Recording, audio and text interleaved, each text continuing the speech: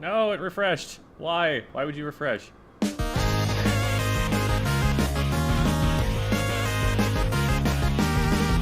Whatever. We'll hear it from the start again.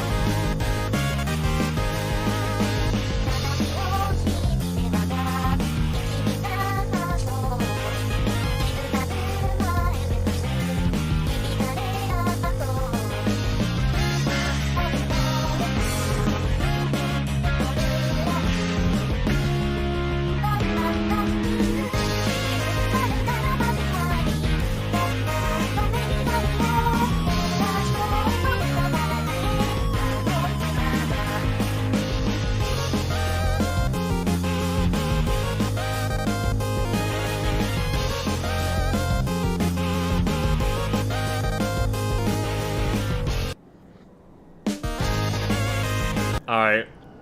Unfortunately, it just loops there. But, welcome everybody. That was Moolah Mixtape's cover of Buddy Holly, titled Squiddy Holly, of course. Definitely featuring the Chirpy Chips. Not at all made by someone outside of Nintendo. Super, super cool. Let me just really quick show this on screen. I'll zoom in a little bit so you can read it. There it is, there it is, there it is. Go check it out. It's great. Everybody loves it, including me. Okay.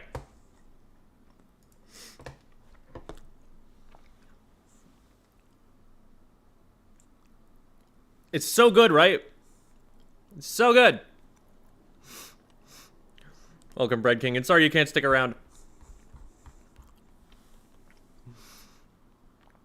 But hello, Serapha and Bad Gamer and Mud Eye and Aegis Michael and Egoobs and JD and I am Elgia and that was Mud Eye again and Kraken Kid and a lot of people are saying the same. Unburdened Dash and Krabs' Daddy and Bird and Cryptic Spoon and Noodle and Marco and Jackson Gaming and Connor and Kenny Boy and Liam and Annex Angel and Quartznot and a guy in orange and Placid Flunky and Nexalation, and Ram and T-Throw, and Last Data, and Chunketh, and Personal Maniac, and Jenny in the Brain, and Forlorn, and Lil Bagel Boy, and Buzzyco, and Leo. I've messed around a little bit with Insight.gg. There are some limitations to it, unfortunately. You need to have a video file that's uploaded. So it doesn't work for replay reviews of Splatoon 3 at all. Because those are not files you can upload to your computer. You'd have to, like, record them on OBS, and then take that recording and put that on insights.gg. And at that point, I might as well just use the OBS stuff that I've been using. But,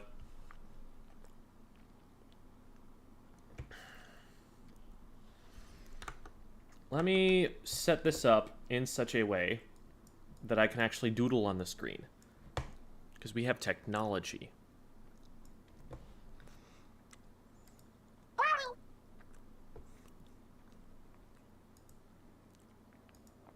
Okay, so that should be correct. Is it correct? Yes, it's correct.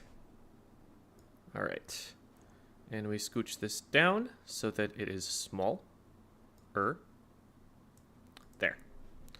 And now, through the magic of computer science! Well, that put it in an awkward position, but we can scribble! Wow. Wow, wow, wow, wow, wow, wow, wow.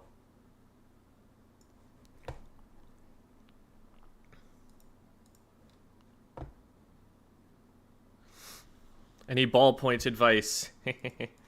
Scribble all over them! Sorry. You're a backliner, so do backliner things, and, use your ability to keep the charge up for a long time well, and also you can do frontline things if you really need to, I guess. Finally reached S rank. Thank you so much for your videos. You're welcome. Welcome. Happy it helped. If you scribble all over these matches, that would make them a draw.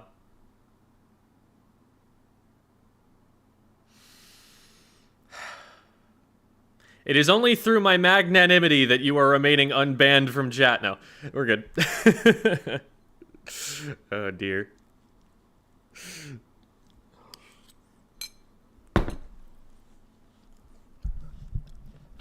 Draw an Among Us? You got it, Chief.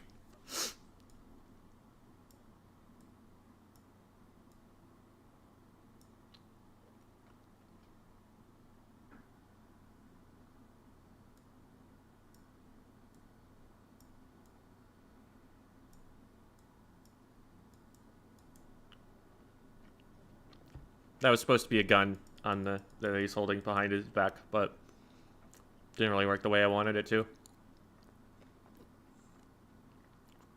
Look at how backstabbable he is.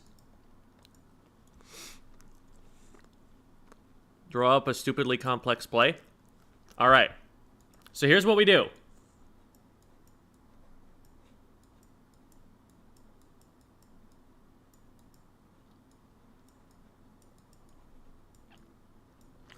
You can figure out the rest on your own, right? There we go. Okay. Ready? Hut hike.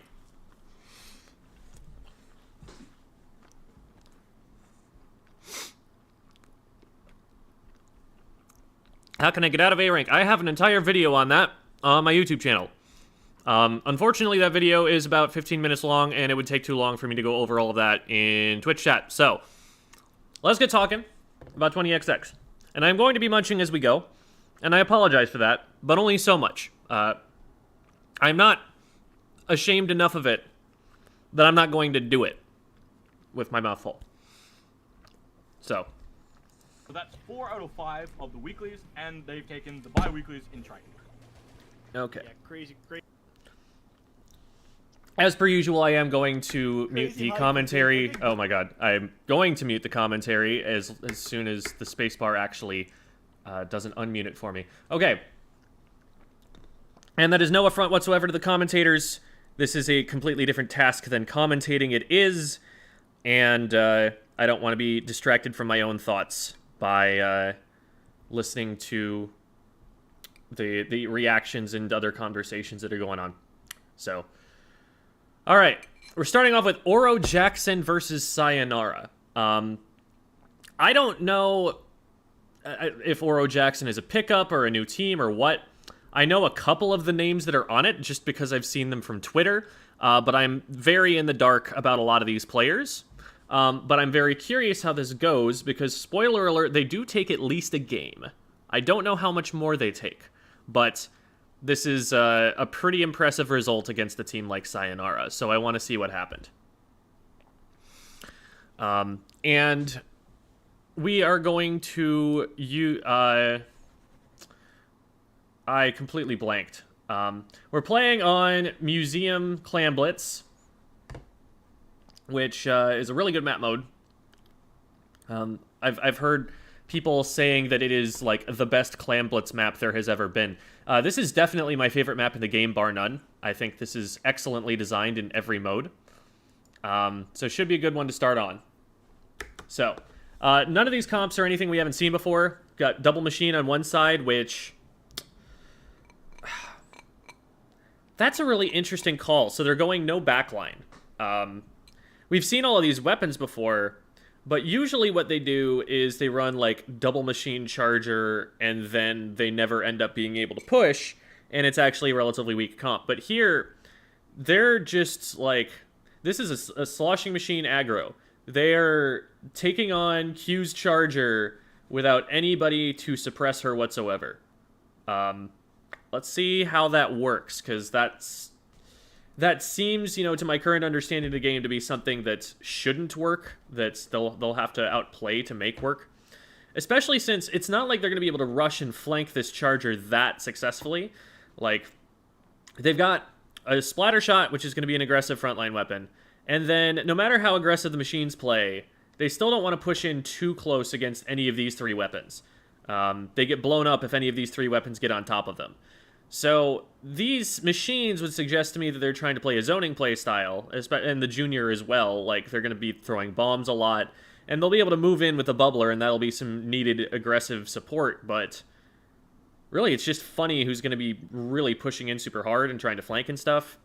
So I'm curious how they're going to be able to keep this charger down, and how that's going to work out for them. Let's take a look. Oh. Forgot to check gear, Okay. Yeah, that makes sense to me. Intensify action. They just want to be able to hit jump shots accurately. I've been favoring LDE more lately, but I think that both ideas are very solid. So this signals to me that they're playing a little bit more aggressively. Both playing for high mobility, so they're trying to be able to kite and move back and forth quickly. And then this is all pretty predictable. Interesting that they're not going for special charge or anything, or like Inksaber sub, but swim speed's never a bad thing to have. And then LDE Ninja Squid Stealth Jump, LDE Ninja Squid Stealth Jump, LDE Ninja Squid Stealth Jump. And then Q doesn't need to be stealthy. Interesting that they're running Comeback. Why? Comeback on a charger? Maybe their idea is, because they're going to have to move forward to Ink Vac, they're anticipating dying more? That is not what I would think to run. Comeback, for those who don't know, if you get splatted, for the next 20 seconds after you spawn, you get, like, 6 mains worth of gear. It's like all of the movement speeds, special charge, and all of the ink efficiencies, I think. And you get, like, a main of them each. So it's a lot of gear, but it triggers on death. Q, you would think, is the player who's least likely to die here, but maybe with the Ink Vac, they're thinking differently. But Respawn Punisher, not a surprise at all. We've talked about that with Chargers. And Special Charge, clearly they're playing this around the Ink Vac. Alright, let's see.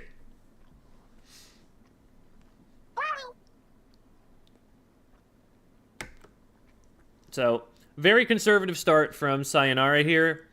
Just kind of sitting up on their plat with their backliner, looking for opportunities to get in. Jared's starting to flank around. They're having Zero kind of paint up like a support here to get special first. And the reason here Zero's standing in the same sight lines the Q is so that they can use the Trizuka and have those kinds of charger backline sight lines to fire these shots off. Because that's really where you're going to hit your most shots from Trizuka when you don't have cover in the way and stuff. That's exactly how a charger wants to hit things.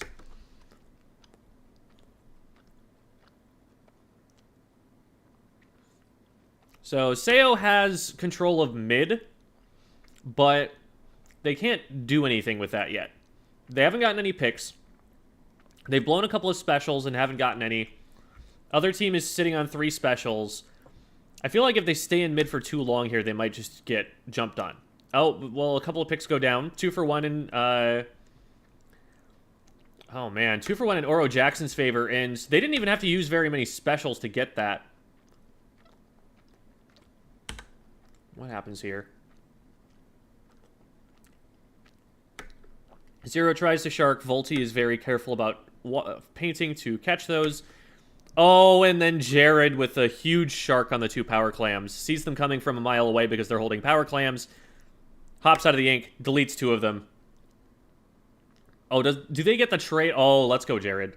So Jared pops off with the solo play and saves it, but that was a clear fight win otherwise for Oro Jackson. Clean snipe from Q. Q gets flanked, though, by Promano, even though they have 2 frontliners there to support her.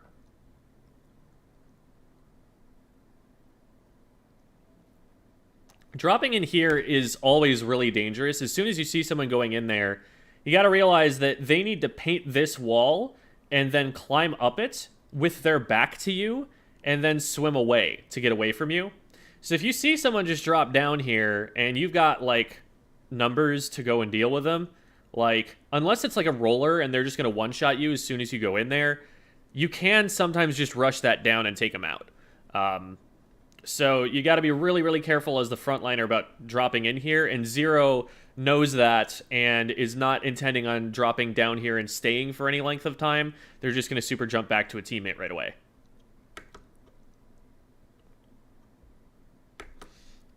Yeah, I've heard that people have been getting like really weird default qualities for the stream that like it starts some people off on like 160p where I'm just a pixelated blur. It's so bad.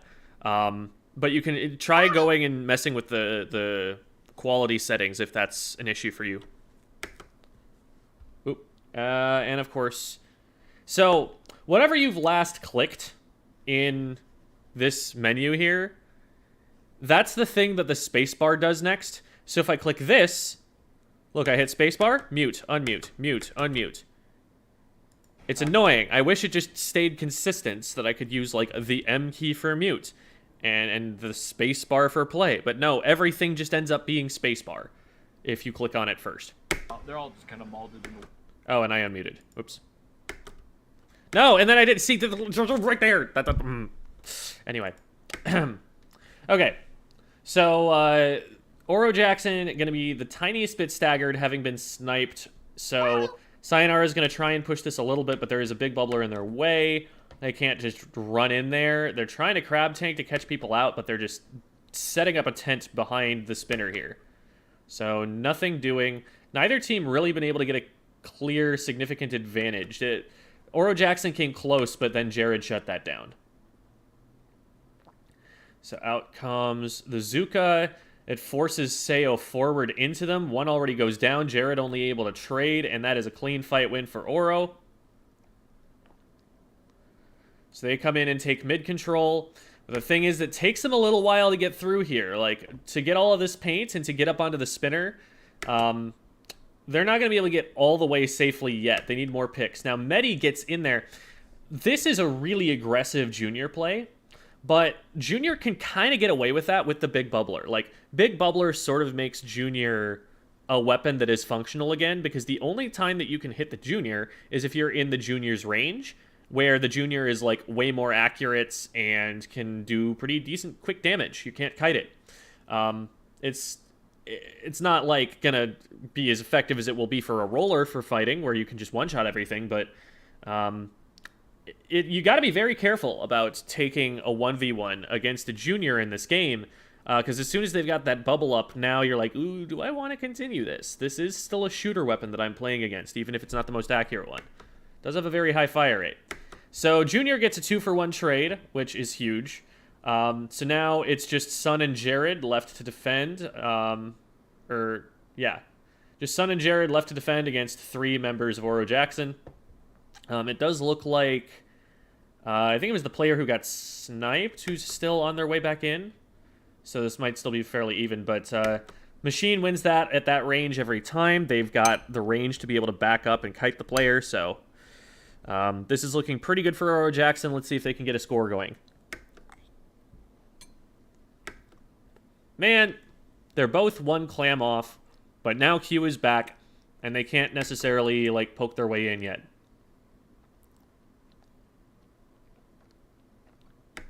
Okay, so they get in.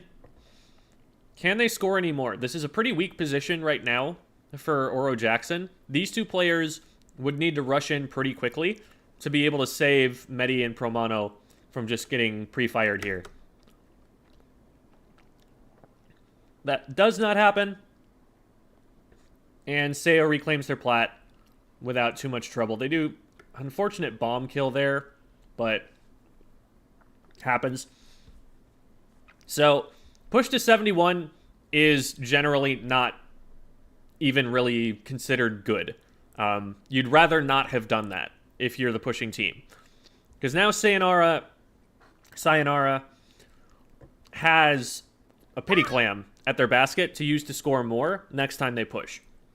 If they make a power clam in mid, dunk that, and then someone super jumps the pity clam in from base, they're already in the lead. And that's a very easy, consistent play to set up, as long as you just get one push.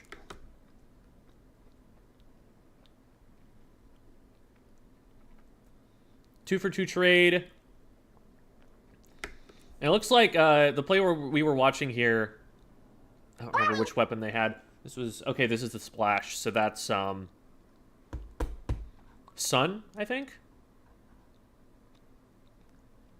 No, Sun's the junior. Who am I forgetting? Jared. So it looks like Jared is, like, getting called back toward the fight here, because they get separated from the team a little bit. Fight happens over here, and they're getting called back like, this guy's weak, this guy's weak, this guy's weak. And so they're rushing at this guy, but then they get flanked, and they don't have the time to figure it out. So, well played by Funny, recognizing that situation. They should have this. They took a little bit too long to get that.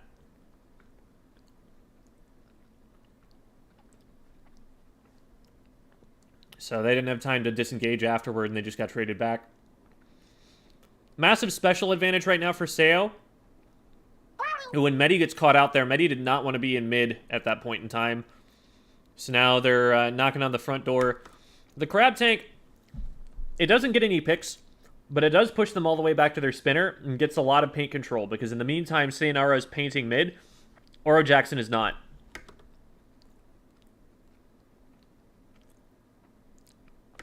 Really, really good shots quickly on target to shred the Booyah Bomb in time. So that gets them a stagger here. Ooh, okay, and the Zuka, I think, actually hits far enough to the side that it does not get absorbed by the ink vac here. So Q is down, Sun gets stuffed by Volti here, and now this is a wipe for Oro Jackson. So that was a really clutch Zuka shot. That Zuka shot really saved the push in its entirety. Because then there's no special that's letting Sayonara get in. Without the vac there, they have no protection at all. They're just rushing into enemy ink. And they were rushing from opposite directions too, so they just got singled out. So, clutch play there. Oh my god, is that Q? I think that was Q. Good shot, Q. Sun goes down to a bomb. They're pelting them on the plat here. Actually, it might have been a machine shot. So, they're both slowed down a little bit because both of them get some isolated picks here and there. Ooh, Funny and a dangerous shark here. They try to go up for it, but a little bit uncoordinated with, I think this is Volti here. So it ends up being like a 2-for-1, but someone gets traded back in the meantime. Oro Jackson wins. I don't really know exactly how, but here we go. They're in again. So now they're trying to set up. Ooh, and there is a power clam. That is a good amount of scoring for them. They, again, were not able to hold the basket at all, but they got a lot of points pretty quickly. Push to 42. That's a little more meaningful. That's a little bit more difficult for Sayonara to respond to. So Promano just gets singled out by like 3 different people, just to expose the position they're taking. Jared's pushing up, trying to completely and thoroughly flush that top area with the Crab Tank and stop the Zuka from coming in. They are adapting to that play that happened earlier. They're like, there's going to be a Zuka up here. We need shots on that to suppress it so that it can't take us out before we get to where we want to be. The defense from Oro Jackson has been really strong. Ooh, very isolated there for Jared. So now Zero's in a lot of trouble, having both a power clam and no help anywhere near him. Pulls out the Zuka to try and pin Promano. Promano wisely jumping out there. So they're still in position. Part of this is that Oro Jackson knows all they have to do is play defense. They don't have to take any risks. They don't have to really go in super hard. They can even let Sayonara score a little bit and then just punish them for scoring. Because scoring is a more vulnerable position for them to be in than, you know, taking a fight on open ground in mid. So it'll look like, you know, Sayonara has advantage here, like they're shoving them back, like they've got a chance, but a lot of that is also just that Oro Jackson is going to give up space and that they can afford to do so.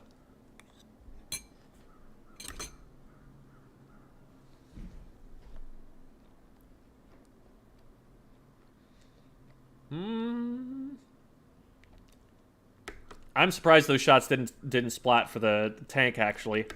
Very close. Good attempt. Okay, Seo's in. There's a flank down here, which is wild. Right down here. Oh my god. My mouse isn't the best for these drawing tools. Flank works out perfectly. Medi gets 2. They only have Jared. That's a delayed wipe. Game over.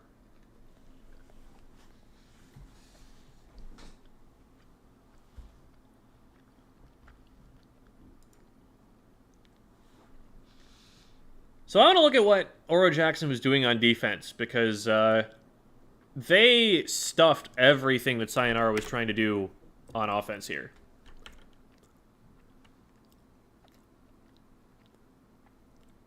Might just be the double machine, just constant fizzies, making it really difficult to get through that area where they don't have cover. What's stopping them from moving forward here? There's a bomb in front, there's a Booyah bomb, there's a Zuka, there's another bomb. And they just get split up and taken down. Yeah, so they're kind of using Spinner Wall as a fortress wall.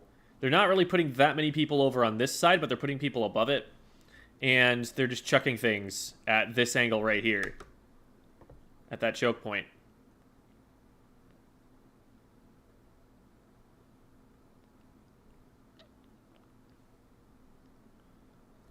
Okay, let's look one more time at the defense here.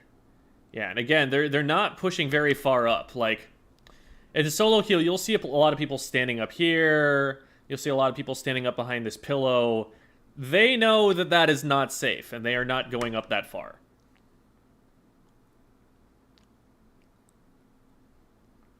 Yeah, even a Booyah bomb from there in an exposed position, not safe.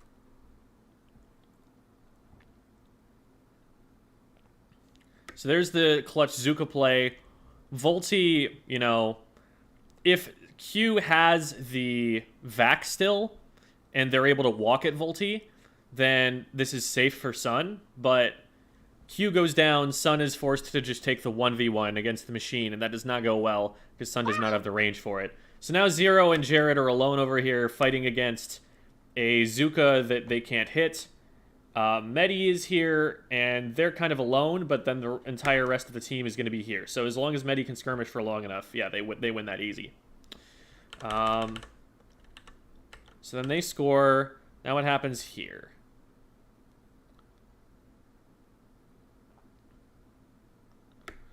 Medi goes down.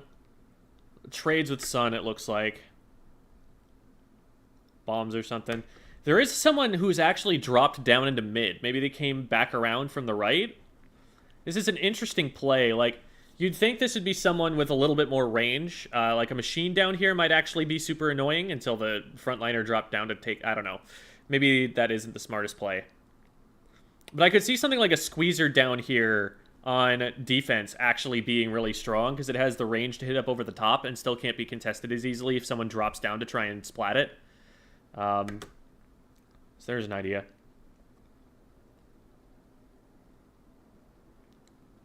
Okay, so Clam Holder gets splatted. They have to restart. Jared gets in a little too deep there. Jared's just going to get collapsed on being back there.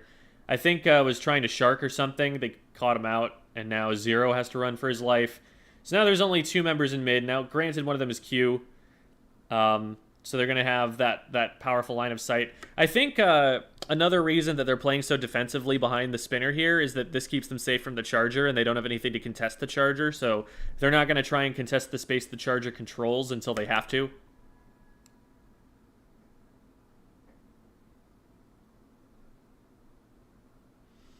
And at this point, double fizzy bomb over there. You see that? You see how fun that must be to play against? Oh, man. What an engaging weapon. All right. So, again, a flank from behind over here. Like, they're putting someone in around the back every time. They have something that is going to splat somebody who's over here, over in this corridor, on defense every time. and it works every time.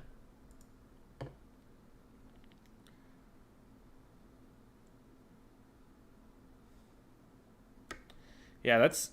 It's kind of like... It reminds me of how you would defend on Piranha Pit clams, where you would... Since you had easy access into mid from spawn, and I don't know if this is exactly where they're sending people, because it doesn't look like there's a trail in here or anything, so maybe they just dropped someplace else.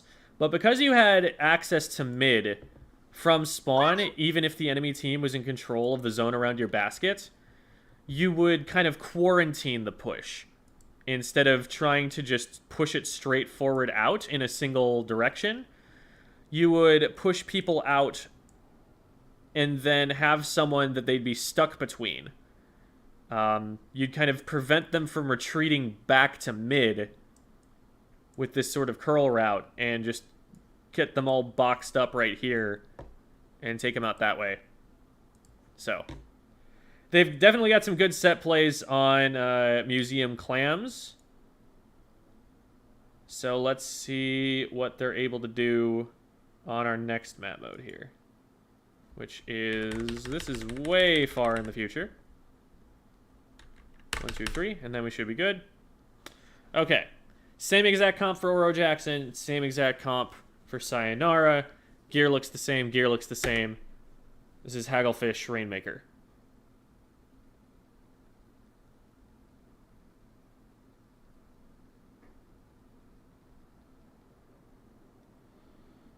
So Sun is trying to like poke up here and potentially like get into a position where their short range can actually be used to help win fights. Because they could just sit back and throw bombs, but there are only so many angles they're going to get those from, and the angles that they're going to get those from are angles that people will be already avoiding because there's a charger on their team. So, oh wait, not same exact comp. I missed that Q had switched to E-Leader, but yeah, same concept anyway.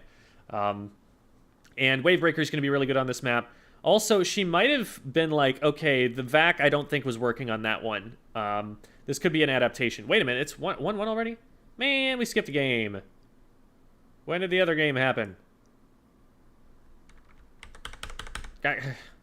Spoilers. Wait, that was game 2. I think we just watched game 2. Right? Oops. No. This is Clams. Did they counterpick to the same map? You can do that? What is this counterpicking system? Well, wait, no. This is a counterpick, so they're just going back to a map that they just played because they think they can win it. Huh. That threw me. That threw me pretty hard. Because I was looking at this like, oh, wait, no, this is still the yellow and the blue, and it's still on Museum. But no, it's they went from Museum Clams to Museum Zones.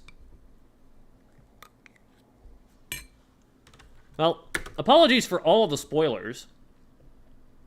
For those who haven't seen. But here we go.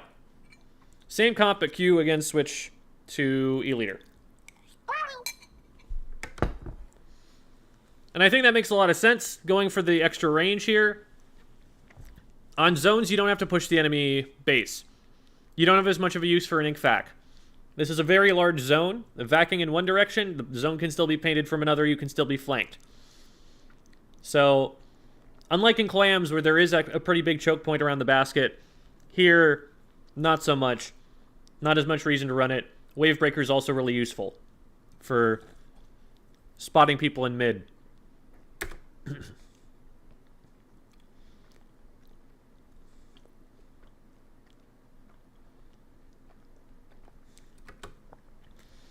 Bubble up in top mid really cuts off the entirety of top mid. Yo, thanks for the raid, Kicks. Or no, that's Key. Or is it Kicks? It just says KI. Is it Key? I think it's Key. Or is it Kicks? They both appeared in chat. It's both of us. Oh! I was correct.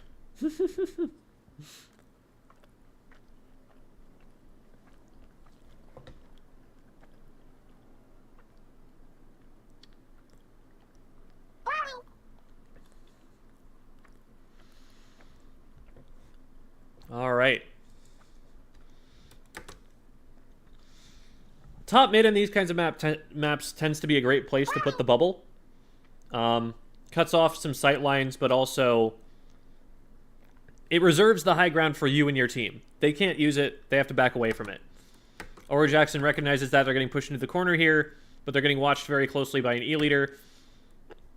If they're not careful, Sayo could put some people over on to and jump from here to here and flank this way in addition to their support from here and catch people out in this angle.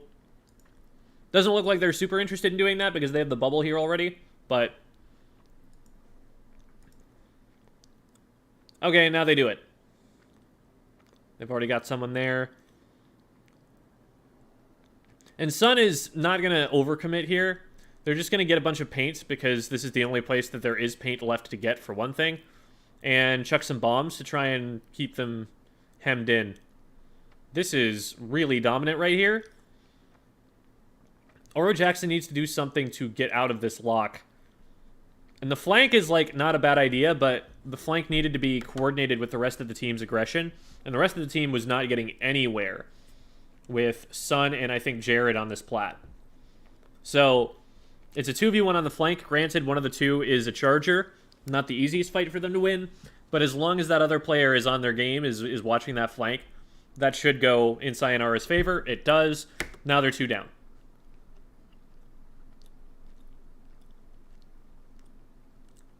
Okay, Zero gets zeroed out, but it gets traded back, and the positional advantage is completely unchanged. This is a total shutout. Oro Jackson is forced to make solo plays to get out. They were not very coordinated solo plays. They did not have specials. It felt like they did not know what to do when they got locked out of that. They had a junior up here, and they had a frontliner here, and an E-leader watching across the way. I'm surprised we didn't see an attempt at, using this sort of angle, except maybe, I don't know, there's some purple ink up there. Maybe they were trying to check it or something. But nobody over here got specials, in part because they could only go about this. Nobody coming out this way got specials, in part because they could only go about this far before they started running into bombs and pressure and stuff. And they also had very little cover. You've got, like, this pillow, and then, like, everything out here is just completely exposed. So they might have jumped in a little bit on the early side. Might have been good to send, like, a couple people out this way and maybe, get their bearings, paint up a little bit before trying to send a solo flank over here or going down one by one, going in this direction.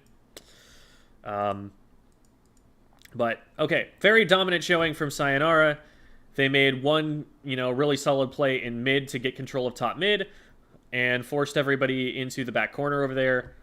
And by the time Oro Jackson was able to recover, there were 2 frontliners on their plat, and they just locked out really hard. Okay. Clear Sayo dub. Now we go to tower control, because I was blind and did not see it correctly. Unless, wait. Yeah. We go to tower control on Hagglefish. And I sneeze.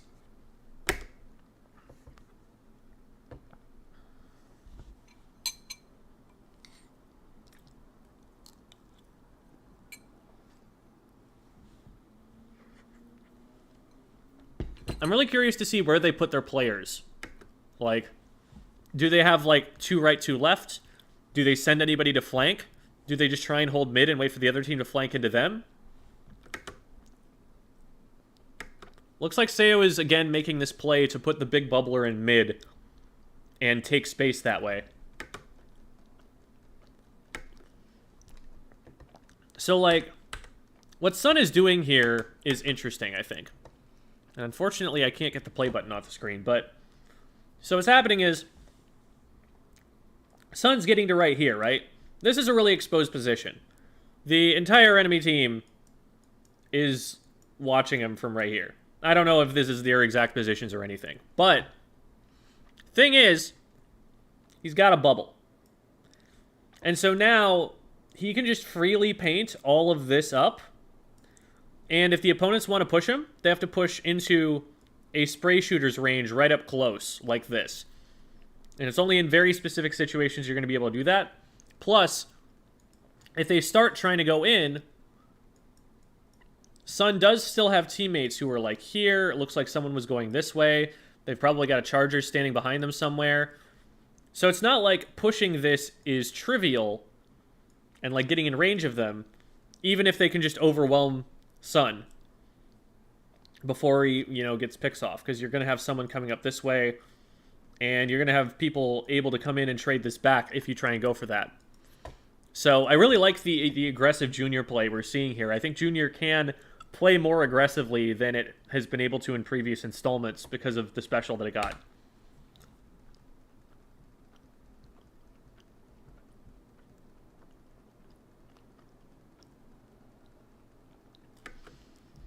Well, it takes a Junior to beat a Junior, I guess. Juniors get traded, but in the meantime, Jared just dives all the way in, doesn't even care about what's happening in mid, takes somebody else out.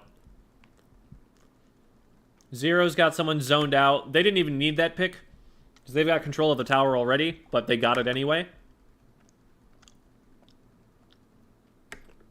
Jared's calling for help over here, has someone cornered. And Zero, yeah, at that point, Zero probably didn't have time to get in and help. I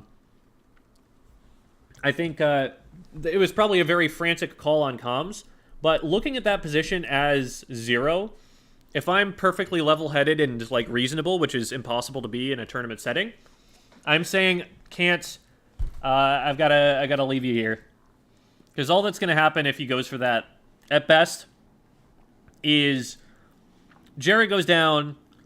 Zero trades back, and then Zero gets traded back, and it's a 1-for-2 in the enemy team's favor there. There were already two people. Here, let's back up so we can see what was developing there, see what I'm seeing.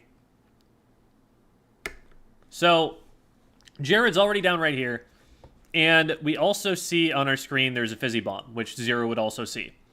So, I knew before Zero dropped into this fight, there's a player here, and there's a player like right back here, and they're going to collapse on you. So the most you're going to be able to do is get the 1 or 2 shots you need to splat this guy, but then you're dropping off a ledge into enemy ink against a machine that outranges you. You're probably getting traded down for that too. So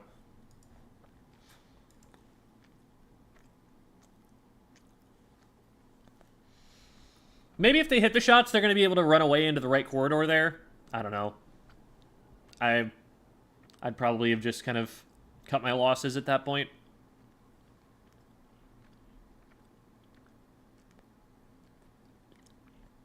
Zero, though, also probably very confident in his technical skill, for good reason.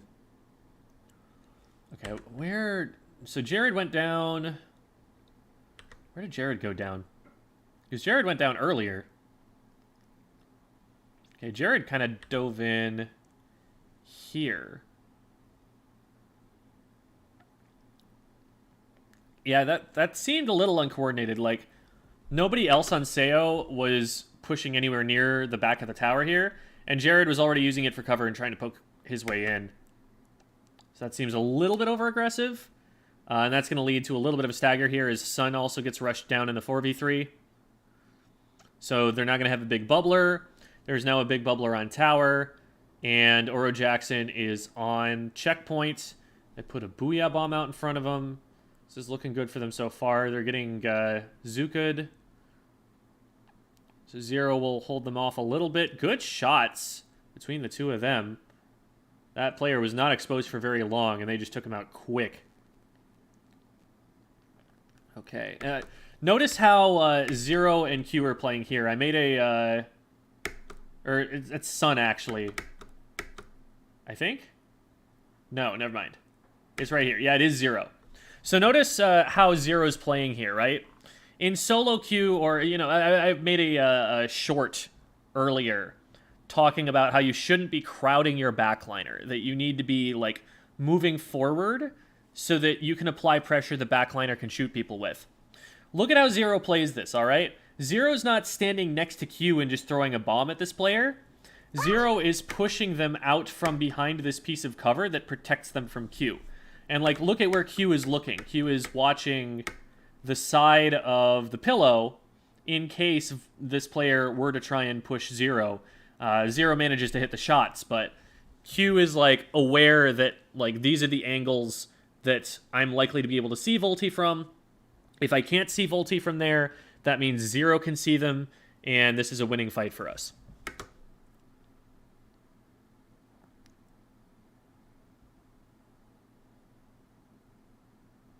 All right. So, thanks to this camera angle, we cannot see anything that Oro Jackson is doing, but we know that Sayo has a slight amount of mid-control. Oro Jackson did make a good push there. They cleared a checkpoint and got pretty darn close to the second checkpoint, so... the first checkpoint is, I think, the part of that matters the most, because checkpoints are far harder to clear than the open space between them.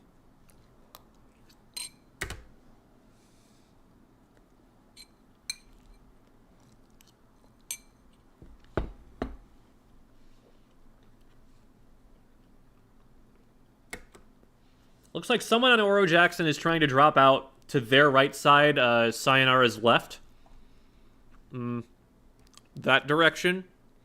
Man, this is so weird having it mirrored, because I'm pointing the wrong direction from my screen, but...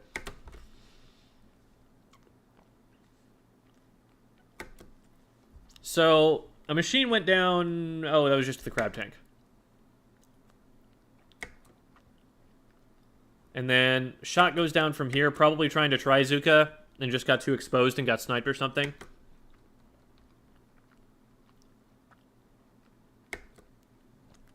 I like that aggression from Jared a lot better. Jared is going in, throwing a bomb, kind of being like, hey, you better not move forward, you better not move forward. But then as soon as they do actually try to rush him with overwhelming numbers, backs up, realizing that his team isn't ready to dive with him. And he doesn't have to. He got some damage, and then the Zuka either just hit a direct or finished it off with indirect.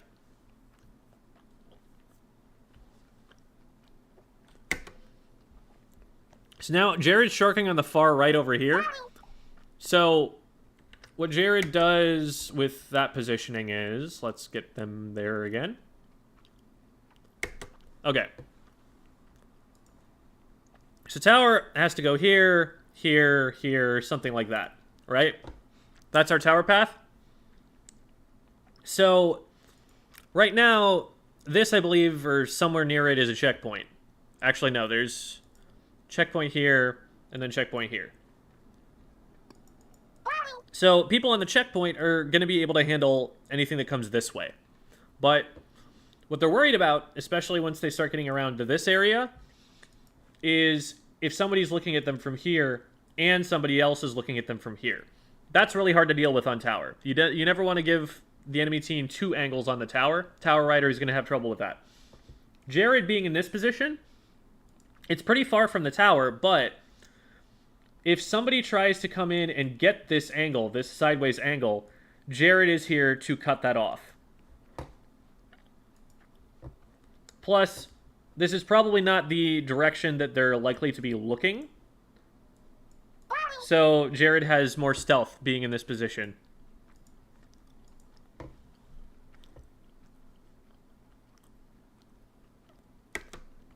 And I'm expecting, like, as soon as the camera cuts away from this right here, I'm looking up at the heads-up display, because I'm like, someone's going down.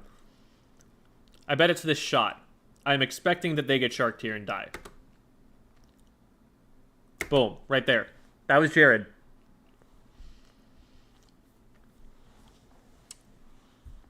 So, what Jared unfortunately was not able to defend against was the big bubbler that got placed up in this area.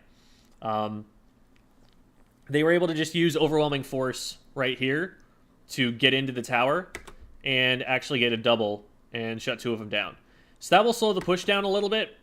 Or maybe not slow the push down, but the shark that Jared pulled off is not going to get as much value because it's still a 2v2 situation, and now he's off the tower. So it's just the Tower Rider all by themselves with a rapidly deteriorating big bubbler against whoever else is trying to defend. Jared is somehow still alive in all of this. Oh, they backed up to Crab Tank. Where did Jared go after that? They probably just got the pick and then dropped off a plat immediately.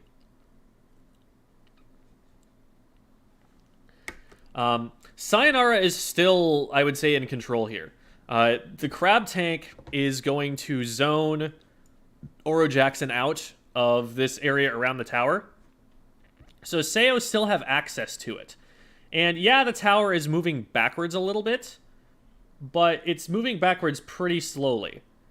All it takes is for someone to hop back up on the tower, not even necessarily stay on the tower, but just sit on it to reset the timer at which it moves back by another 5 seconds.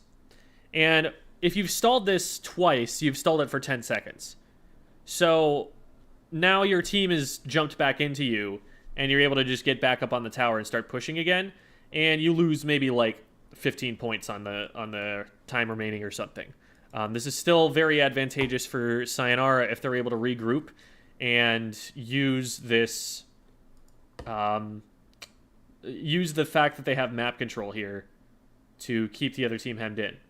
So Jared here is trying to look for some aggressive plays to, again, they're trying to push the enemy team back. They're trying to keep this here because as long as, if the enemy team has to push into this arc around the tower, they're getting shot for doing so, the tower is safe.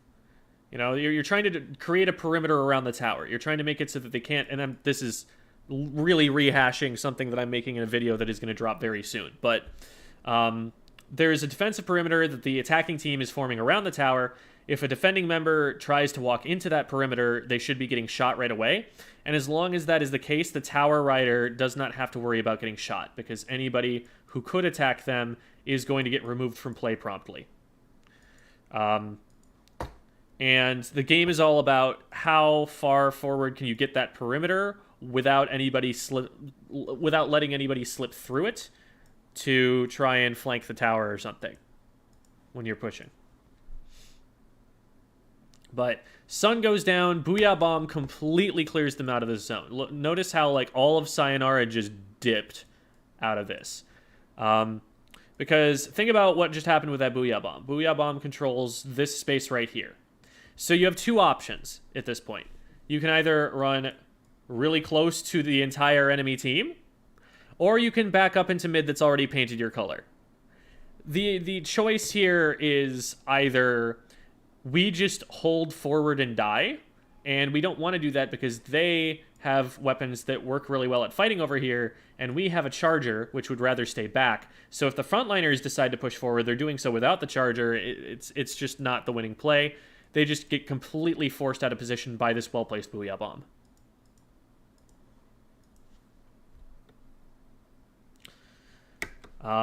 And that's how you kind of want to think of your specials. Your specials are used to win yourself a certain amount of zone control on the map. So whatever it is that special does, ultimately the macro way to think about it is we had control of this space, and now because we used this special, we have control of this space. If we get up into this kind of a position here, and then use another special or get another pick, we can advance up and have control of this space. And you move forward across the map that way in order to get control of the map. Once you have map control, the tower push itself is secondary. It's an afterthought, because it's just perfectly safe to do. So they collapse on Zero, who gets stuck on the side over there. So what can also happen with that Booyah Bomb that I didn't depict is, sure, you might go this way or you might go this way, but another option was to go this way.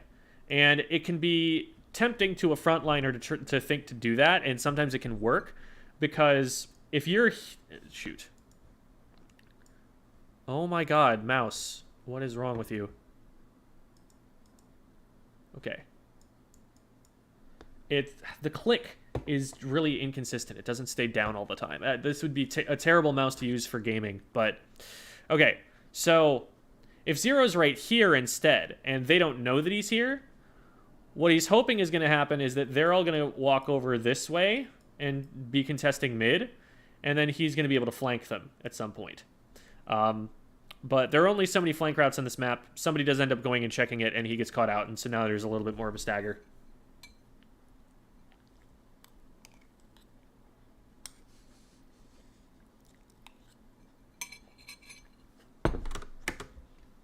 And notice how now there's another special that's been popped, the Big Bubbler. Because they needed... Backs up. Because they got to here, they needed to get to here. So they popped a special to get them that way.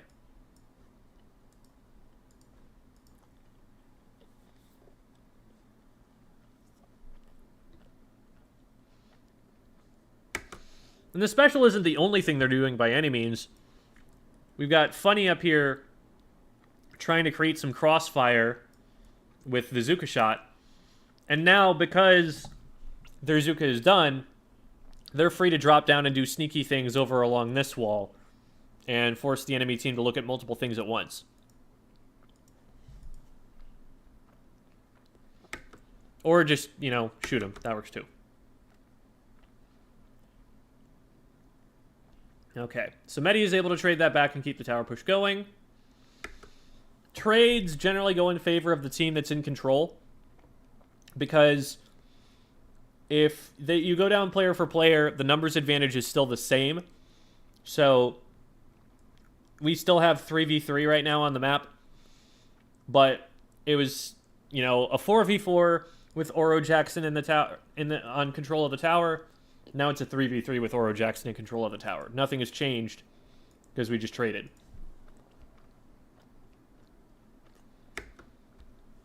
A little bit overzealous to try and jump up here. It might have been that they wanted to rotate someone else onto the tower and like maybe get a big bubbler up here, but Q is too ready for that.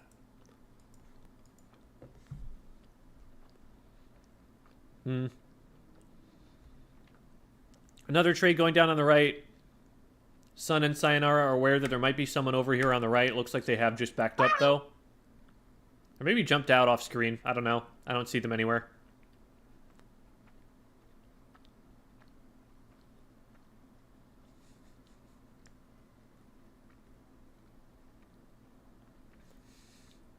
Okay. They do still have a big bubbler.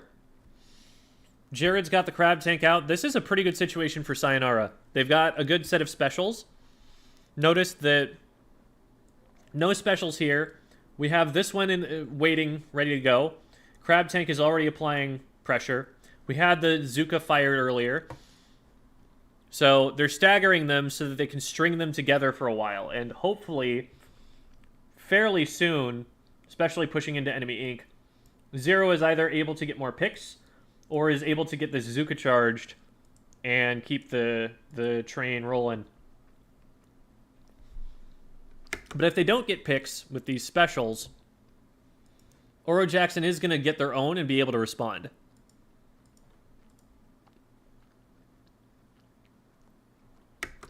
Booyah Bomb will completely obliterate the big bubbler and force Sun all the way off. But the question is, how much follow-up can they get on this?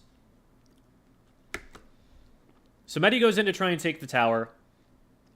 And they time that with a Booyah Bomb getting thrown at Q. So they're trying to make it so that Q cannot take this snipe and that Medi gets a 1v1 versus Sun on the tower. And they do succeed. That was a Booyah, right? Yeah, it was a Booyah. So Medi wins it in part from the big bubbler, in part from the Booyah Bomb keeping him safe here. So well played there. They did have to burn a couple of specials to do that, and now Sayo is just kind of backing up and poking. Good pick from Q. That's going to slow them down a lot, and that's going to hurt. With Sayonara in the lead, they don't need to be pushing. Ooh, and they do have someone up here. It looked like Sun was getting aggressed, and so I think this is Jared who rotated over to the left, maybe Zero. So player right here. But it looks like Sun is backing away, and so now this player is isolated. It can be kind of hard to see because there's this big wall in the way of you seeing what your teammate was doing. That was a great drawing, Gem. Really, really proud of you for that one. Zero does end up getting out of there. But that's a really common situation where, like, a mid-level team, one player would go in while the other player is retreating, and so this player thinks they're entering a 2v1, and actually they're entering a 1v2.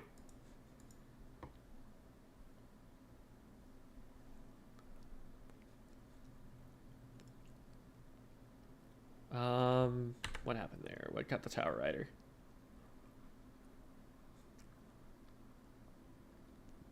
So Q goes down there, and I could not tell you for my to save my life what. Oh, okay, it was funny getting a flank behind. Jared's able to close that down. So Funny gets the flank off. Okay, Funny is going all the way around on Funny's right, Sayonara's left.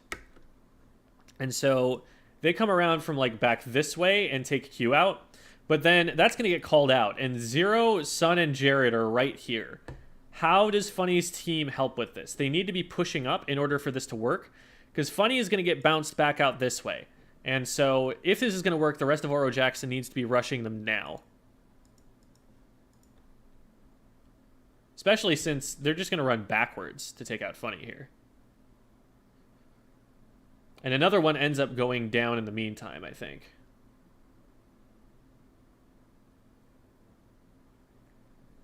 So this puts Oro Jackson in a really difficult position. Especially since Sayo could potentially get this checkpoint here. That's huge for them. And they shred the Booyah. This is looking like game over. There's only one player. They're wiped. Yeah, really good punish at the end there from Sayo. That could have gone even further. That could have been GG, I think, if the timer hadn't run out. All right. I'm going to take a quick break and go and look at some questions and also eat some food. What's useful about the marker? Good question. Not much.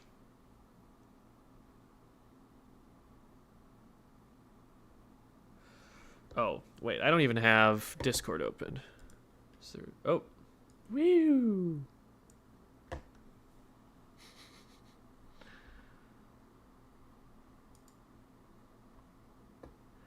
Okay. There's a question on how to use Zipcaster. It's definitely not a positioning special because you don't end up in the position that you move yourself to. You use it to get picks and then you jump back to where you started it from. So you're going to use it to try and splat people. Is Gem drinking tea? No. What's sweatier, Splatoon X Rank or Call of Duty Warzone? Couldn't tell you. I've played Warzone once in my life.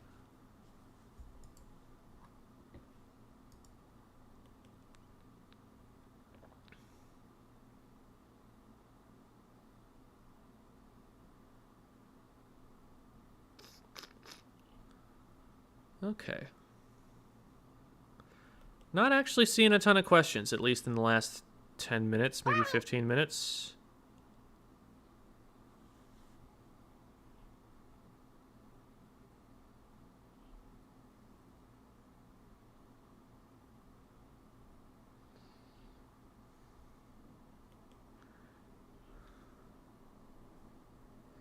Yeah, the shortening of it would be like Sayonara, but I'm just mispronouncing it because I'm trying to say it quickly. Sayo. I don't know. I've heard people call it Sayo before, though, just as a shortened version of it. So, yeah. All right.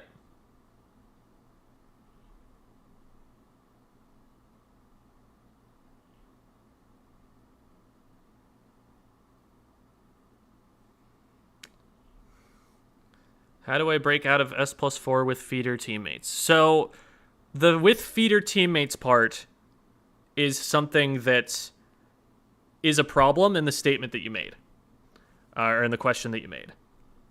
You cannot control your teammates. There is nothing you can do that will make them play any differently than they are going to play. You need to focus on you. All you can control is what you are capable of controlling.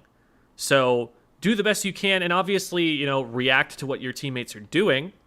There are definitely times where I will look at a fight and be like, okay, if this were my competitive teammate, I would trust that when I follow up on this, they're going to help me.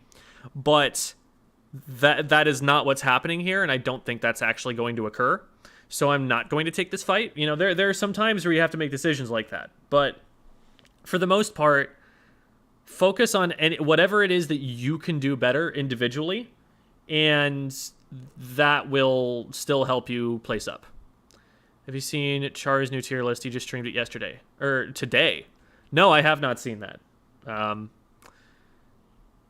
He stopped through in the comments section of my tier list and talked about what placements in mind he would change. And I largely looked at that and was like, yeah, I can see that. That makes sense to me. Like he wanted Tetris put up higher, and in the explanation of the list, which I don't expect Chara to watch the full 1 hour and 45-minute video. He's a busy man. In the explanation, I point out that, like, okay, when you set this up right and you play it well, this is actually 2 tiers higher. But the problem is that all of that setup is taking away from other stuff on the team, and that's why I put it lower. You know, it's that kind of stuff. Dualies, I definitely think I underrated, the V-Dualies in particular. Having seen, you know, what people were using them for in Area Cup, something clicked that, like, oh, this does have a use case. This isn't just completely outclassed by the Splash-O-Matic. I still think Splash is better, but the Dualies definitely have use cases that you wouldn't think to put a Splash into.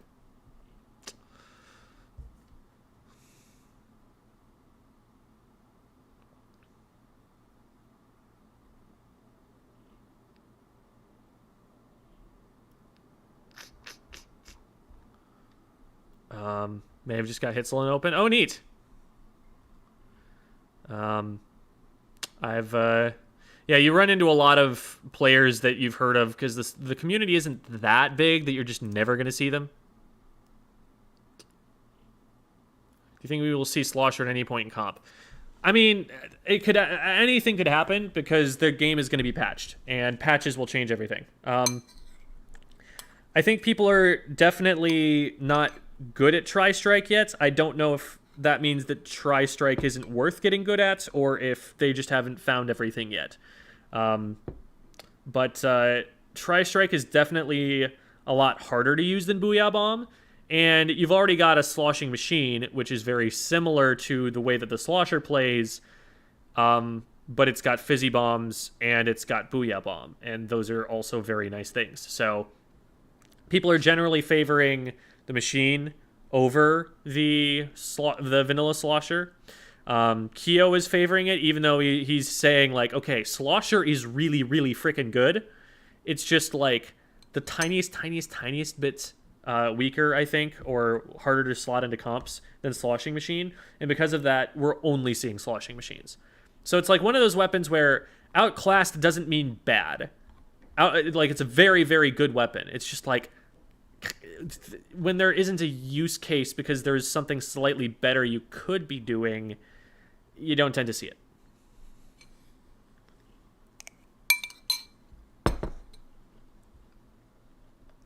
Oh, he's changed his mind because last tournament he was playing machine. So if that's changed since Big House, that'd be interesting to see. I'll definitely take a look at that. How to make Stamp viable? I think it has a fundamental design problem where if it's viable, it's going to be too strong. Because it's a melee weapon in a projectile-based game.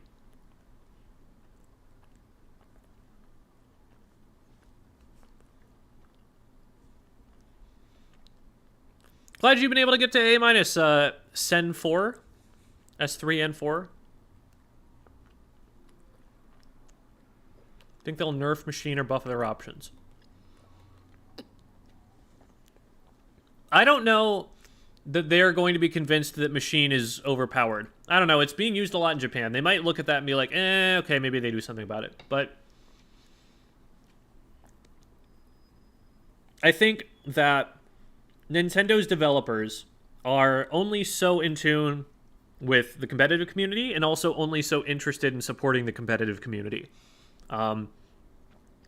If casual players think something's broken in Turf Wars, they might just change the game to support that instead of what the competitive players would want.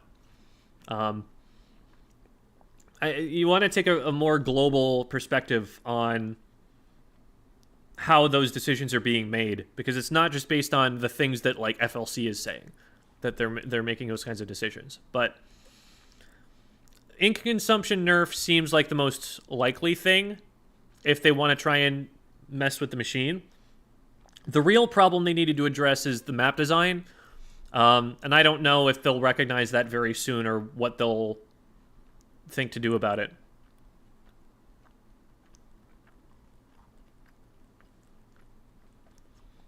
A weather presenter on Japanese breakfast TV was complaining about machine being OP. Okay. That's actually insane. I love that. Oh, hey, it's Jeannie. Jeannie is actually the commentator that is, like, on the match that we are currently watching. Did you think the production was good? Of what I've seen, yeah. Normally with, like, production stuff like that, if it feels smooth, if it feels like you don't really notice it too much, that means it's working. Like, I'm looking at it like, yeah, logos look clean. The graphic design looks clean. It flows the way that I expected it would. Yeah, it seems solid to me. I haven't been listening to the audio because I've been, talking over it and not wanting to be distracted. And no, again, like, no offense whatsoever to your commentary. Like, it's just a completely different task to what I'm doing here, where I get to freeze frame it and look at every pixel and rewind it and stuff. And I don't have to be telling a narrative to people all the while I'm doing it. Makes it less distracting for me for formulating my own thoughts. So I don't know, maybe the audio was terrible. I don't think the audio was terrible. You guys did great.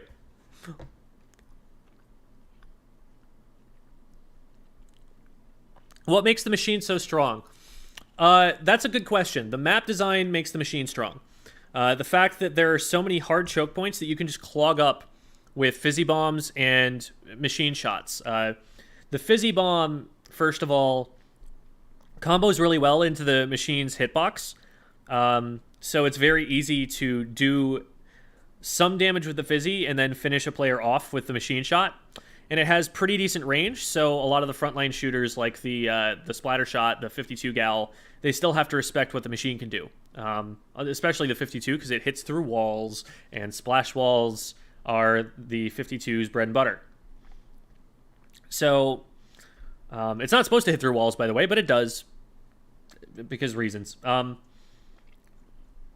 hopefully they fix that. Anyway, take like Scorch Gorge, for example. Think about the second tower checkpoint on Scorch Gorge, or the first Rainmaker checkpoint, same place. There is uncontestable high ground to your left. There is nothing to your right. You have to just force your way into the enemy base through that choke point. You know what makes it really difficult to do that? Having someone throwing 2 fizzy bombs at you on a single ink tank. It makes it really easy to shut that down real quick. And if the fizzy bombs don't do it, if you run out of ink, just pop a booyah bomb, and the whole choke point is a death zone. It's a really, really good kit for the machine, and it's really good at just stopping an enemy team in its tracks and preventing them from moving.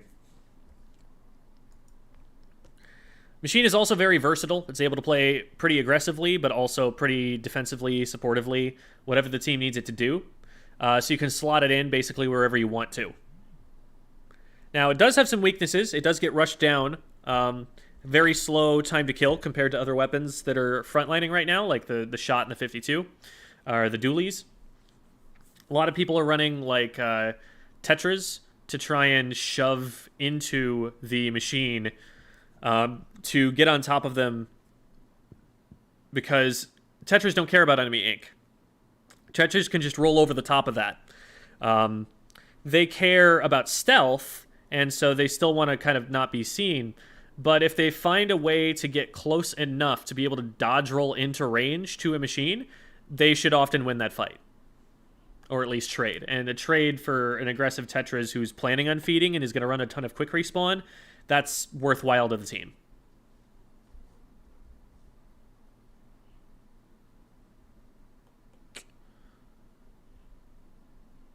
That Japanese weather broadcast. Yeah, I don't know. I think links will probably get shut down by like Nightbot or something, which, to be clear, is for the best in the long run, because we have a whole bunch of spam bots that are just going to put stuff in there on YouTube side especially. But what map do you think is in desire of a rework first? Probably personally Mahi or Mincemeat. I'd say Mahi or Hammerhead are my first two, but Mincemeat is definitely close on its heels. There are things that I like about Mincemeat, but the middle of the map and the way the objective plays is not one of them. It needs so many more routes into mid. But what I like about Mincemeat is the level geometries. Some of the things that they've put in there that you can climb up on like 3 different sides. Like, when did Splatoon become a game with... Jesus. That was loud. When did Splatoon become a game with so many... I need to go and check on that in a second. But when did Splatoon become a game with so many unpaintable walls? Like, why can't you swim up stuff?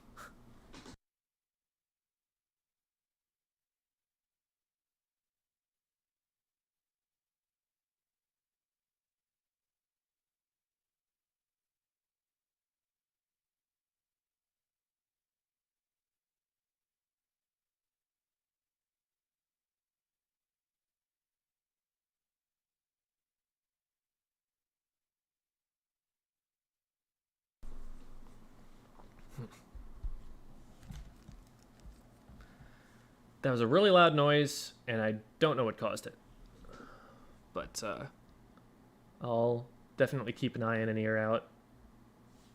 Anyway.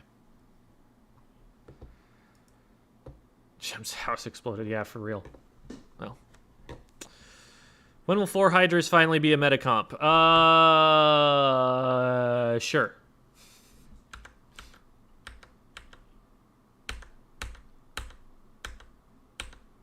Double Hydra did happen at one point in competitive Splatoon 2. But it was a very rare thing. Okay. We've got E-Leader still. Same comps. No changes here. And this is ink blot zones. Watch Hydra Crimes and you'll see then. Yes. Yes, of course. Of course. Oh. Hey, look, it's Genie. On the mic, Genie. That's the Genie who was in chat.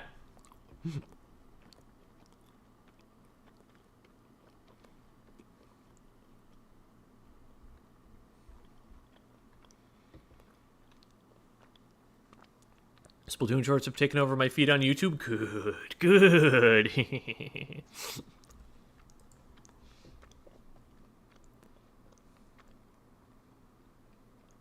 This is aggressive.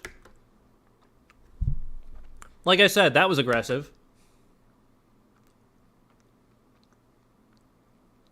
Well, so this is what competitive Splatoon has become. 2 juniors putting big bubblers on the zone and shooting at each other's big bubblers. Sun probably has the advantage here, having the height, because they can shoot down at this big bubbler and hit its weak point. I don't think Medi has the range to hit this one's. And that's why he always goes for that.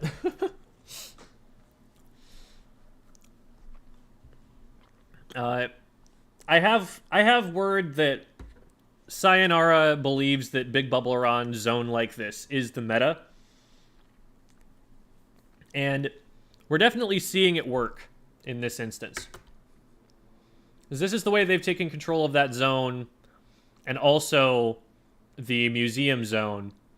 And it's just not been contested well by Oro Jackson either time. Traits go down. So Medi tries to contest top mid, realizing that this is a problem, but they have no support. Sun sees it coming and wins that fight. Oh, the bomb trades back. Q debating whether to get up over here, but then the call goes out that there's someone over here, maybe? It looks, from their body language, like they're worried there's someone over here, but doesn't seem to be. And then Jared goes for this flank.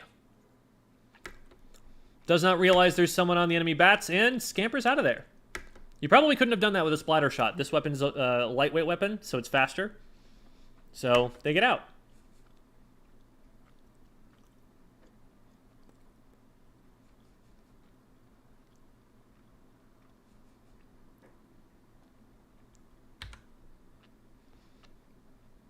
Nice snipe with the Zuka there. That's huge for Zero. They needed to not get pushed too hard by the machine here. Machine out. This is how a machine wins fights, right? Because, like, yeah, the machine has a much slower time to kill, but range. Range and the fact that they're probably running run speed. Zero needs to back up here to survive this. It's hard for them to do that with the special out. This is a habit that I've gotten into, too, throwing the suction bomb as soon as I'm done with the Zuka, because it's the fastest thing that I can do at that point in time. But also is letting Volty get really close to them. And, of course, we cut away from the 1v1, so we don't really see what happens after that. But Zero looks like they win it.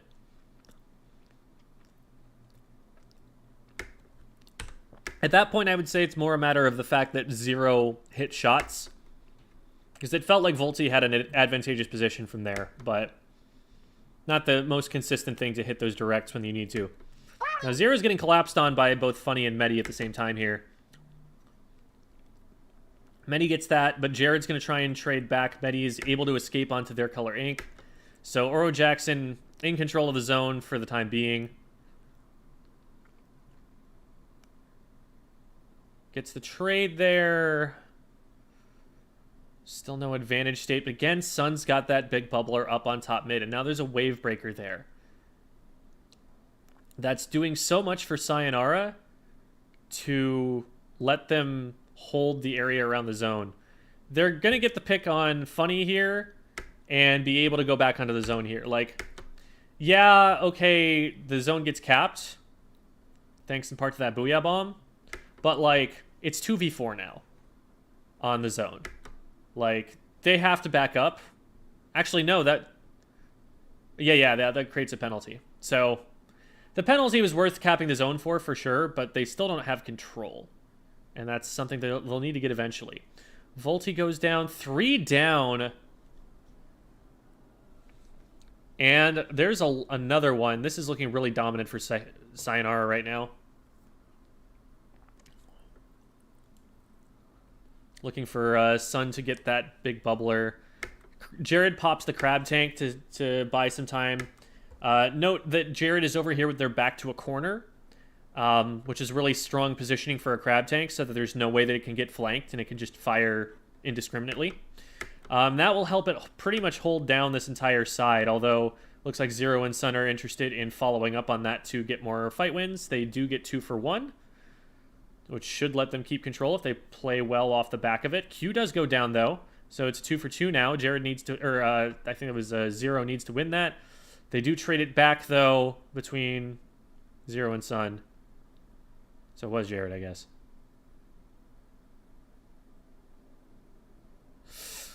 Oh, my goodness. Yeah, Jared can only scamper so much.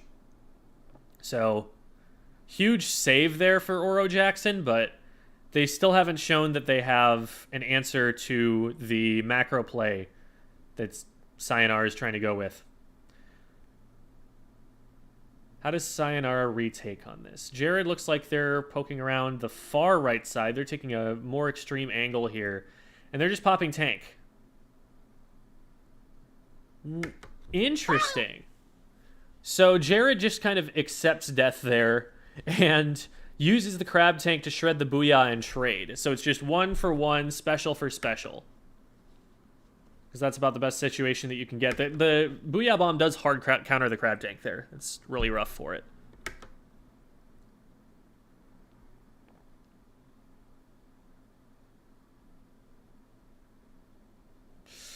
Ooh, Zero takes out Promano. And there's that big bubbler again. on the top of the zone. Or was it the big bubbler there that came into play? Let me take a look again. It looks like that doesn't extend all the way to the ground, does it? It looks like this from here is like actually blocking some shots here. That's real, that's crazy. Hold on, I can test that. I want to see what that actually looks like. Okay, come on now. Oh, wait. I'm dumb. It's over here. I'm on the wrong window. Boom.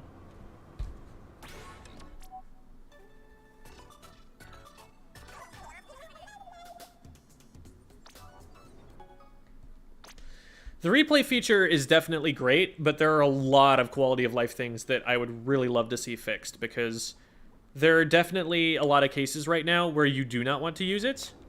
Like for solo VOD reviews, I much prefer having someone actually record their screen, because you don't see what the other player sees.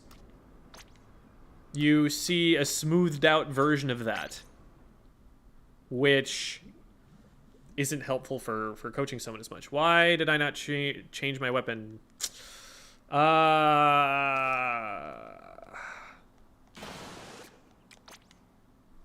I have to go through 2 more loading screens. Pain.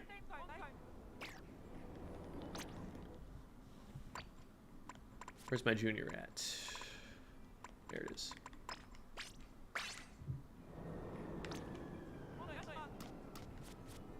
Okay, zones, ink blot.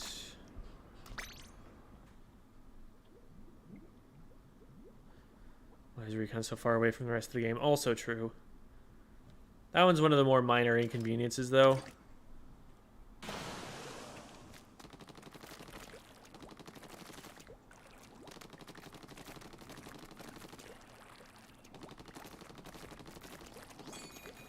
Okay. So what they're doing is putting the big bubbler right here. How low does that go? That might block some shots. I don't think that goes quite far enough to have a huge impact in this fight, especially once it starts shrinking. But it might have some benefit early on before it shrinks. Let me do one more just to see, because I know that it, like, I wasn't looking for how much it would shrink over time.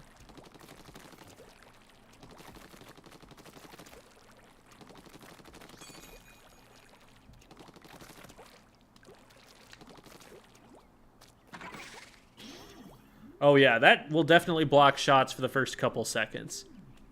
That's kind of wild.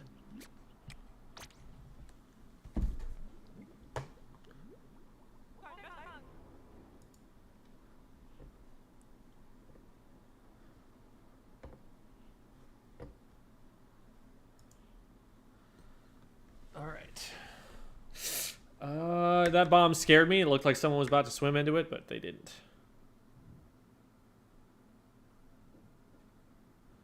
Okay. Man, the objective camera is kind of annoying because, like, you have to... It always ends up orienting itself so that you're not seeing the enemy team as they start to push in. Like, this is who you're really interested in seeing. The frontliners are going to position themselves in these guys' way, but the question is, how do these players stage a retake? So Medi is getting up close to try and paint for this big bubbler. And so, because like in order to paint, you need something that your team hasn't painted already. So they're going to get up pretty far. They were probably actually one of the first to go down too. They need to go like now. So, okay, they just dedicate an entire Booyah Bomb to top mid, which is an interesting call. Because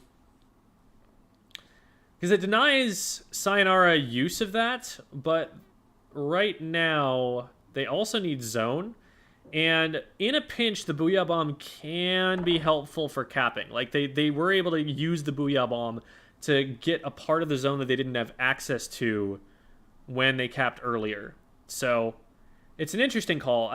My thinking would probably have been throw it in this direction and try and get these players out of the way so that you can then grab the left side of the zone with force and meet these guys on the right-hand side once they try to come back in. But they do get 2 down, and it's 2 for 2, and Q gets another pick, so that's game over. Nothing funny is going to be able to do there in time. They have somebody right on top of them, and that's game. All right. So that's that set. Let's take a look at what's coming up next. Whole bunch of ads.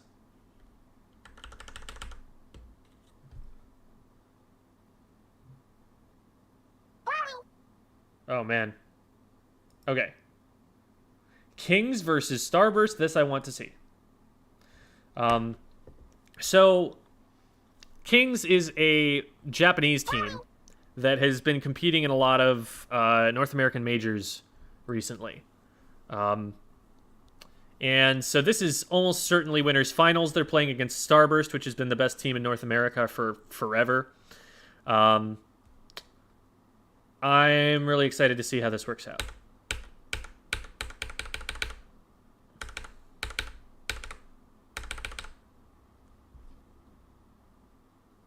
We're almost there. There we go. Okay. So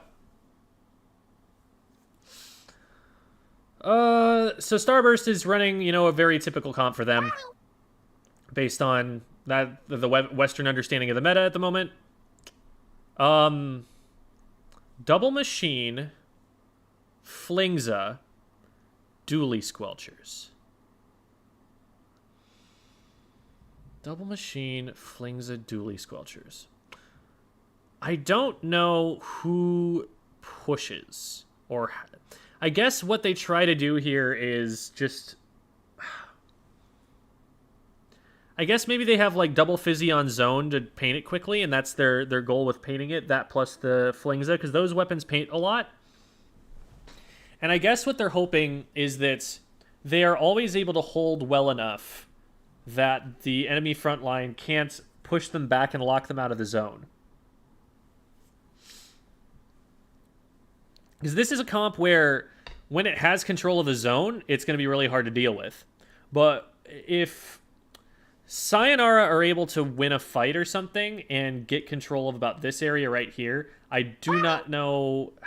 These guys just have to pepper them with specials. They have to go missiles and then a Booyah Bomb and then maybe another Booyah Bomb to be able to fight.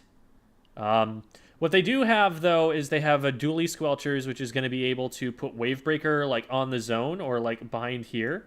And that Wavebreaker is going to be really good. It's going to control a lot of the zone, and it's going to help with fights a lot. It's going to push the enemy team pretty far back. I'm just like, I'm worried for Kings' comp that if they get locked out, they don't have a super consistent way back in. We'll see how this ends up working.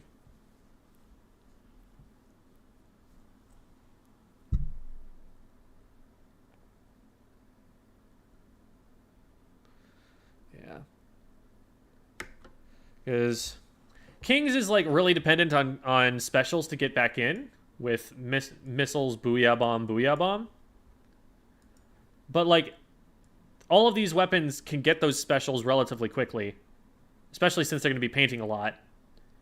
So it's like, maybe they don't need frontline to create space for themselves. Maybe the specials do enough of that for them, and they're always going to be able to, because like, thinking about it, the distance from here to this choke point is really short. If all they need to do is get this far, they can do that with one special. And from here, these weapons are going to be really strong at holding that choke point. So maybe that's the thinking.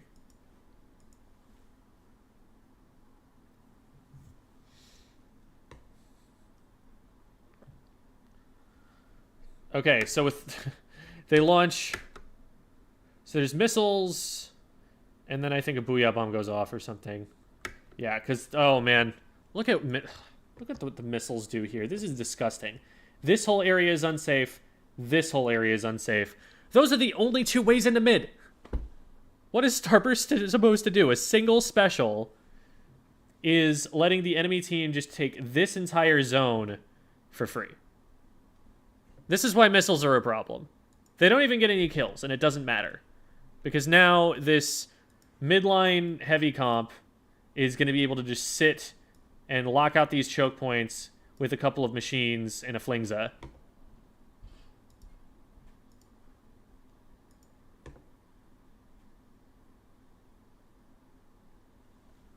Okay, so Starburst tries to push back in, and Leafy gets a little bit too aggressive on the left there. Like, because Leafy is engaging here before the rest of her team is able to trade back.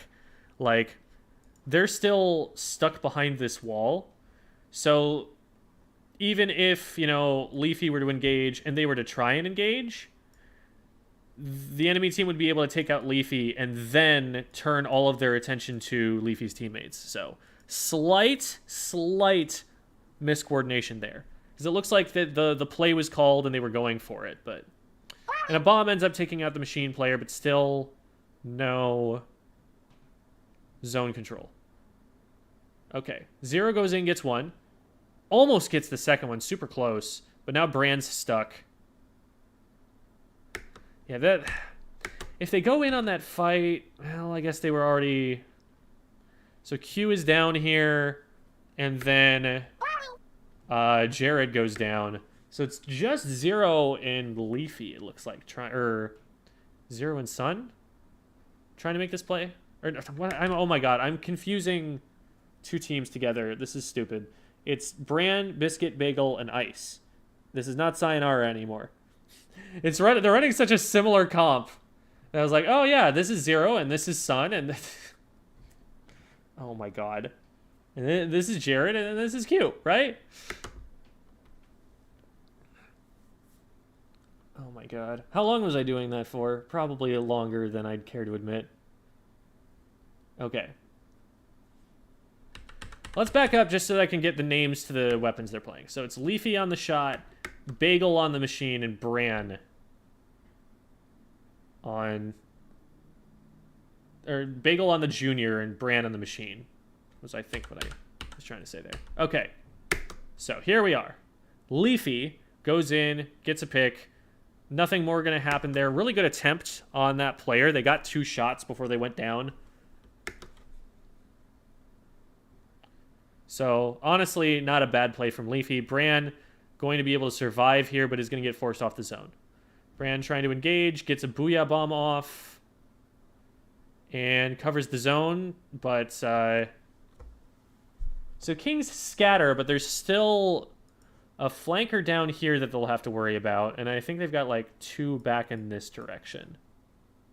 So let's see what Kings does from here. So they're just painting to try and, like, neutralize the zone from safe distance. They're not quite all the way there, but... Ooh, and they do pick Bagel for trying to paint it back, because they've got the long range here.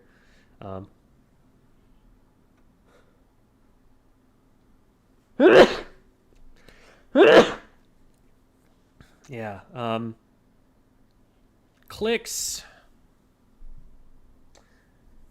is playing really carefully with the spacing here.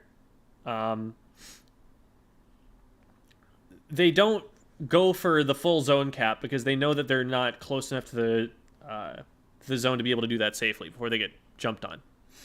And thank you guys. So then Bagel gets in, but Bagel has like this much range as a junior, and Clicks can absolutely just roll out from behind the corner and right side peek that, and there's no follow-up. Plus, all Clicks has to do if they get engaged on is roll back the other way, and they're back in behind safety. So very safe play from Clicks, but very opportunistic too. Good pick from them.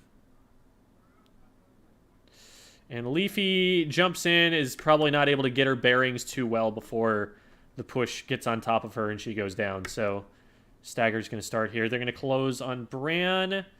Bran does get in good position against them, but isn't able to keep himself alive. And so now that's a 2 down for Starburst. There's a shark over here, which is probably kind of an obvious thing that they're going to know could be there. Clicks going in. Almost gets Bran. That was a lot of damage, but... So now they have to worry as they push back in, the annoying thing for Starburst is what they would love to be able to do is just all look in this direction. They'd love to just all rush straight to the zone where the objective is and put all of their firepower there. But with clicks coming in from this angle, they'll have to devote some of their attention this way and some of their attention this way. And if they don't collapse on clicks effectively, who is, by the way, playing the strongest kiting weapon in the game, so clicks is probably not going to position themselves in a place where it's easy for the rest of Starburst to just collapse and remove them. This is going to be really rough for them. So this is an extremely aggressive Dually Squelchers play, but with spacing as good as Clicks is, this can absolutely be an aggressive weapon. There was a time where Zero was also interested in trying to maybe push the Dually Squelchers as an aggro weapon. So Bagel's going in here and going in really quickly and really early to try and just get paint onto the zone from back here. But there's a Booyah Bomb here. They don't have any frontliners in front. They get picked going in as hard as they do, especially with the machine being over here that they probably didn't know about. And now there's a 1v1 between Leafy and Clicks. Leafy does end up winning that, but Kings has zone in a 2v2. Leafy gets another, so this should be an opportunity to neutralize zone. But they get picked by Sharks on the zone. This is really smart because this player can do one of two things, right?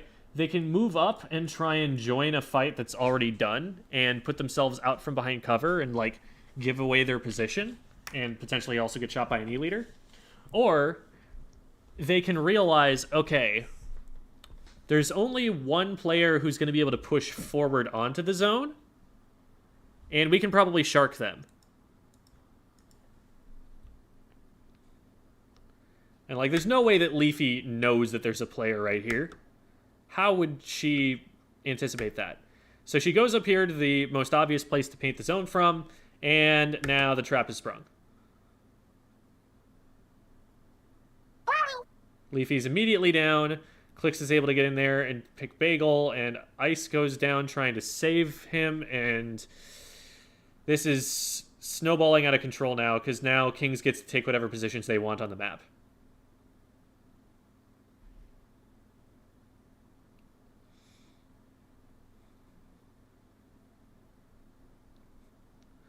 So we got 2 specials from Starburst and 2 from Kings. Brand's starting off with a Booyah Bomb, but they are going to die immediately to missiles and a Booyah Bomb. And their Booyah Bomb... I'm not a huge fan of this Booyah Bomb right here. Because now... So, like, with all of this stuff going down... Like, this Booyah Bomb makes sense, I think, if the rest of the team is able to follow up somehow and get onto the zone. But this kind of just falls in isolation because of the way that Kings staggered their specials. Like, I think Bran is the first person to pop a special here. Actually, no, the missiles are already out. And I think Bran is trying to, like, use the Booyah Bomb to armor through the missiles and expecting that the rest of the team pushes forward so that the missiles land behind them, and that's how they're trying to counter it. I think maybe that was the thought process here. But they end up just... the Booyah Bomb on top of Bran also makes it so that they can't really do that. They end up just letting the missiles drop back here, but not dropping down with it. And then the Booyah Bomb completely zones them out, and now they're stuck in a 4v3. So, really, really oppressive use of specials here. I feel like what they would have kind of wanted to do is maybe, like, let the missiles fall and then engage, now that there's one special less over here for Kings to work with. But they're probably also worried about time, because, you know, their time is starting to tick down. Just because the missiles went out, you know, the Booyah gets popped to try and save them. The Booyah goes nowhere. Wasted special, dead player. This should not go Starburst's way. They try to collapse on the flank. They get a couple of picks, but it's just Bagel against 2 players. No way they hold the zone there. So, yeah, like, I was anticipating that Kings would be able to hold the zone really well, as was demonstrated there. And my only question was, like, how do they get in? Or how do they retake? And, well, they never got put in that position in the first place, so who's to say what the answer is to that? Okay. Wow, this is a composition. What mode is this? Is this tower? Okay, tower, it makes some sense. Okay. So not at all surprised to see the splash in the machine, but we've got a blaster, which, I mean, this is where you run a blaster. It's tower control, and they've got a jet squelcher. So I guess they're going for Inkvacs, and since they already had 3 frontliners, they just wanted an anchor. And they wanted an anchor that had Inkvac. And it's going to paint more for them, so it's going to help support the blaster, who needs paint. I was not expecting to see a jet squelcher used at all. But let's see what they do with it. They're running special charge on it and no stealth anything, which I think is a really good indication of how they're planning on using this thing. This is going to be your standard Splatoon 2 sort of special spam jet squelcher.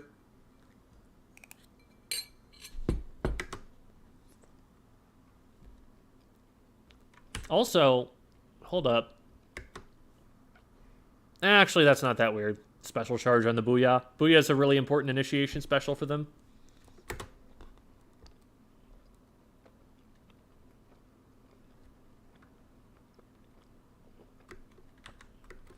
I also want to see what the jet squelcher is doing on rollout here to confirm that that is what is happening. They are actually moving straight to mid.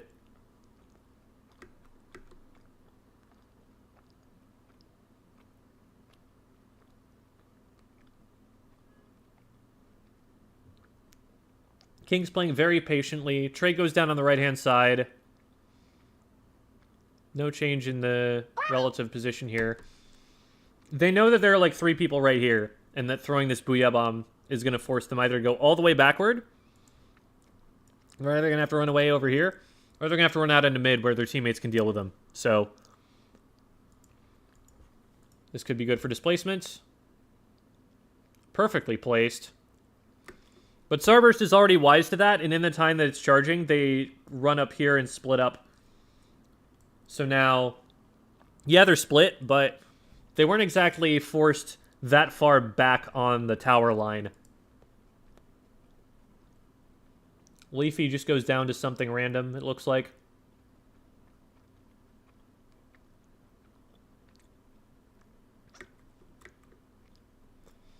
So the Inkvac goes out. Inkvac plus Crab Tank.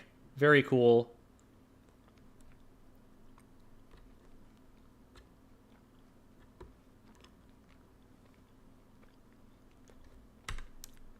That didn't seem especially effective. They collapse on the one person who's able to make it up on plat. The Crab Tank is forced to drop. The Inkvac has to back up. Yeah, it felt like, I think that's Clicks on the blaster. It felt like Clicks was like their only shot of making anything happen aggressively there on the off angle. The tank and Vac play definitely did not work well for them. So now Starburst is going to get control again.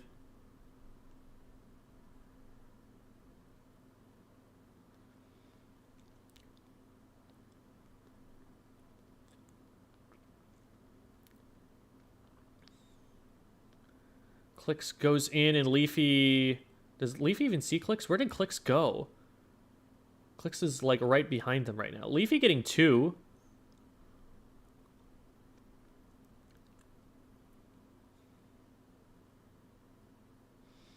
This is looking pretty strong for Starburst right now. Because, like, before, we looked at how Kings pushed in.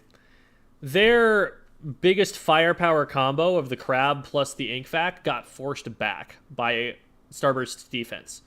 But now Starburst has multiple frontliners on their plat, and they're in sharking position. Leafy with a really good pick there. Well executed. Oh my god, Leafy, let's go. Pop off. It does look like the tower got aggressed at some point during all of that. Oh yeah, the Crab tank just got up on top of it, so that'll force him back. So that buys Kings an awful lot of time, that the Crab tank was holding the tower back for so long. But crucially, nobody on Starburst is down, so they can just try again now. Now they've got a 3-down situation. They've got a lot of paint. This is going to be lead for sure. Probably almost certainly the checkpoint. Yeah, no way this isn't the checkpoint. I am surprised that missed, actually. But, yeah, this is looking really good for Starburst right now. Yeah, the Jet Squelcher just gets rushed down. I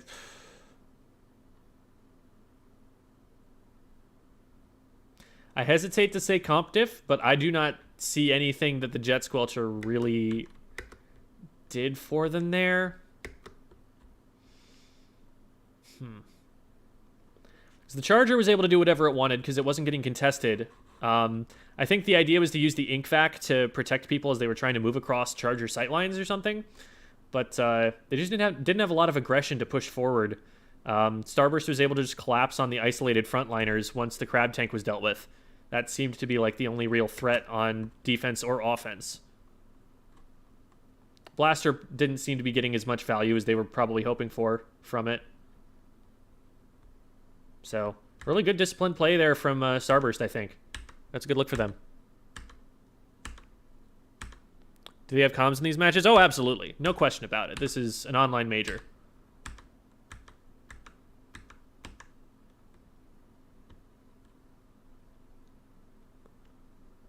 Okay, so they're going to their Double Machine Junior and Splash comp. So we've seen the Double Machine before, but before it was paired with missiles and a dually Squelchers. But here, they have a little bit more pushing power, which I think makes sense. Something that I've been using to conceptualize how Crab Tank plays recently is that it turns your weapon into an anchor. It turns your weapon into a Hydra, basically. So, like, the Splash is normally like a frontline pusher, but then as soon as it has its special ready, it can just decide to hold an angle that a Hydra would hold and pull the Crab Tank out and hold it for that one, point that you need to hold on the map, but then go back to frontlining and pushing them back. And that ability to be like a sort of hybrid weapon is, I think, really powerful. Lets it play whatever role is needed of it on the comp at that time. So that might be a part of the idea. Now, of course, an actual Charger is sort of a counter to that if it can get the headshots. But, I mean, same as you would have for a Hydra, I guess, anyway. And at least the Hydra doesn't have armor like the Crab Tank does, so that's something. Plus, you got 2 Booyah Bombs to displace the Charger if you need them, so that makes some sense to me. And what was it, Tower? Yeah, Big Bubbler for Tower just makes too much sense. And having the suppressive fire from the Crab, like, let's say Tower is here, and you put a Crab here, that shuts down this angle, that shuts down this angle, that makes it harder to live at this angle, and all of these are places where defenders want to stand as the tower starts moving in this direction. So you can kind of take this sort of backline position here, but then as soon as the Crab Tank is done, you could then proceed to do things like this. So makes sense to me. It's nothing super revolutionary, I would say.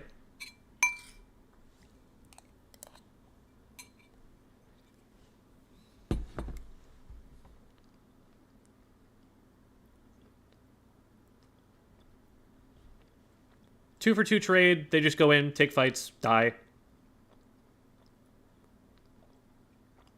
3-for-3 trade. Another trade. Leafy goes down and doesn't get traded back. No, does get traded back.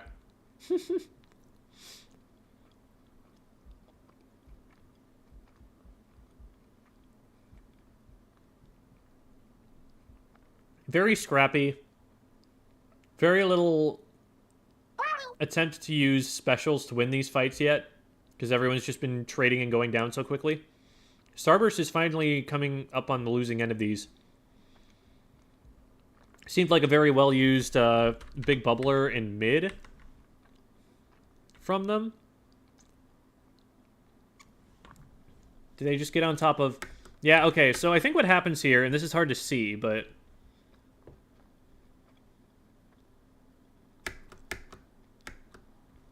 So, we've got Ice here, we've got Bagel here, we've got Leafy over here. They're pretty separate. And I think what they do is they drive a wedge between Ice and Leafy and isolate the two of them.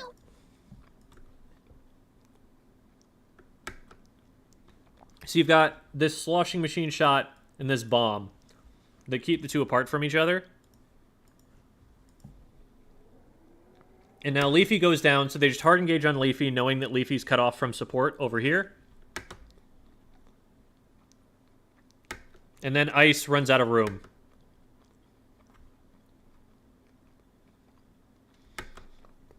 So the trades go back and forth like 10 times until Kings finally gets an advantage, but they do. And that's how they do it. Isolating Leafy and then diving her.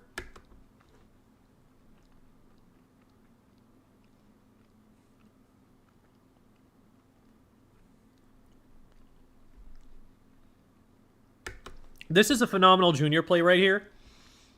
Because this is the range at which the junior main weapon is dangerous. You cannot hop over here because the junior is watching you.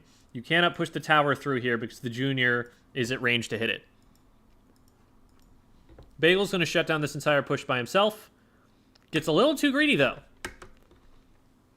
Because his strength comes from the bubbler being here that he can always back into if he needs to. As soon as he drops down out of that, he's dropping off a legend to enemy ink.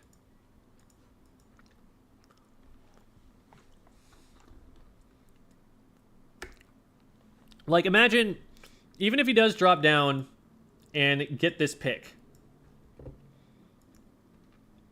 there's nobody with him to follow up. As soon as any one of them shows up, he's still in trouble here. Especially with the Booyah Bomb separating him from his teammates.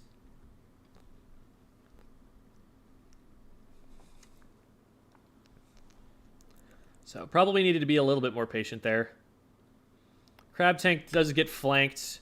Gets forced to look in two different directions, and Leafy goes down and gets it. Leafy's also going to be able to get that. So that's 3 down on Kings. Kings' problem there was that they were just too bunched up in mid, and so they got hit from this direction and from this direction at the same time. Did Clicks just stay? So Clicks is on tower right now. And it's someone else who jumps to the tower and goes down. Clicks is still back here. Oh my god, what is going to happen now?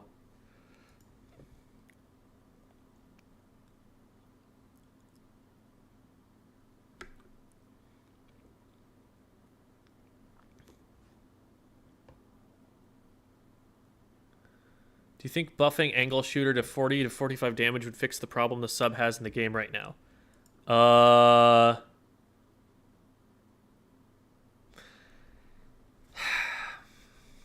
think it needs something more extreme than that. My thoughts for how you could potentially fix that would be things like literally give it 5 times the range so that it just bounces all over everywhere. That would be hilarious. Make it so that, like, the tripwire does, like, 10 damage apiece. It would need some very significant improvement in type rather than just the stats it currently has. It's like, having to be that precise with a special that's main value is locating someone is just not enough. If you don't know where someone is, you don't know where to aim this thing, so you're not actually collecting that much useful information. The most you can get is like, did someone move from this side of the thing to the other? And then even then, you're only getting one person. With a point sensor, you can put that in a single choke point, and every single individual player who wants to move through that choke point is going to have to give away their position. Point sensor is worth a lot more right now. I think angle shooter is really weak.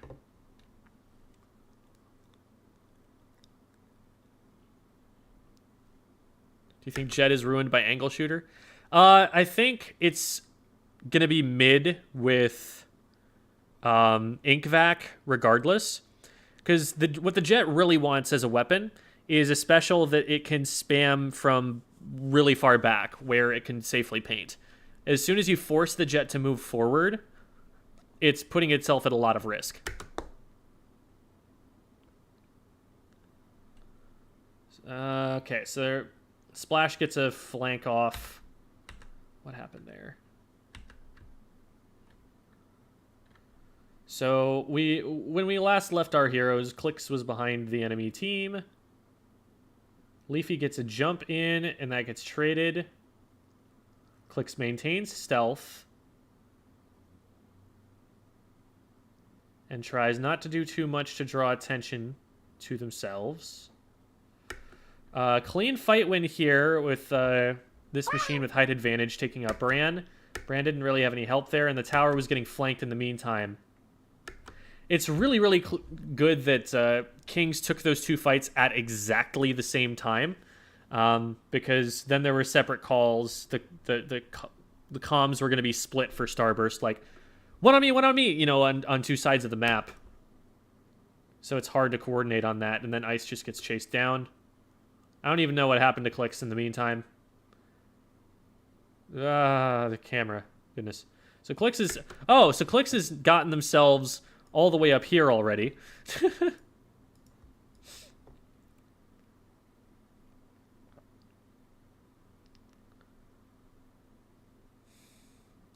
Yeah, generally good flank. Just, it's going to get traded back. Booyah bombs galore. Leafy's in trouble. The trades just keep going back and forth. Yeah. Kings don't need to do anything. They have a really big lead. They just need to, like, make it so the Starburst can't get momentum. They keep trading back, they're fine.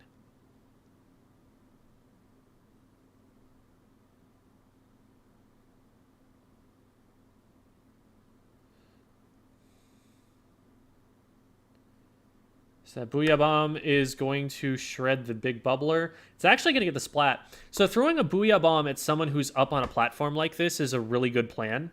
Because if this player needs to jump off the ledge, during the time that they're falling, they're not swimming away in the direction that they need to avoid the Booyah Bomb. So a lot of the time, if you're forced to fall off a ledge like this, it's just going to catch up to you, and you're going to get splatted before you can do anything about it. The only way that Bagel probably could have escaped was going back to his right in that direction.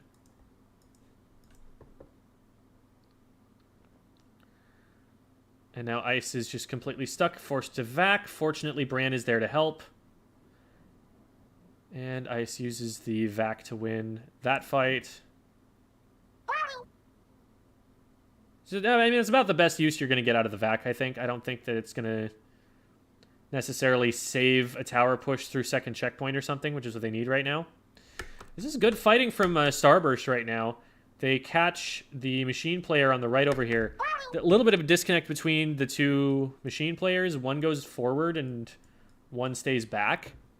And Starburst capitalized on that by just diving this guy. I think this guy thought they were going to be able to get Bran, but then as soon as Bran pops the Booyah Bomb, he's like, oh, shoot, I messed up.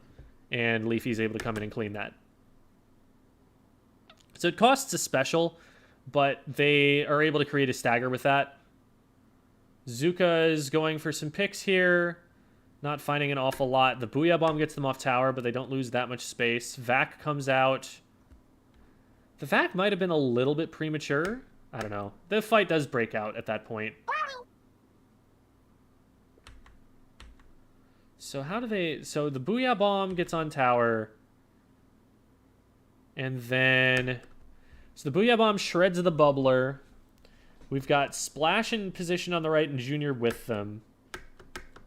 And Starburst does bunch up right here. So this is a little dangerous. Any kind of like AoE thrown in this direction is going to scatter them. I think they probably will get some fizzy bombs thrown at them. Leafy sees these players, but... whoops. Leafy sees these players, but machine shots can hit over the top like this, and so Leafy loses this for pushing in. So Leafy's down now, and now they're probably getting engaged from the right-hand side, is my guess. I would guess that the Junior and the Splash that were set up on the right are going to engage now, and that's going to catch Starburst off guard because they were looking over in this direction first. And this is a little bit risky because this is depending on your team to follow up really well, but this flank coming through on the left-hand side is going to be devastating when it comes through if... the players on the right don't get shut down very quickly. They end up getting a 2-for-1, a 3-for-1, a 3-for-2, 4-for-2.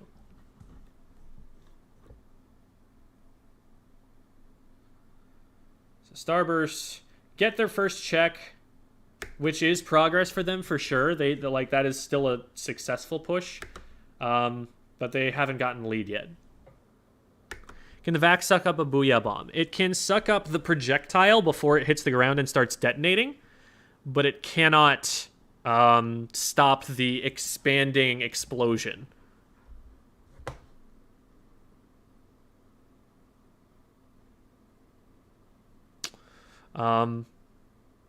Shoot, I had a question that I missed. That was from a half hour ago.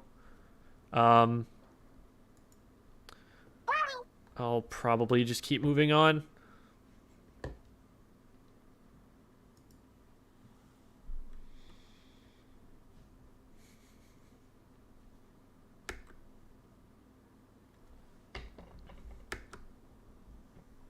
Yeah, there are definitely videos online about what Vac can and can't absorb, but... So they've got a flank through on the right-hand side that's going to see Leafy. Oh, and Leafy's using Zuka here. That's a really good bomb to keep them safe, though. And it's unfortunate that they do end up getting ice for that, because that was a fight where Starburst definitely had advantage overall. Oh, goodness. There's just so much happening in front that we can't see. Leafy is really exposed there on the side. Great job from their machine player, Kings' machine player on the left, to take an off angle here.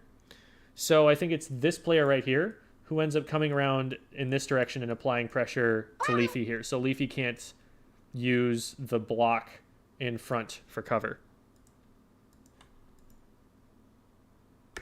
Right here. This is what gets Leafy splatted. I don't know what got the other two splatted. We can't really see that.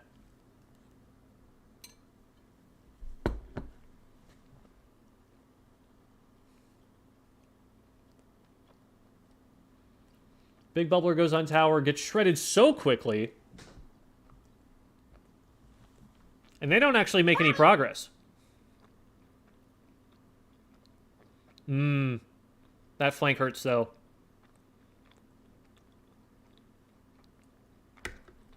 Leafy wasn't expecting that, I don't think.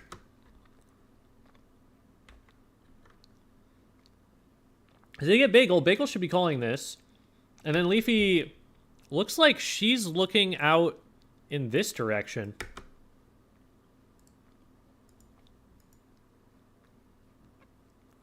Because, yeah, she's looking back this way when she spins.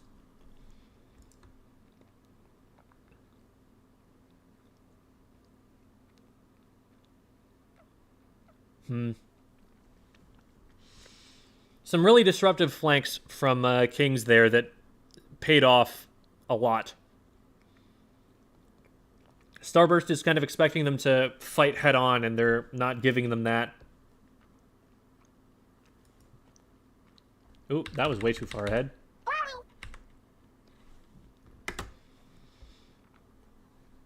Same exact comp. Ooh, okay. We've seen this run on Rainmaker before, the zap, because the thinking is Tacticooler gives you a movement speed buff. If you get an advantage and drop the Tacticooler for the Rainmaker carrier, they're able to score quicker.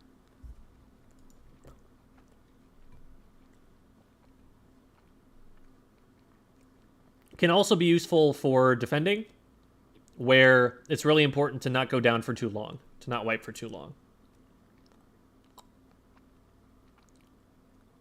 So the question is just, is this going to actually enable them to win fights? Because they're going to have a disadvantage in fights with the lack of stealth. So they're going to have to kind of play as a unit, which they're kind of doing around the Rainmaker here.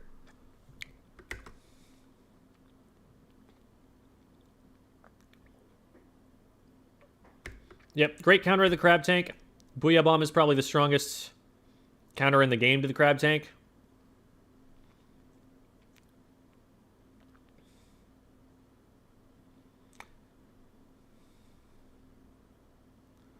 Yep. Oh, that was so. For those of you who are Slosher players who didn't know about this, look at how this machine player camps the jump. I wish I could pronounce their tag, but like I don't speak Japanese, can't read Japanese. So what they do is they throw a slosh straight up in the air, and then as that slosh is coming down, they put another one straight forward.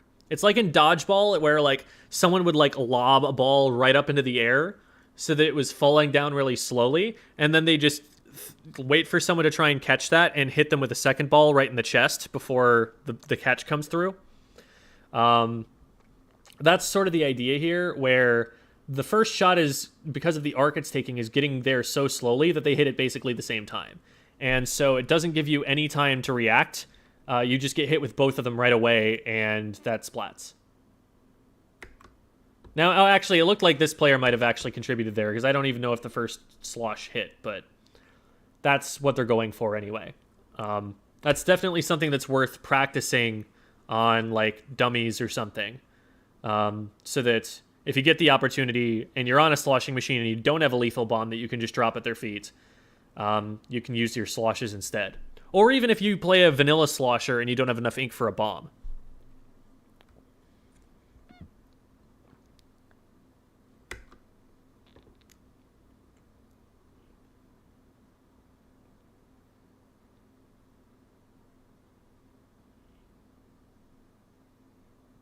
Okay.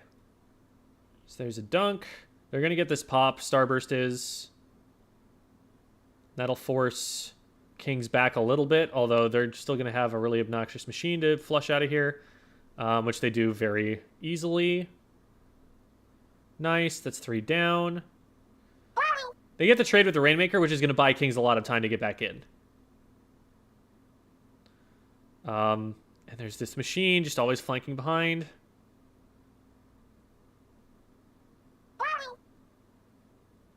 The flanks are proving very difficult for Starburst to track. Again, it seems like they're expecting to be able to get opportunities where... Oh, man, that was a little unfortunate, although I still don't know what Ice does. So what Ice is going for here is if you go up at an angle, you actually reduce the length of the dunking animation. It takes a little bit less time. And I think Ice went for it, went a little bit too far to the side and missed. And yeah, I don't know if Ice can even like get close enough to the edge to escape that. Maybe what happens is if he's standing here on the corner, he gets hit by the very edge of it, but he's not in the hitbox long enough to get splatted by it. That's about the most that he can hope for there. But He gets the dunk, which is the most important part. Just it's going to take the team a minute to be able to grab this and get lead away. So what they're going for there, they are actually deliberately running it off a cliff. Because they recognize that right now, with the defenders in the position that they're in, they're probably not going to get very far in front of themselves. And so they're actually going to dive it off here. Because going down in this direction, until you hit the kill plane below, you are actually still making progress in this direction. And you will actually see the score tick down here. It doesn't go down as far as it can. I think it still goes down to like 35 or something. But look at how, even as they go down, it's still ticking to the 44. Before I think he actually gets splatted by the enemy team, which is why they get fewer points than they would have otherwise.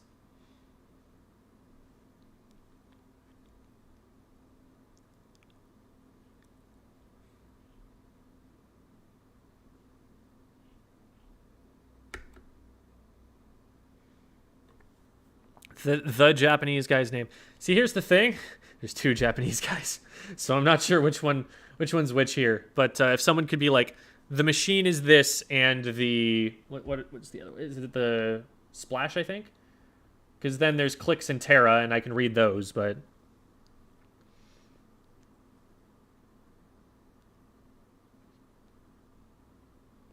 the machine is Shiaton. Am I pronouncing that correctly? Shiaton?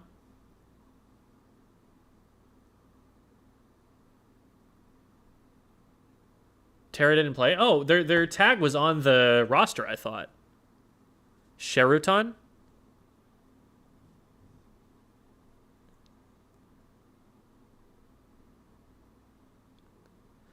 Oh, like Shelton?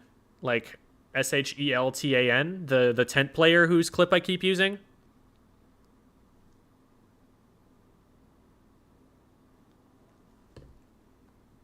Looking at chat for this.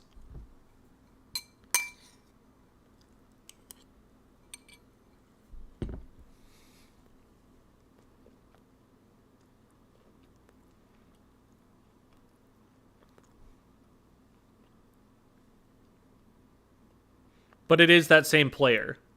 It's Shelton. Okay. I'll say Shelton. And that's the machine, right?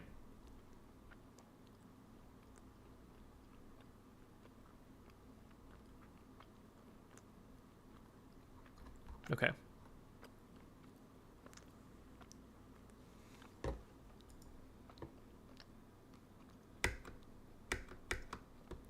Okay, is that easily readable?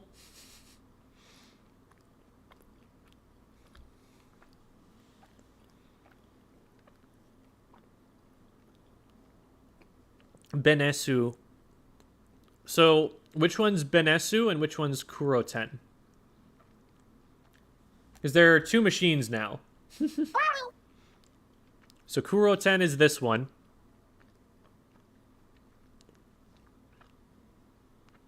So, man, I have such a poor memory for the characters because I can't read them. So it's hard to like make them stick in my head, to attach a meaning to them that's going to make them easy to remember.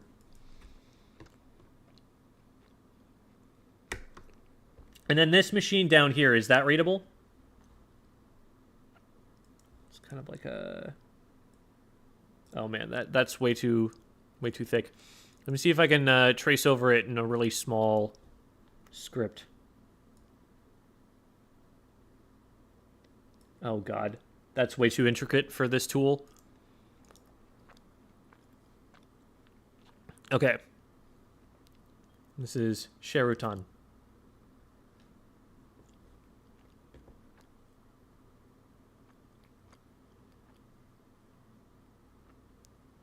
Sheruton.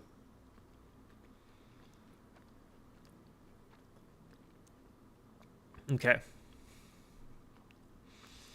Sounds like we got it. And then Benesu is going to be the splash player. And then the... Or no, isn't Clicks the splash? I forget.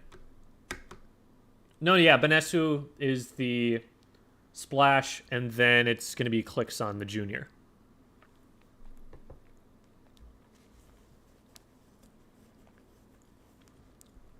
Kuroten. Okay. Learns. Yeah. I'm just... this is a memorization exercise right now. Okay. So that's Sheraton, trades with Leafy, and Kuroten, yes, is watching.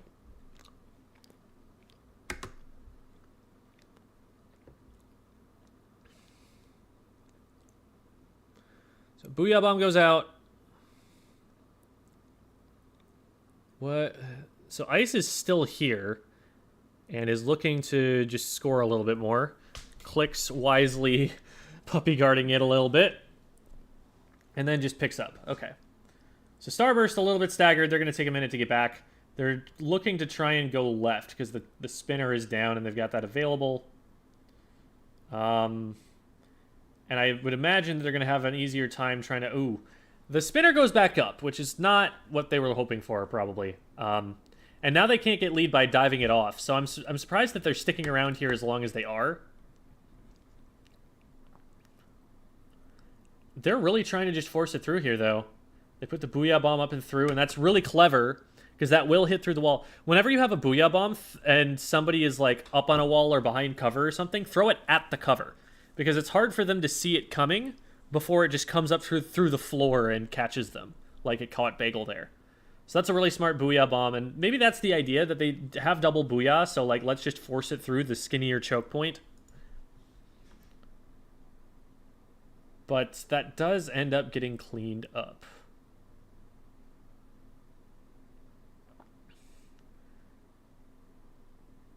Well played. Oh man, Ice is in a lot of trouble. Just decides to back all the way up and get range, and that is a good spot for them to take the fight from. But now Ice is being aggressed from the other side, and they're able to get in. Great teamwork there.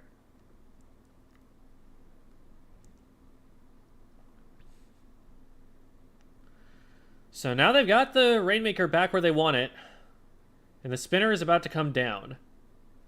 So Starburst need to be able to hold here. Leafy goes down. That's huge.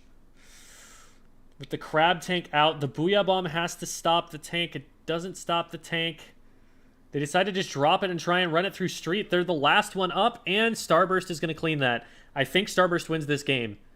It is going to be very difficult for Kings to get control of the Rainmaker again.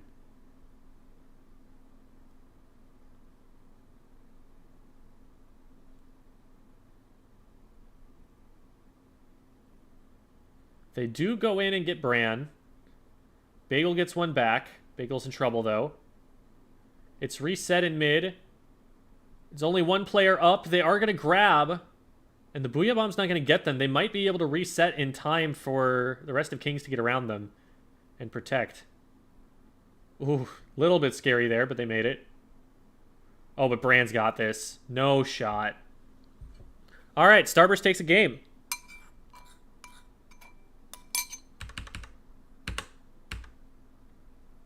Yeah, see, it says Terra here, but I guess they've got a sub or something, like the roster is wrong for their production.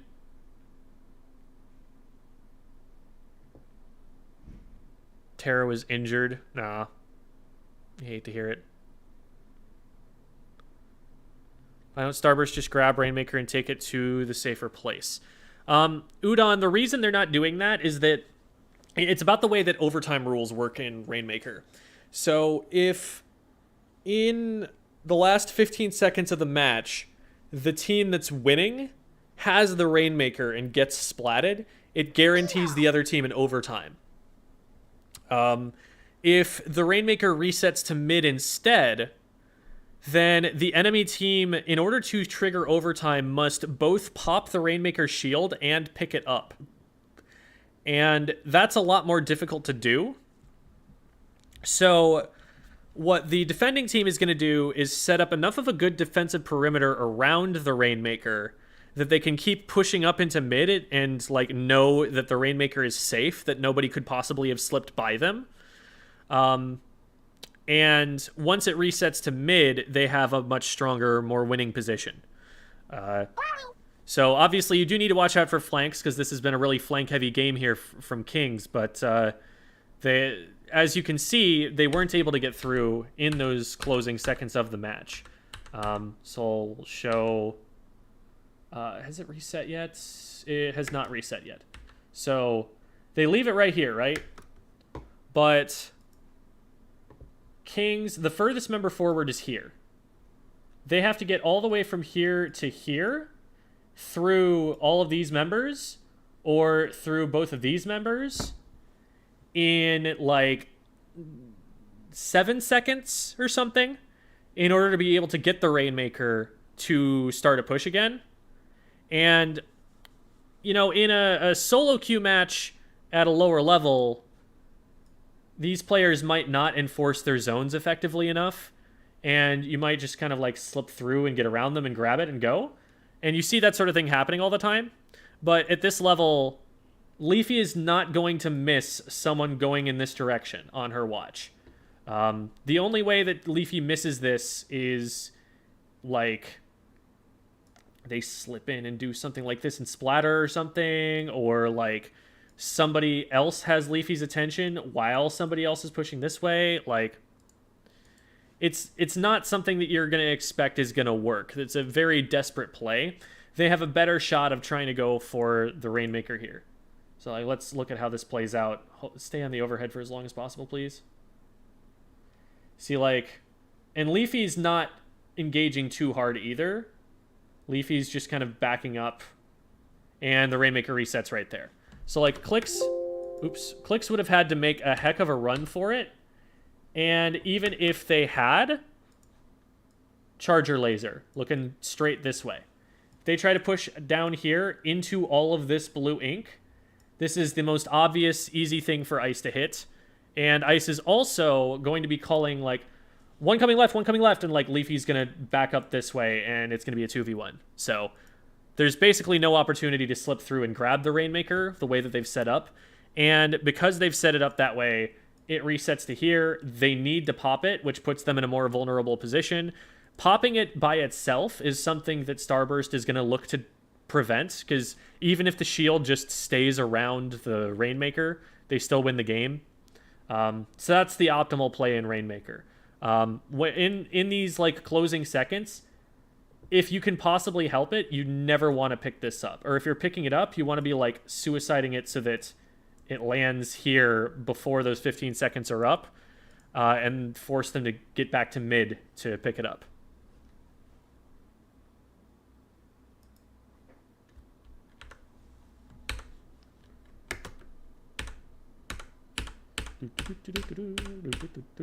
Okay.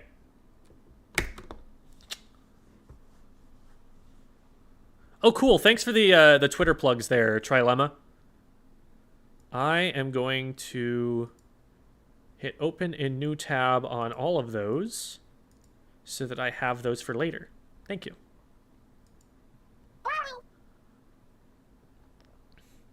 Hello, everyone.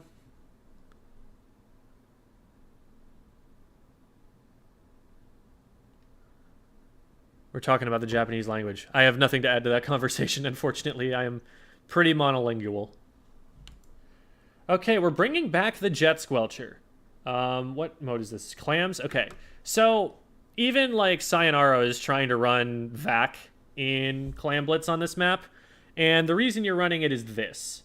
If you can put a VAC to cover this choke point right here, the most obvious and easiest place for a defender to jump into is straight in this direction, and they have no angle on you whatsoever while your team scores. Now, this does have some flaws. Number one being that the Ink Vac is itself a flawed special and can be, like, attacked from the front. Another one being that the defenders can drop people out in this direction or, like, have people stationed up here shooting down. And it doesn't necessarily stop stuff from up here unless it's careful. But that seems to be the play that they're going for. Let's see how it works out. Also, Respawn Punisher on a Jet Squelcher? Excuse me? That is not what I would have thought.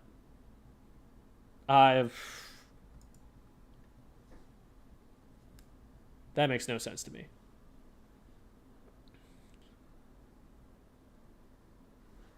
Well, there's your respawn Punisher activating.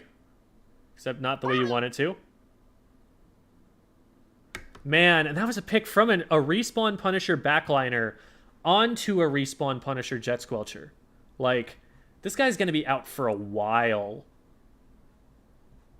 I cannot justify that.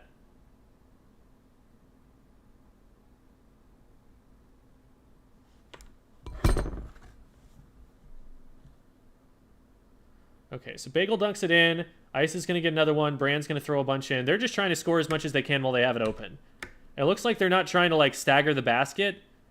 They're trusting that, you know, with people up here, with people who could be up here, with people in front, there are too many people looking at the basket. It's too difficult to get clams relayed back and forth. They're just trying to score now, score quickly, and then back up, is my guess.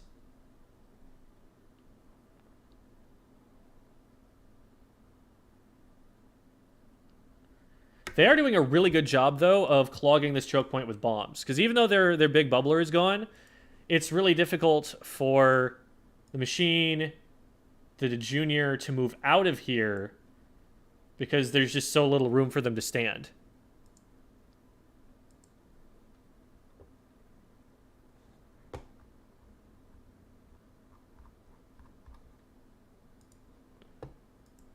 Oh, and I do apologize, Guilty Waiver. Thank you so much for the super chat there. It doesn't look like you... Did you say anything? Okay, so you put in a super chat, but you didn't say anything. Okay, so there's nothing to read. But I do apologize for missing that. That came in, and I was like, okay, I'll file that as... I'll address that as soon as this sentence is done. And then the sentence was done, and I was like, okay, next. So sorry about that. Sorry about that. Oh, hey, thank you, Lee. Lee's gifting some YouTube memberships to some of y'all. So, thank you so much. Oh, you did? It did not come through. It's not showing up on the back end or in the chat that you said anything there. What did you say, Guilty Waiver?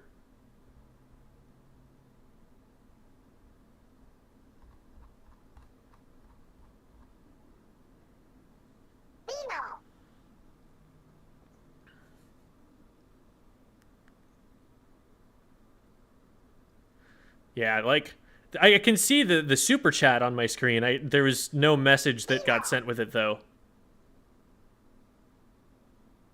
Thanks for all you do. Love your channel. Oh, thank you. I really appreciate that.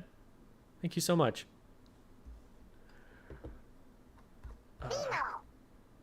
Above. Yeah, awesome. All right. So that's, I think that's all of the VMOs that have yet to VMO. We can get back to it now. Okay, so Member has gone down. Leafy has gone down for Starburst, but then Clicks has gone down. So it's still even. Brand goes down, though. So now the machines are moving out into mid. And we can't really see how that fight goes down, but that's Kuroten that goes down.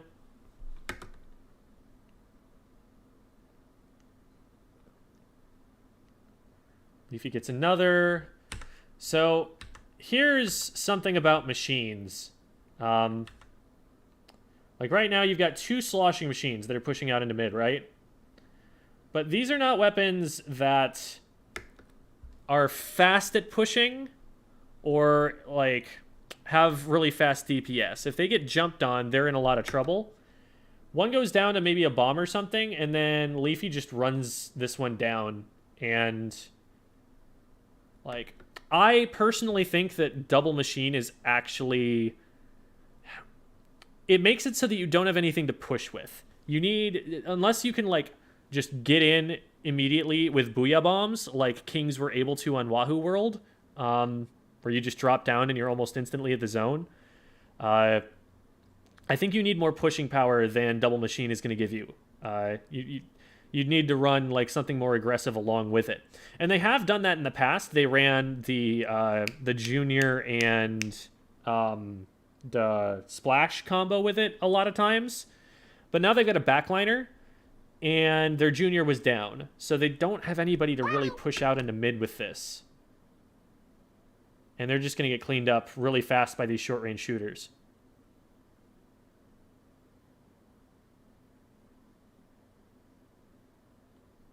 Nice shot. Oh my goodness. Leafy's getting so good with that.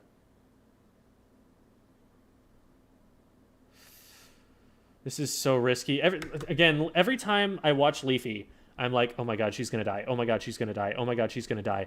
And half the time she does, and half the time she doesn't. But ends up in a 1-for-1 trade. And in the meantime, that just buys enough time for Starburst to get up and put another ball in the basket. Is that something they wanted to? I don't know. They get like a couple more. They get through their penalty and +2. That's all, and they wipe. I wouldn't say that that's especially worth.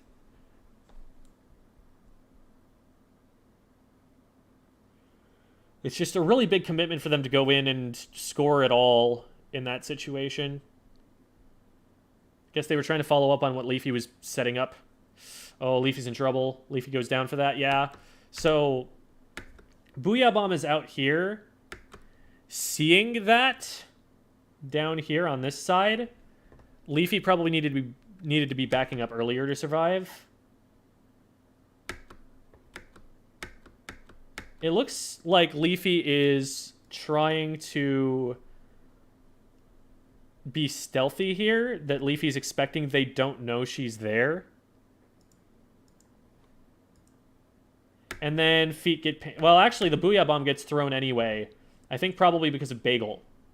I think Bagel gets seen. They throw the Booyah at Bagel. And Bagel's able to get away from that, but Leafy isn't.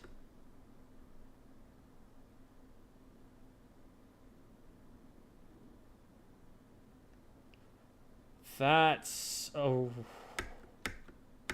Wow. That angle actually hits something useful back there. So with Inkvac, its shot is a really, really slow descent. It's not like an Explo where you can just shoot it up and have it come straight back down.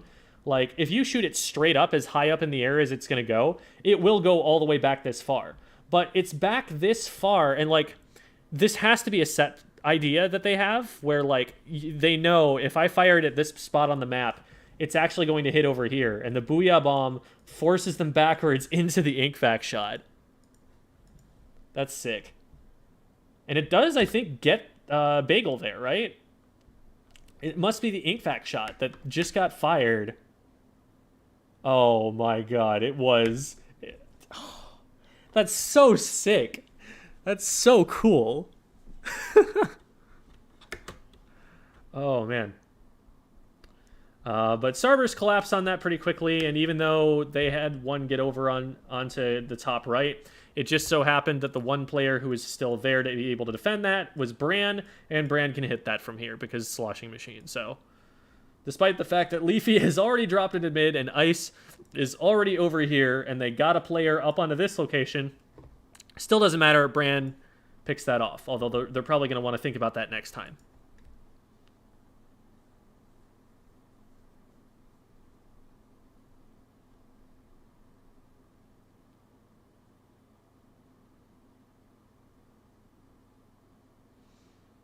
Okay, so Leafy gets a pick on clicks. Is just going to get traded back, though, by Kurutin. Kurutin is getting Inkvac. They should be able to follow up on the backside of that and get them, but, oh, they trade. Meanwhile, Starburst is scored. They put, like, a clam in or something, and then just backed up. And Leafy there, immediately, you saw, made a power clam, and then just chucked it. Leafy has been playing for picks, playing for stealth. Leafy is not the player on the team that wants the power clam. If somebody is going to pick this up, it's going to be like a support or Ice. as they push forward, because those are the players that are going to play further back anyway and play from more defensive positions. And for them, it's less important that their position is known, because their frontliners are going to be in front of them and the frontliners' positions are not known. Also might just be that they don't need to score right now and they're trying to deny the enemy team clams. I think this is a little bit early in the game to be going for clam denial. But in like the closing, maybe like 45 seconds or something, if Starburst has lead, they can just take a bunch of clams off the map, make a power clam with it to make those clams inaccessible to the enemy team, and then just chuck it on the ground, and that clam will take 10 seconds to expire. And then the other spawns around the map will take more time to go back there, and they're going to make it as hard as possible for the losing team to make a power clam or get enough clams ready to score after they do. Okay, Leafy gets a trade there. Trade is probably okay. Doesn't really give up that much map control. Clicks is trying to push in here. They've got 7 clams. Notice they've got all these clams over here. They're not making a power because, again, the power is going to reveal them. And it also, if somebody else on their team ends up being the one who scores the power clam, having 7 clams to score is better than having another power clam in some cases, because you can keep the basket open for longer that way. You also technically can score a little bit more with the 7 individual clams than you could with a power clam, because a power clam is 20, whereas the 7 individual ones is 21. That's a much less big of deal in this game. In Splatoon 2, though, you needed 10 clams to make a power, and only 7 clams to score more than a power. So if you went around holding 9, that was a much better idea than having a power clam most of the time. Because then all you need is one teammate to throw 1 clam at you. You already have a power clam, and it doesn't have to reveal you the entire time you're playing the rest of the game. Here, less of a big deal for the scoring reason, but I think that was the least important of the reasons that you want to have individual clams instead.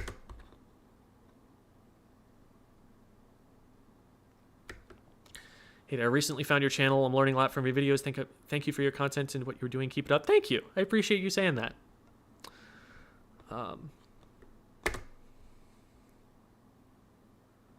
So they find Leafy out here, and Leafy scampers successfully.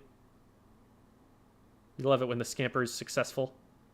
And is able to take out the Jet Squelcher, and they're going to be able to collapse on this player, I think. Maybe? Maybe not. Maybe they just go down for engaging there. Because right now this is in Starburst's favor, but then Leafy goes down, and it looked like Ice was getting pretty close to that, and so Ice goes down. So now it's actually going to be King's favored in a second. And they're juggling power clams.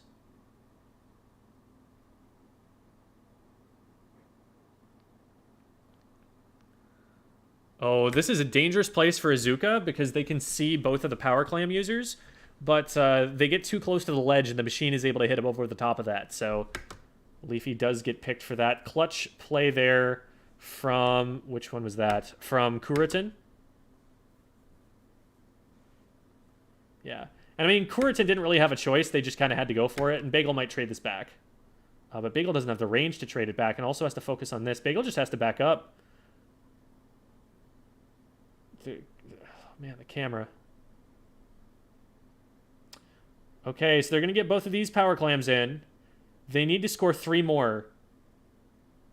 And I don't think they're going to. Yeah, that last player is staggered in. So this machine needs... Honestly, if they had swam a little faster, they didn't need as many clams as they grabbed. They only needed 3. And they stopped to pick up another pod. I think if they know the score a little bit better, realize, okay, power clam plus power clam puts us at 40. We only need 3 to get us down to a lead. I think if they just skip that pod and swim straight up and get in before the big bubbler goes away, they might have had a shot. But they try and kind of force their way in against both Ice and Bran. So that was dangerous for sure. So that's a lot of scoring potential. It seems what both of these top teams are favoring, both in the West and in Japan, is instead of playing like you would in pretty much every map of Splatoon 2, where you play to keep the basket open and you set up people around the basket with individual clams scoring from different angles so that the enemy team can't ever let the basket completely close. It seems like what they're doing is actually trying to burst score. They're trying to get as many clams in as humanly possible with some big defensive special in the way, and then just either back away or, in all likelihood, wipe.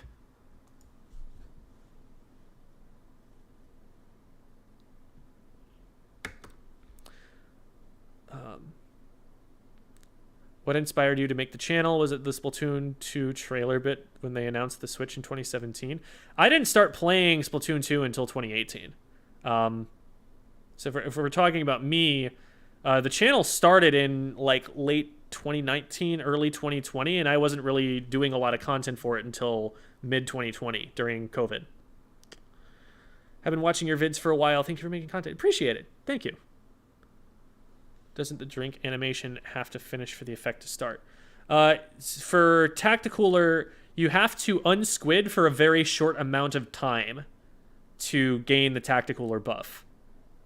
And then it like hops up onto you, and as soon as the like icon appears, I believe is when you have the buff. Quick math skills are necessary. Yeah, you do actually want to like, as you're approaching the basket, because they had a little bit of time. Like, let's talk about how this roll-up happened, right? They're already starting to engage, but even as far as back here, what they could be doing is, okay, there's nobody about to attack me right now. How many points do I need? 20, so a power clam, that'll open the basket. That gets us to 60. One more power clam gets us to 40, and then we need +3 from there, because a clam is 3 each. So you need 2 power clams +3, or 1 power clam +8. And they're definitely favoring power clams, at least on this map.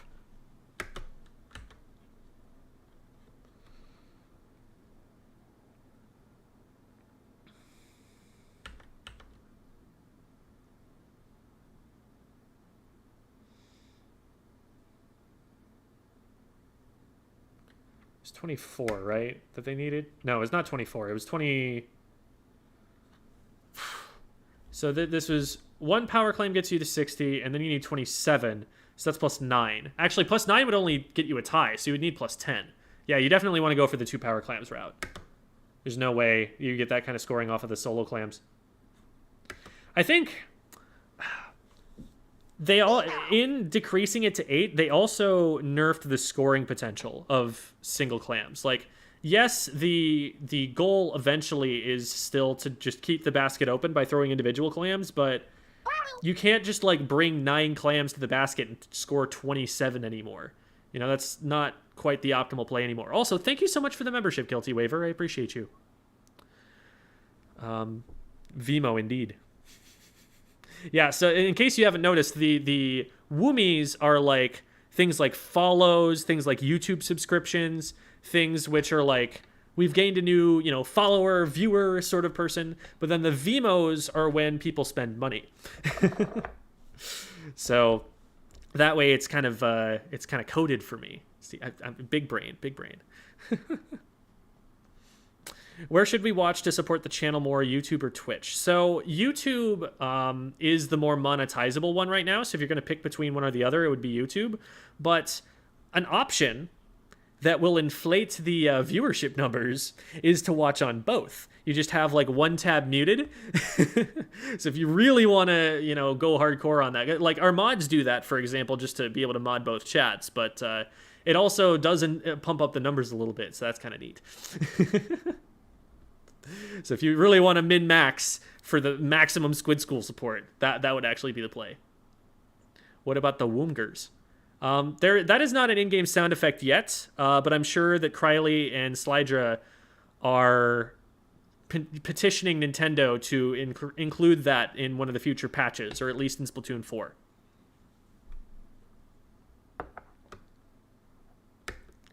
I keep thinking you're swearing whenever the notif sound comes off while you're talking. What the whoomie? Uh,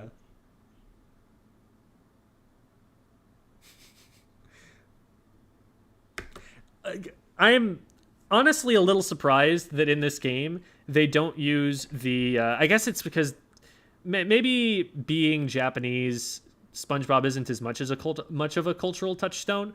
But the way that SpongeBob uses the dolphin sounds as a censorship bleep is so choice, and it would fit so well in this game. But no, when Pearl swore in her that one track that she had on the Octo expansion thing, I think it was just bleeped. So professional swears in a squids game. This game is for squids. We gotta protect the squids. Now I am giving Gem twice the money. Oh my god. Thank you, Nug. Yeah, I guess in that situation, like, they want to make it clear that this is a hard bleep and not just, like, a random noise that they're inserting because sea creatures. Probably wouldn't read as well, especially since people are less likely to get the reference, I would imagine. Okay. So, let's look at this overtime push here, because this is last chance for Kings to be able to get back in this game. It's not the end of the tournament for them if they lose this. This is winners finals and it's double a limb, so they'll be able to come back through losers, but let's see. Somebody goes one down. What happens there? It's one of the machines. It's right up. Okay, so they're right here. Ice is watching them, and Leafy is like, ooh, machine. Yummy.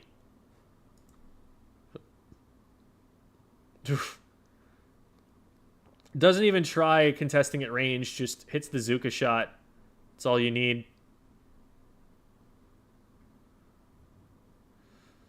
And Leafy is fiending for that player in mid, so Bran is going to get rushed down. Oh, goodness. Clicks is able to get the bubble up. This is dangerous for Starburst. Okay, they get stopped, but man, that was a little close. Yeah, Leafy, I think, maybe tunnels just a little bit on this player here. They do have to stop this player, especially stop them from attacking ice, so I guess this is still important enough to take, but Bran really gets isolated from that, and it lets people up on plat here. But I think the big advantage that Leafy's play does create is that ice is able to stay at the basket. Ice doesn't get displaced from that, so... Alright, Starburst takes it. That's huge, because I don't think they've beaten Kings before. So that's really solid.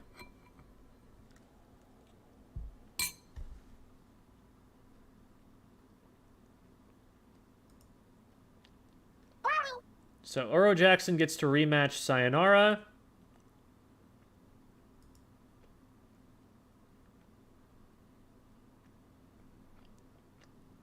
Ooh. They 2-0 Sayonara. Wow. Good stuff. I'm going to skip over that and try and get to, like, losers finals.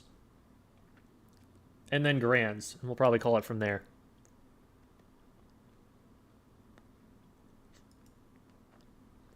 Okay, here we go. Was it a bad move to change the splash for the Jet Squelcher? I definitely don't see anything that the Jet Squelcher was doing that was more useful than what the splash would have done. The ink vac was not helping them get in that well. And they didn't have a bomb that they could throw at stuff. The range, like, sure, they've got range, but Ice has a charger. So if you try to use it, Ice is just going to find your sight line and splat you for it. I didn't like the look of it, so I'm still not convinced. But I'm going to keep an eye on that weapon for sure.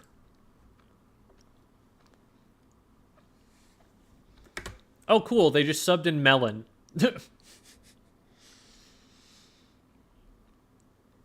So, Melon is probably the best Splatoon player in the world.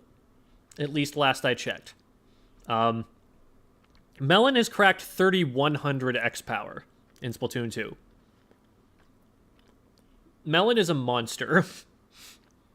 And they're just like, okay, we'll take Melon.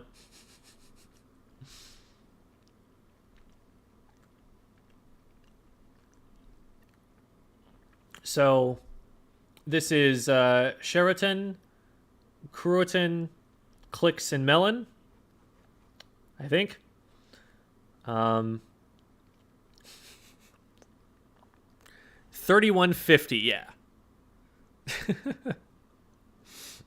Is Melon Japanese? Yes. All of the players on Kings are Japanese. Their idea here is, hey, let's crash this NA major and make some money.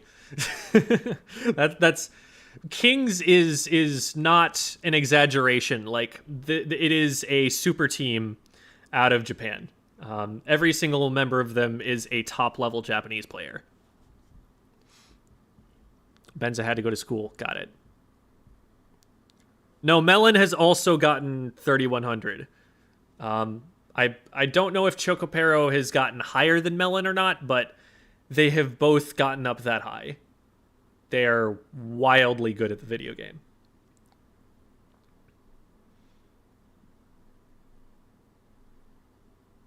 Tara's from the UK. Got it.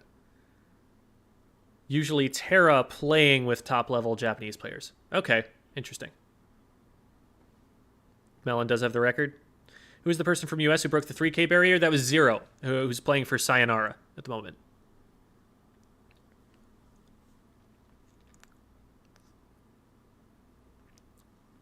I may try and crack 4K XP. Once the XP system comes back, sure. All right, here we go. So, they're running identical comps. Neat. Now, they're going to itemize very differently, it looks like. So, Melon is just running swim speed. No surprises here. They're just going to flank really fast. They're really not valuing the Ninja Squid nearly as much as NA has been.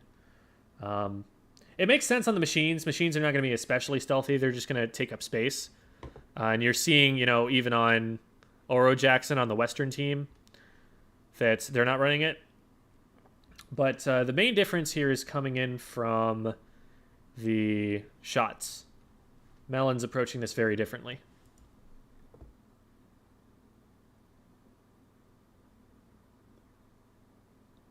Okay, so Melon's on the right side. Their right side on our left now. Gets forced back. That's a typical thing to happen. What I typically do as a shot is I'll come out here, and if I think that there's an opportunity to get up over the top and get a pick or something, or to flank around this way, I'll go for it. But a lot of the time, teams are wise to that and will just flush me out, and then I can just run back this way. And if they really try and chase me, I can have teammates drop down and we have a pinch on them. So it's still a relatively safe play to go for. It's like there's aggressive potential, but even if it gets shut down, there's a good way out of it. So that's the play they're making there. Meanwhile, Junior looks like they're just painting for special. Might actually be what the shot's doing too. There are a lot of shots that are thinking of the weapon like a Kensa splatter shot. Like a weapon where you farm your special, fire it, and then go in. And so I think we're seeing some splatter shots, like, instead of rolling out into mid with everybody else, they're playing like supports and painting a lot before they get out there. Because the machines are going to be a little bit more reliable at being able to hold their ground. The shots are going to be able to run in and get quick picks, but they're not going to be able to, like, stand their ground against a machine walking at them.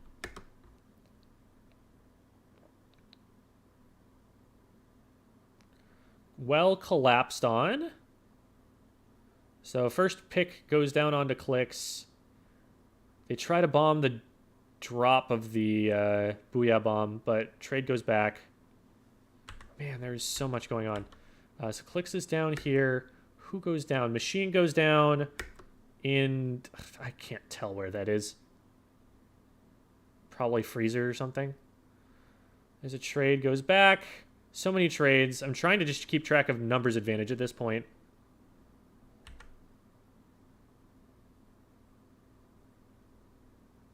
It's really chaotic. I'm like turned around even. I'm not even sure which side of the map we're looking at right now. So yellow, okay. So Funny has gotten in on a flank and is going to be able to get that pick. But now Melon's behind them. That's never great. Funny is able to get that pick. And Medi is still taking it all the way to the checkpoint. This is really, really good, like, scrambling and fighting from Oro Jackson here. Like, they're playing at a very fast pace, but able to control the objective as they do it. Promano actually going to get up there and go for the trade. And so that'll reset to mid, but checkpoint down. The push to 49 isn't the part that matters. It's the first checkpoint down. Nice pick from Volti, but no follow-up, so Melon's going to eat that for breakfast. Oh my god. People are getting so good with this special. Like, I feel like I need to catch up.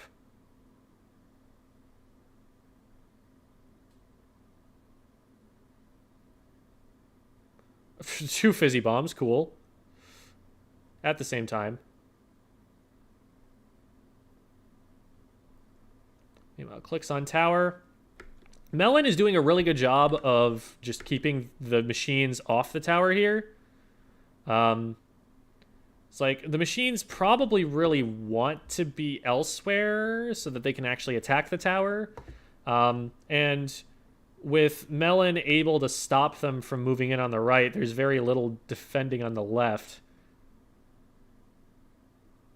Ooh, and Funny goes down too, so this is a little bit of a stagger here. They need to be careful not to go in any further. They do get one of the machines. Very nice from Clicks. 2v2.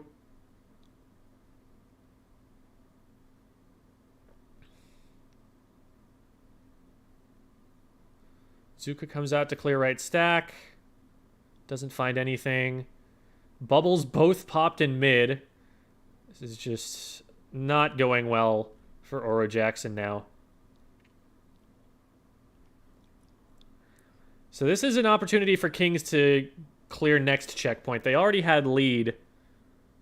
But this is where you really need to hold. This is probably the easiest checkpoint in the map to defend. Third checkpoint is actually harder because it's further away from spawn, and there's only really like an angle or two that you can take on it that's fast enough to stop it from KOing. So it's really second checkpoint where you want to stop it. And Funny going in really deep, Melon punishing that and then getting around on a flank. This is looking over. They are in really deep right now. So let's see what happened here. As they were pushing. So there's nobody down yet. But Funny is trying to go in, and Melon is sitting pretty far back, waiting for an overextension like this. Melon drops in, gets it. Somebody else goes down on the other side. It's a 2-down situation.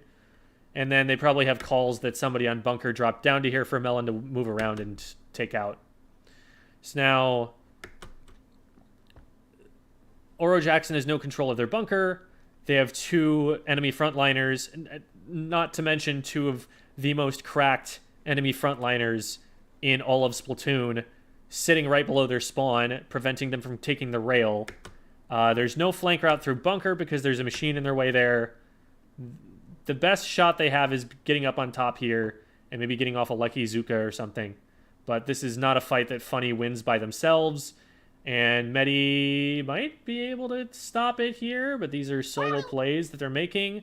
They're going to get traded back. Melon gets back on. Staggers the tower. Wow, not even going for the KO here. Just keeping themselves alive. Really, really disciplined from Kings. And that did not look close at that point. Okay, so now we're on, I think this is Rainmaker Hagglefish, because we just saw Tower. No, it's Tower Hagglefish. Okay. It is a counterpick system, so you can see repeat maps, or modes, I guess. And you're especially going to see repeats like that in a counterpick system, where someone's like, well, that was already our best mode, but let's try it again.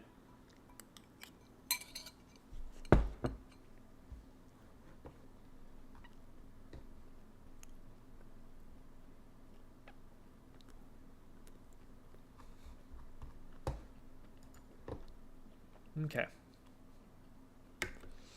One already down over here on the right for Oro Jackson. See if they can trade this back. This could be a winnable trade back. Yeah, they do get 2 down. Really, really good skirmishing by... Who was it that stayed up? Okay, Funny here is the clutch master for staying alive this long. If Funny goes down any earlier, it's just a lost engagement, and Oro Jackson has to back up. But because they're able to stay alive around these little angles here, and make it hard for the enemy team to collapse quickly, Oro Jackson is able to get down here and cut off these 2 players from any support.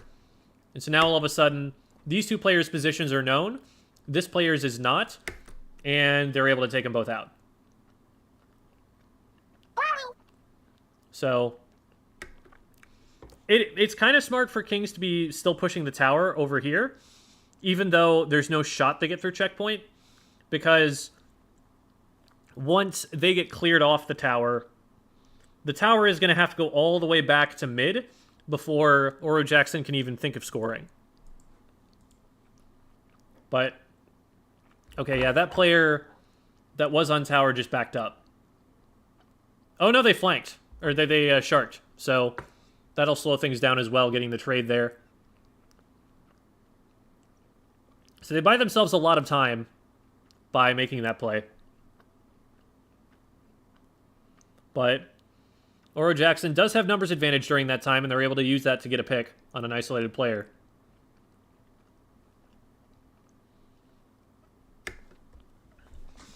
Okay, so this right here is a little bit dangerous for Oro Jackson, because this right here is an option. But they do have the big bubbler for the time being to defend against this. And if Medi can throw some bombs up there to delay Sheraton from being able to take the bubble down, that might be enough to get them through the check. Or they're going to get the check, but I mean get past the check. Oh no, they actually do go down. And that forces... So, remember how back here, Oro Jackson had like this really big wide zone under control? Because this player went down and they needed to get someone on tower, they've had to run these 2 players back to the tower. And now that zone is shrunk down to like this. So that's going to let Kings just walk back up to it. And I imagine it's probably going to collapse at this point.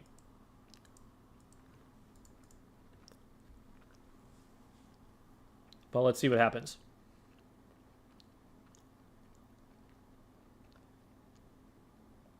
Well, no, because they're getting picks. So they're removing players from play, and they're able to expand that zone back out again.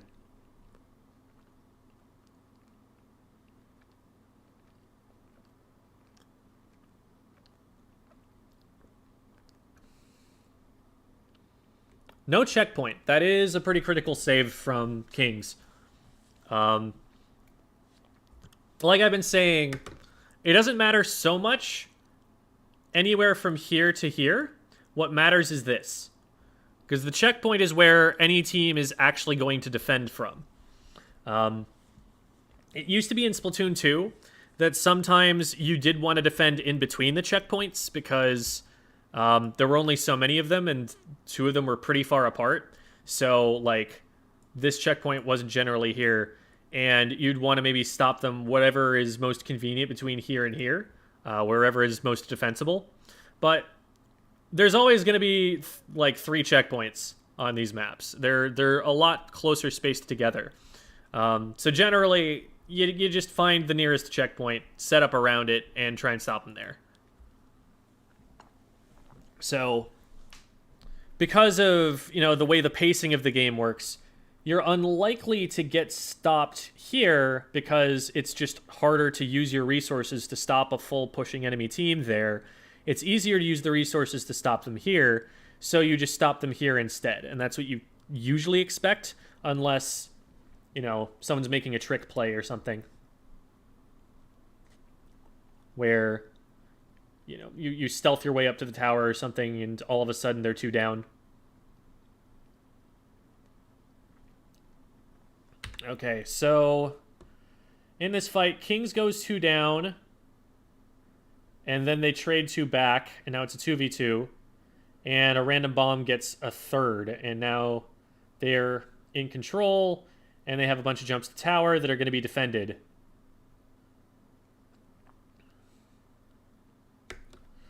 So they're putting someone over on the right-hand side, which is definitely necessary. And then they've got 1 player right here. I imagine this is probably the place where Oro Jackson is going to want to collapse. Because this is a 2v1 right here, and it just clicks on tower. Oh, but they've got a bubbler. Another one. Because they had one earlier, didn't they? Oh, it must have been on the previous attempt of... Okay, it just goes down there. So now there's a bubbler on tower. Man, how fast do they get another one? They're already more than halfway. This is crazy. Wow. They got a bubble to get through the first checkpoint, and they're going to have another one to get through the second checkpoint. That's so fast.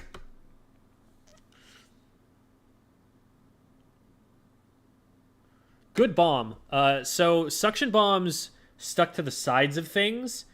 Occasionally what can happen is... whoops. Not what I wanted. So let's just say this is a corner right here. So what can happen is the suction bomb lands like right here, so that part of it is sticking around the corner, like over here. And when this happens, like, the explosion will be like about here on this side of the wall, but it will also extend in this direction on this side of the wall. And that explosion can actually hit someone from around a corner. So that's one reason to throw them on the tower. Another reason to throw them on the tower is just it's really easy to land them there. A lot of bombs will just kind of like bounce off the pole. But a suction bomb, if you land it on the pole, now this whole area on this side of the tower is impossible to stand on. And you're forced out to an angle where if somebody's standing right here, they can hit anything that you can safely be on. So you are either forced to die to the bomb, to die to this player, or to get off the tower.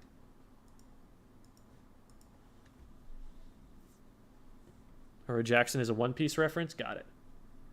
So they're weebs. No.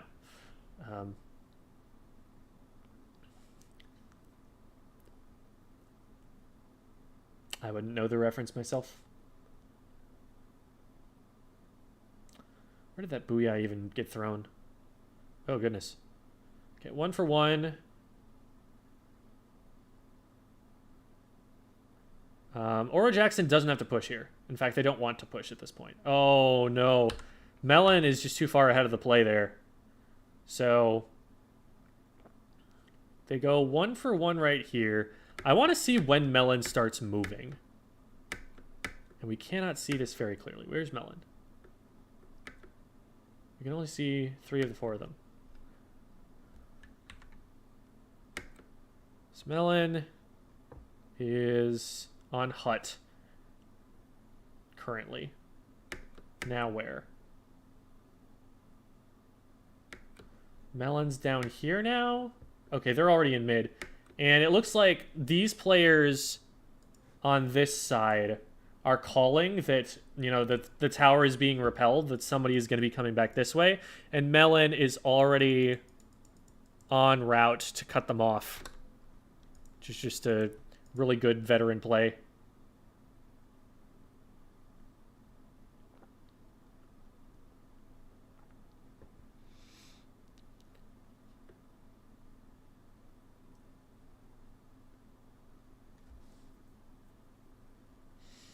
Okay. So with the pick that they've been able to get... Oh, there's another one too. Medi goes down. Oh, I don't know why Medi was rushing the tower there. What's going on here? Oh, they've got a bubble, and the bubble gets shredded. So they were thinking they were safe, and then it's gone, and now they're just like, well, I gotta try and trade against Melon with a worse weapon. At fighting, that is. Melon gonna win those. And this is gonna be lead.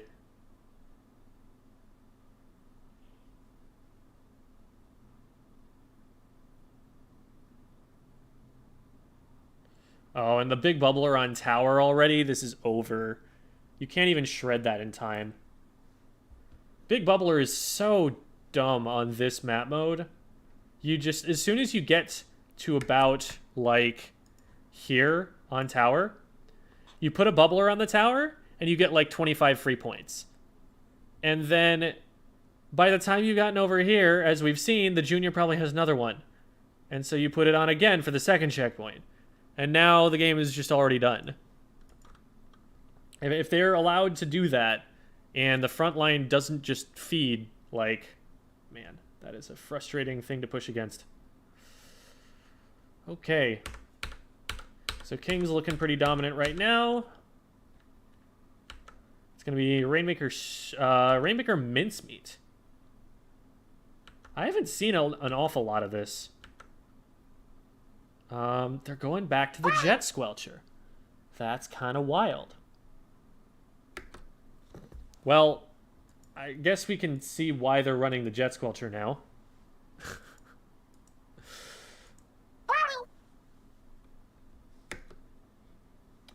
Huh. Haunt. It's interesting. You expect to see it with, like, something like Tetras it can work. Because Tetras are going to just run in and feed. And I guess with the Tacticooler, that's the same game plan for the Zap.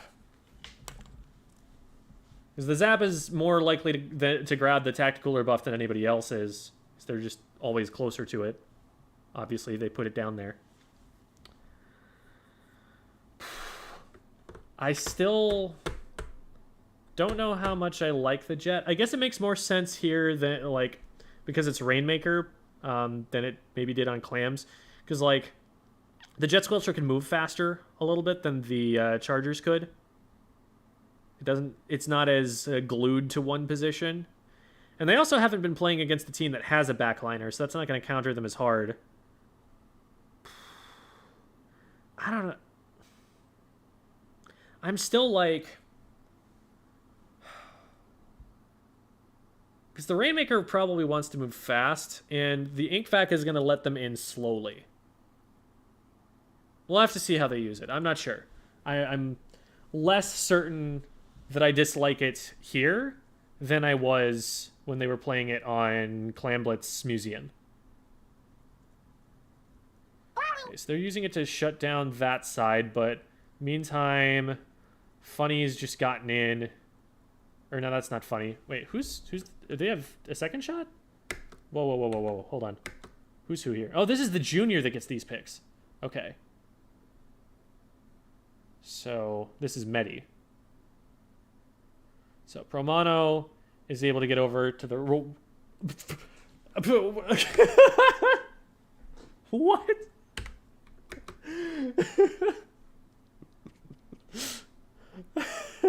Look at this. I thought, did my internet die? Did I what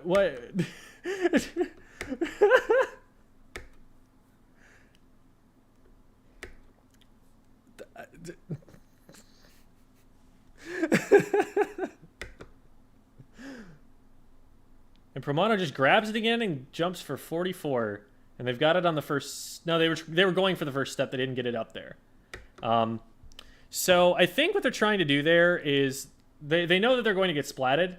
But they're going in Rainmaker right now, as it is, you know, getting the checkpoint is probably going to happen at some point. But after the checkpoint is dunked, you get a lot more time as a team defensively to regroup and get people back into position to defend.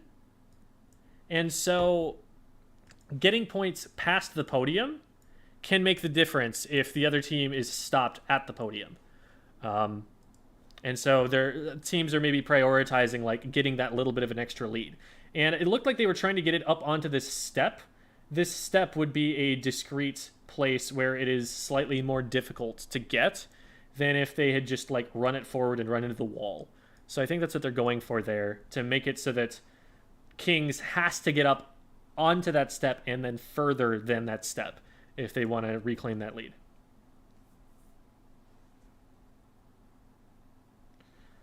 Okay, so they work together to jump someone out. This is... So it's a one down situation because they got that pick. And then Melon runs forward here with the Tacticooler buff. And this right here is a great position for Melon to be, because Volty is focused on this fight. And so Melon gets in behind them and starts flanking them in this direction. And normally that would be unsafe because they're pushing behind Volty, which usually would mean that Volty's teammates over here are going to be able to push and get him in the back. But the podium is 2 Melons back here. So Volty is completely isolated there.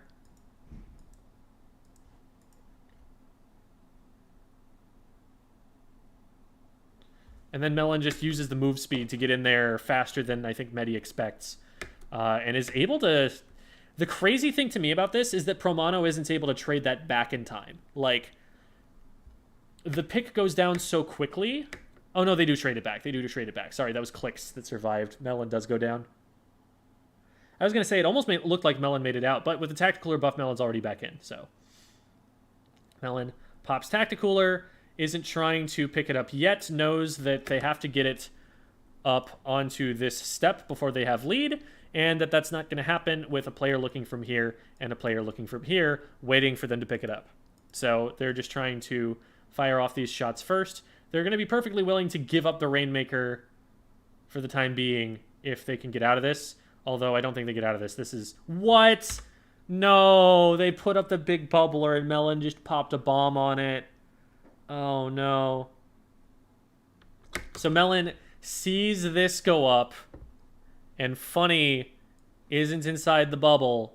Bomb right against the wall here. Very, very fast reaction on Melon's part, but you can't do that to your frontline teammate. Oh, no. It's like getting killed off a splash wall, but now it's a special that got wasted for it. Oof. So Kings taking a ton of control back off of Melon being insane.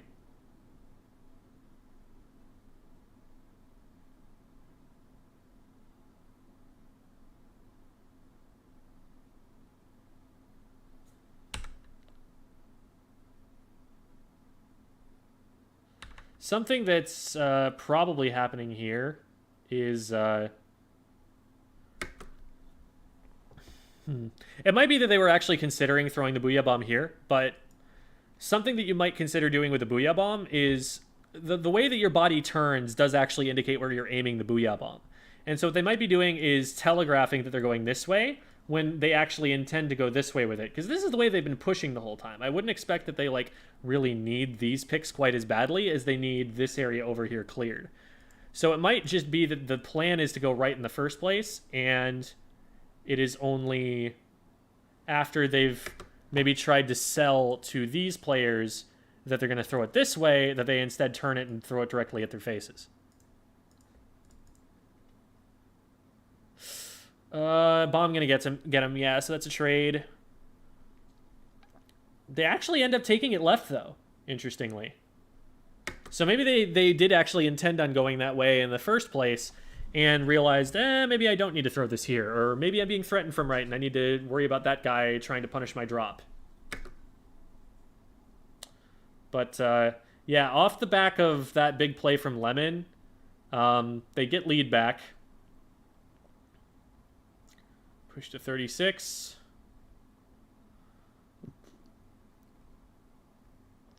Ooh, there's a shark here. Gets one, not going to get any more. But that is going to slow down Oro Jackson. Oh, no, wait. Do they get in? Do they get to grab this? Are they going to try? I think they are. They're threatening. I don't think they're going to get much more from it. They'd probably rather stay alive since they already have lead. 2v2.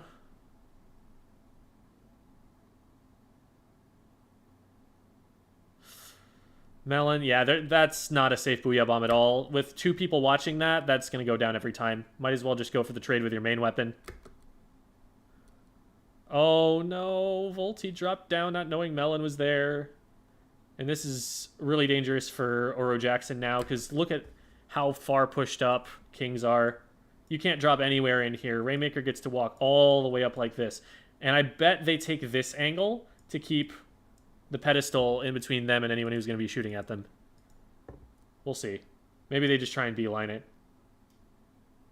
Oh, okay. So they go for the angle, but then they squid roll across to keep themselves safe and dodge some shots, maybe. Squid rolling with Rainmaker is insanely good, by the way. It makes it so that you can clear, like, as soon as you're like, okay, this is the last little spot of my ink that I have to work with, just squid roll into enemy ink. Because you're going to survive longer as you move across, and then you're going to land off your ink instead of being, you could, I guess, jump across. But really good choice. And there, he waits just a second to throw the junior's aim off, and then dunks. So Kings, very commanding finish there. So that brings up the rematch that we're already way too far into for Grand Finals. Completely different team comp coming out of Kings now. This is interesting. And pretty much the same stuff that Ice has been... not Ice. Starburst has been running all tournament. Ice switching off onto the Charger here. But Tetras. Tetras are interesting. Tetras... quick respawn. I'm guessing what they're going to do is dive. They're just going to go in repeatedly and keep the enemy team pushed back. Because even if they just trade, the enemy team, in order to trade them, is probably going to have to drop players back. So if the Tetras just, like, cruise and go near and come up here, they probably get traded back for that fight, right? But what happens in that time is these players who are, like, in these kinds of positions are looking back in this direction, and they're not enforcing a zone here. And so, in the meantime, the Tetra players' teammates are taking this zone. And now, despite the fact that it was just like a one-for-one trade at best, like right here, the Tetras are going to quick respawn their way in if they died really quickly. And if they traded, well, cool, they got picks. And they're going to be super jumping in pretty soon. And now, this team actually has map control. So that's the way that I've been seeing Tetras playing. In order to support that, we have an anchor Flingza here. Not true anchor necessarily, but they're going to be sitting back and just farming for missiles, and they're going to be supporting the pushes that the Tetras make with those missiles. So now, even though obviously the Flingza cannot dive quite as hard, maybe they can hit up over the top of this or something like that. But what they can also do is just launch missiles and make this a very, very crowded space for the enemy team to be in. And then the junior is going to be making sure that there's paint so that the Tetras can be stealthy at times that they would like to. And Melon is a god and is going to be able to follow up and probably dive just as hard as the Tetras do. So let's see what happens. So there's one down immediately, two down immediately on the side of Kings. But the missiles come out, and now it's 2v2. Ice just went down, probably to a bomb or something. Yeah. So now it's even.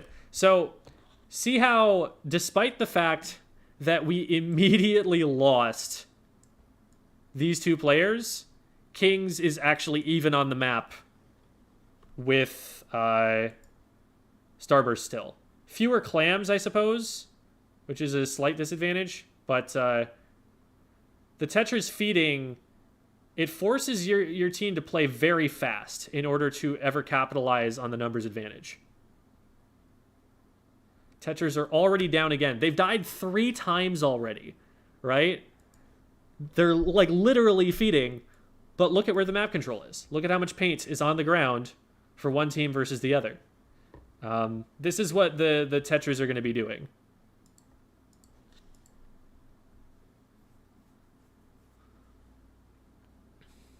It is a little bit of a deceptive thing, though, because you need to set up a little bit to have a clam blitz push, right? Like, you need to have some clams. You need to have some time to collect those. And Starburst has had that time, and Kings have not.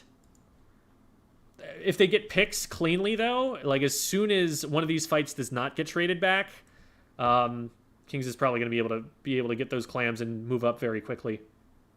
And now they're 2 down. So now there's a power clam made. They push through the big bubbler. Great angle that they took there. So look at... Ice tries to shoot this.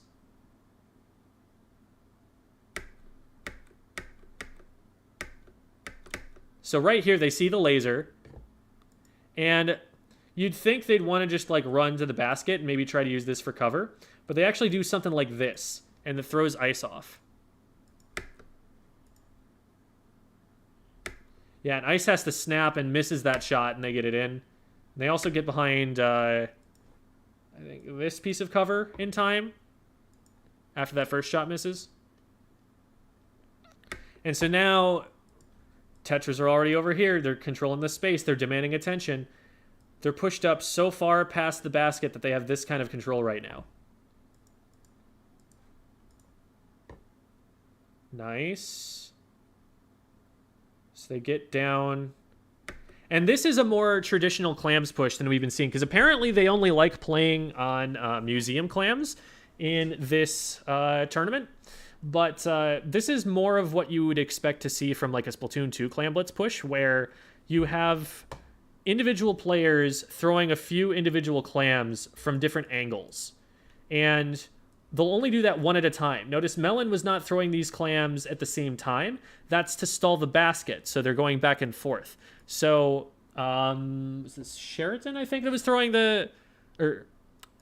the clams earlier and then backed up? And while they were doing that, Melon was over here getting the clams, and they came forward. So now when Melon throws his clams, he's going to back up after the enemy team starts trying to push him, and then we're going to be able to get more from mid from someone who's been collecting in the meantime. And you sort of like try to rotate the defense back and forth so that they can only focus on so much, and somebody's going to be able to score somewhere, is the hope. Now, in order to maintain that, you need to maintain numbers advantage and map control. And right now, Melon is probably the last player who's going to be able to score unless he just like outplays Bran here or something and gets a pick. No, they're able to force their way in. Okay, Leafy gets that pick. Oh, but Leafy gets traded. And Clicks is back in now. They might be able to hold. Yeah, they do. Oh, that's big. That's potentially game-ending. Clicks is throwing clams to the junior here. So they're doing a little bit of a relay system. It's kind of like how you play like Salmon Run, where instead of Clicks running back, getting the clams, and coming back here, and then having to run back to get more, Clicks is tossing the clams to, that's Kurotin, for Kurotin to throw. And then by the time Kurotin is done throwing them, Clicks has gone and gotten more and also thrown those over. So this is a system to score faster, but it also means that like there are 2 players involved in playing the objective instead of just 1, which means that the front line is under a little bit more of a pressure to hold the enemy team back. And right now that's fine because it's just one splatter shot that can push in, and a charger who might be able to get a pick if you take the wrong angle. So the front line is fine right now, and right now they can prioritize just trying to get this score down and going for the KO.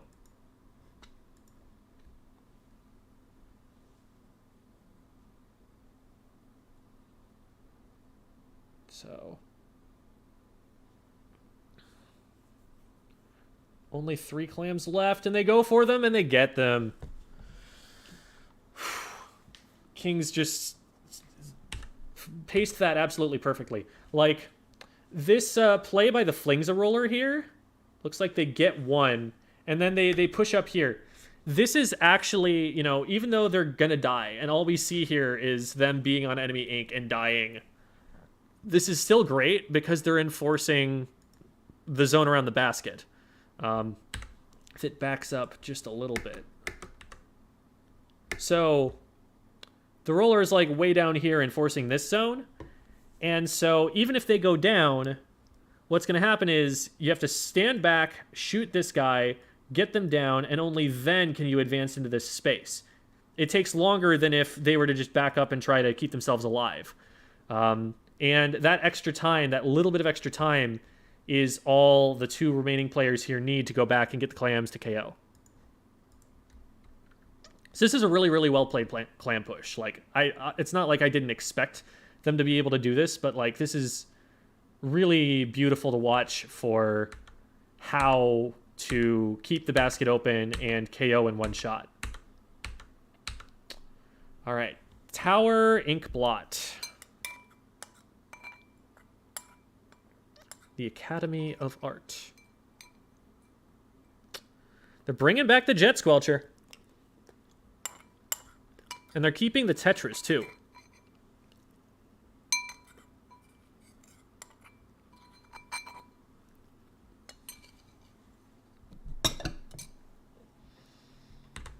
So how does ice go down?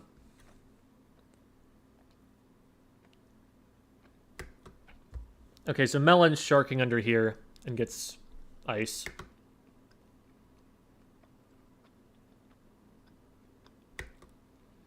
Someone goes down on left.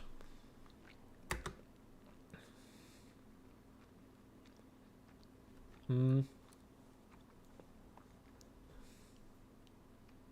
it's just the Jet remaining. Oh, and they mistimed the shot. Actually, no.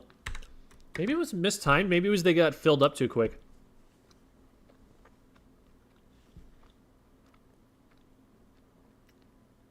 Nope. It just isn't quite timed properly to get that splat on Leafy. And Leafy's able to trade on the drop.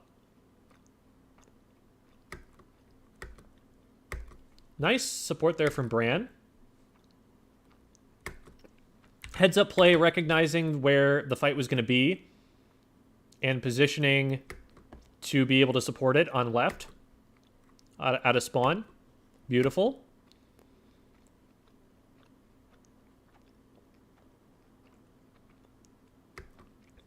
Part of the challenge of tower control is that you've got to anticipate which direction the tower is going to go.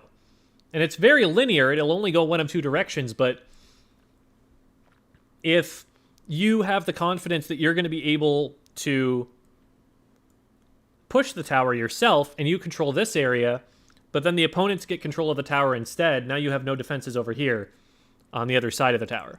So, I don't know. They do get slowed down quite a bit by the players that are still on the other side. So I don't think it makes a huge difference, but the tower is moving back to mid now.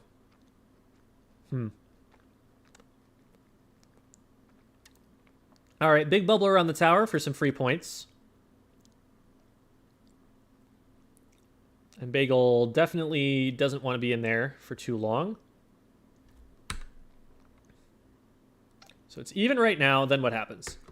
Ice gets picked by Clicks, who's flanking from behind their plat, it looks like. Clicks gets traded back there. But in the meantime,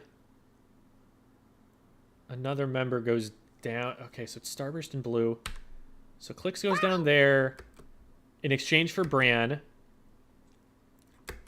And then Bagel goes down as well, and now it's just...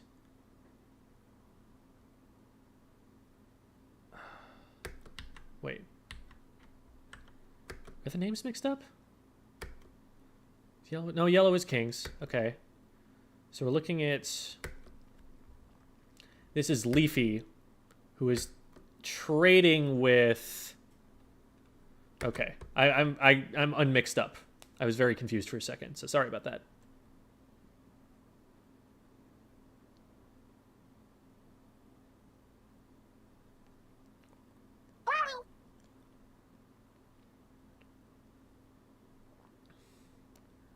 Oof, clicks. Just kind of completely locked out of anywhere to stand on the tower there. What Clicks is generally doing here, this is something that's pretty good actually for a Tetris to do. You might want them pushing up more if you have like a support player who's able to stand here, but the advantage that the dualies have is that they can get off the tower really quickly by just dodge rolling, even if their feet are painted. So they can do this thing where they keep the tower where it's at, they keep it stationary by getting up on top of it. Because the tower takes about 5 seconds to reset if you get off. It's going to sit there for 5 seconds before it starts going back in this direction. So you can get off and get back on within 5 seconds, and it'll stay in the same place. And you can just kind of do that to stall it here and wait until you actually have an opportunity to push it further, which is what they're doing. Now, here, they shoot for just a little bit too long and end up taking too much damage.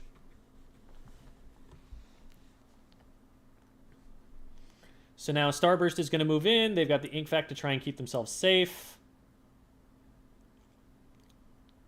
Get on tower. Clicks is the only one who's up. Gets sniped. Beautiful job dealing with that from Starburst. And hopefully they should be able to get some forward pressure here. They're definitely going to get the checkpoint.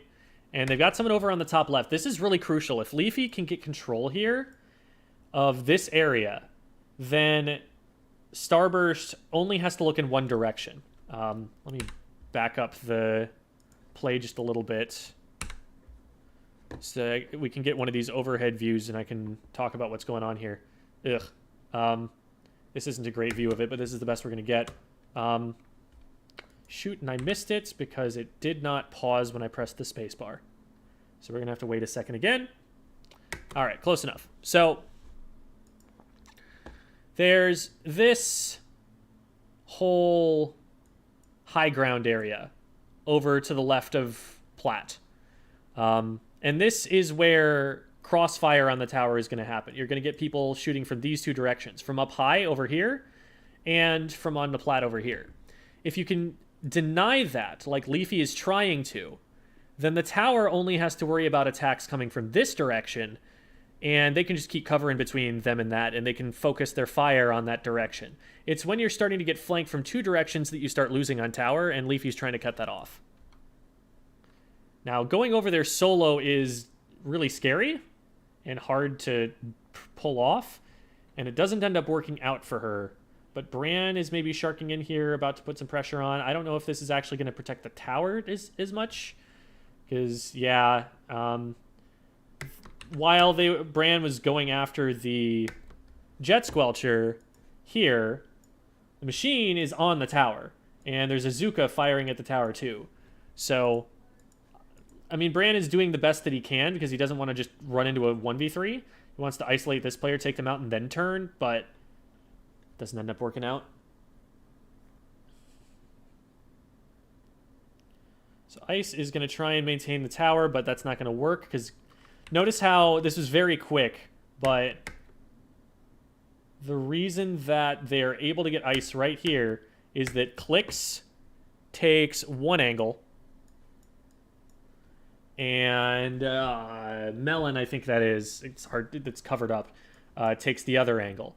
And so Ice has nowhere to stand on tower.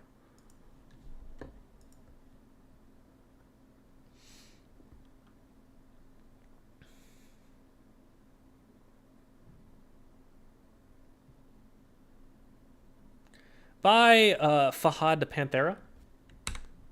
Back up just a second. So, okay, Starburst gets wiped.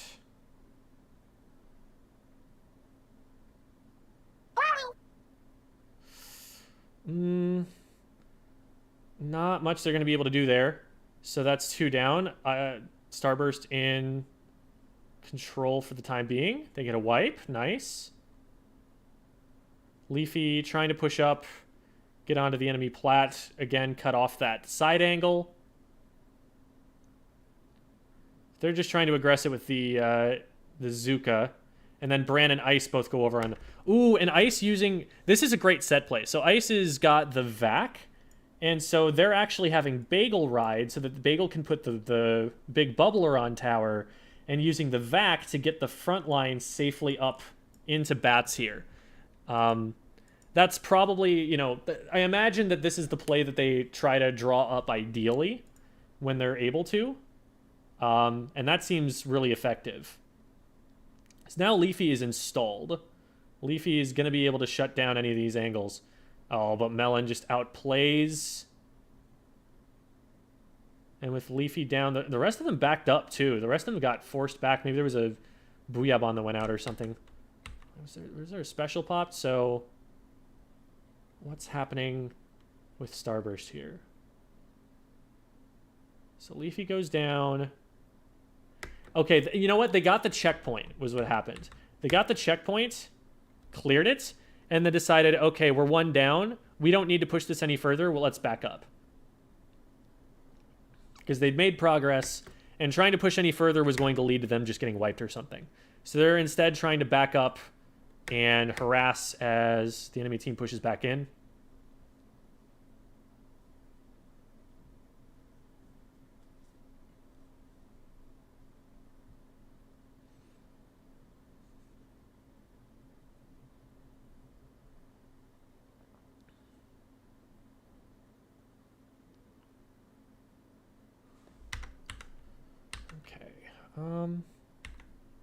So there's a fight that breaks out around the side here. And they send Melon to cut off the escape route, but it looks like the fight is already engaged by the time that Melon gets there.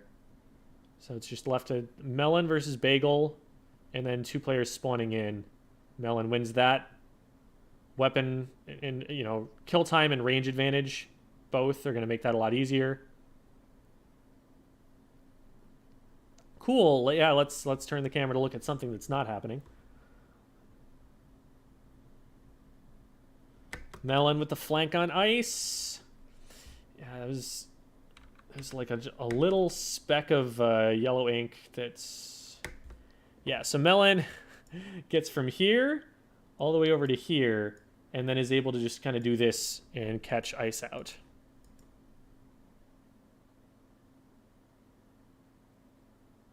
Sees that Ice is aiming someplace else and doesn't have this angle watched. Gets the pick. Gets one on Bran. And now can just back up safely because they're behind cover. Rest of the team is coming in. That's a triple. And now they're going for Zuka shots on the players up here. And that follows up with the team. This is looking like a snowball. They're going to get this checkpoint for sure, and you'd have to think they're going to get lead. They do feed into the enemy base here, and so now it's just the ink vac left to stall for time. And they do end up backing up, not trying to feed on the tower. They're going to be able to get this jump. Maybe. Eventually. So, yeah, they got lead, and they were like, there's no way we're going to get a checkpoint, so again, they just backed up. So it was just an ink vac between them and 4 players at that point in time. Clicks feeds in and doesn't really stop the momentum that Starburst has at all right now. So Starburst does have a shot. They don't need to clear a checkpoint. They just need to push it further than they have.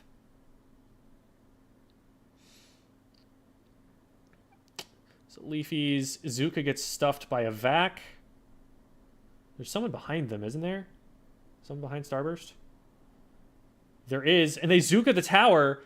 So they need to get back up on it. That costs some time, but if Ice can stay on, they still get the lead back. So this fight that Starburst wins, the Tetra strats do not pay off here. Tetras go down. Ice does go down, actually, in the middle of that. But it's just the Jet and the Jet's not outputting enough pressure. They end up going down, actually. So even though the Zuka takes one, Ice is able to get on. Bran is able to keep off. There's a player attacking from this angle, and Bran is able to deal with that. So Ice only has to worry about this player, and you can see that's why Ice is rotating to this corner of the tower to keep themselves safe. And that gets them as far as they need for lead. All right, so 1-1. We got ourselves a game. Also, remember, Starburst is in winner's side, so Starburst only needs to win this set. If Kings wants to take the tournament, they have to win a set 2. So this could be a really long VOD review. I might... If it goes to a set 2, I'm probably just going to jump to, like, deciding game or something. Because this is a lot. Oh, we've got an Explo now! Kings have decided that the Jet Squelcher isn't working. Which I agree with. I do not think that they did... I think they stopped one Inkzuka shot from getting a splat against Leafy. And that was the one, like, major thing that they did that I think another weapon couldn't have done that I've seen so far from the Jet.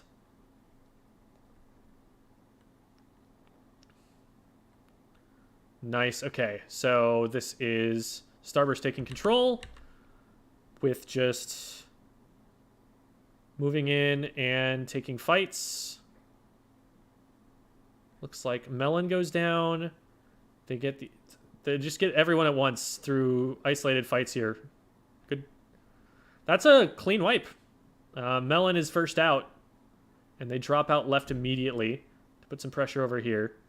It is dangerous to try and push Melon in there, and they're going to be able to Zuka shot from there. They do take out Ice with that Zuka. This is like... This flank, you have so little room to back up into, and if they do hard commit to fighting you, they can get you. But it takes them long enough to hard commit that oftentimes your team is going to be able to do stuff elsewhere on the map. So... And if you're Melon and you trust your mechanics against anybody in the world, maybe you just want them to push into that 1v1, you know? So they did take out Leafy for it.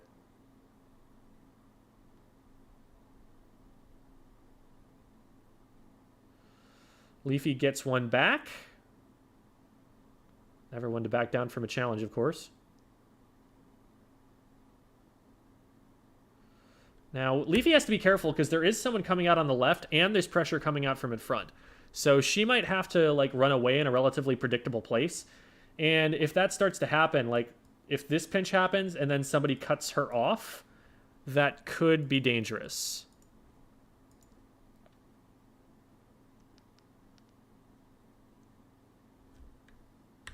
What happened to Leafy there? I blinked for a second and then she was not where I expected her to be. Okay, she's off screen on the right now, taking the fight. And she ends up going down. So yeah, no escape routes there. Like, the area back here is kind of bait if you over-aggress it or you'd spend too long worrying about this. But it's a cool little flank route, seeing how that's going to develop as the game goes on, like whether people decide to use it or not. They should be able to shred this. The Zuka going to try and trade back, and they do end up getting one back for it. Ice trying to save that with the Vac and failing to. They do get a pick, though, with the Zuka, I think. And they should be able to cap zone again.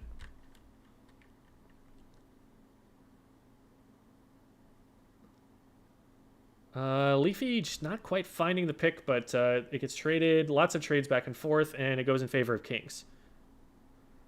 So let's see how Kings sets up. They've already got... Woo, let's go. What a shot. Ice probably thinking that they're safe back there. And now they've got people all up. So it just so happened that the spinner allowed jumps across at that time. So now there are 3 members of Kings on Starburst's plat here. This is scary for them.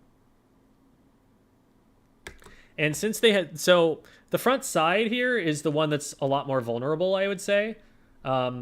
And it's got the big bubbler here. But it's also the one where you have escape routes. So you could just, like, back up over here. But it's easy for someone to, like, paint the area below you and cut that off. Whereas back here, it's much more difficult to paint like the escape route here. They probably get out if they just back up that way or back around this way or something. So I think this part is a little bit more dangerous, and so they're putting the big bubbler there. That's going to hold that ground better.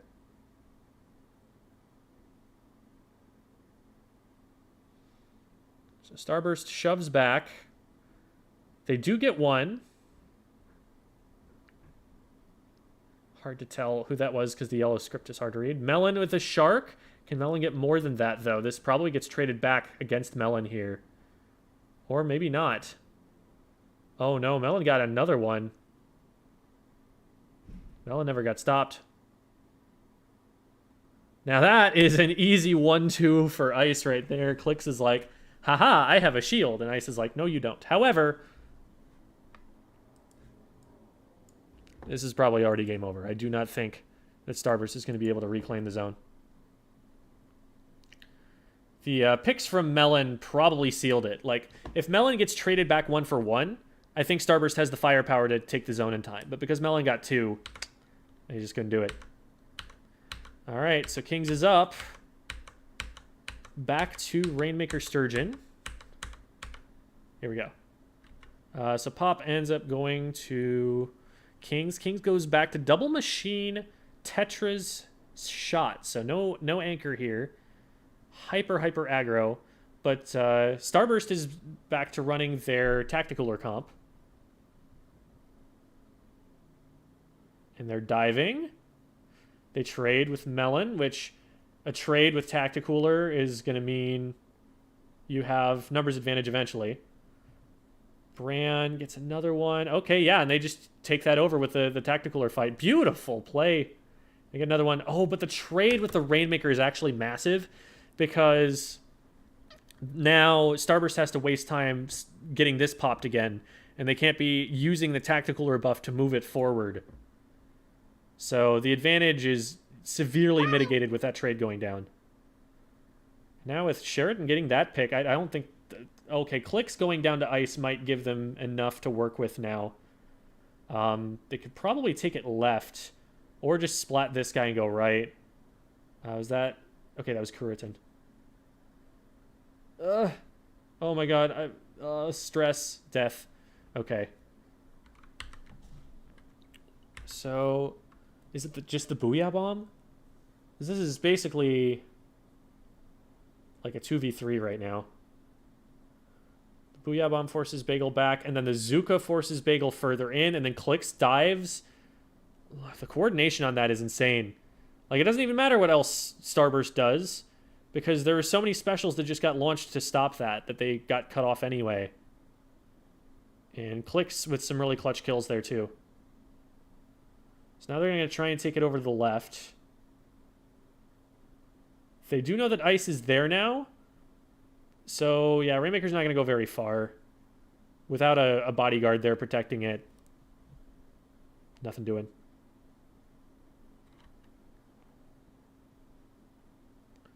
So Clicks is just in Starburst's base. They didn't quite successfully dunk. This is, I guess maybe Clicks was expecting Starburst not to be able to move this fast out of... Because, like, they're moving up to try and disrupt the defense from behind, but I guess the rest of Kings back here aren't applying enough pressure forward that the pinch can ever come through. So Clicks is just kind of caught out. I don't know if they jump back or try and run back or something. Ooh, and the bomb off the shield gets Melon. 2v2. I don't know that they can... Yeah, they don't have anybody in. I think they're all respawning. So Kings has map control overall. Clicks is just going in and doing Tetris things. And they get the shred on the Booyah. Kings are kind of going in one at a time there. Finally, Melon and somebody else pair up and they get a pick for it, but... That scared the crap out of me. I was like, is Melon about to jump off a ledge? I was a fool to doubt. An absolute buffoon. Look at this movement. Oh, I don't try that in matches.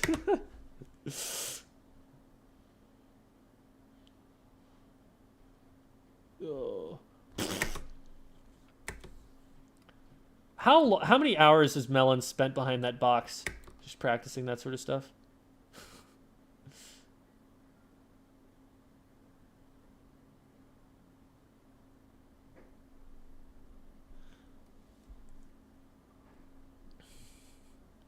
Okay, so clicks grabs.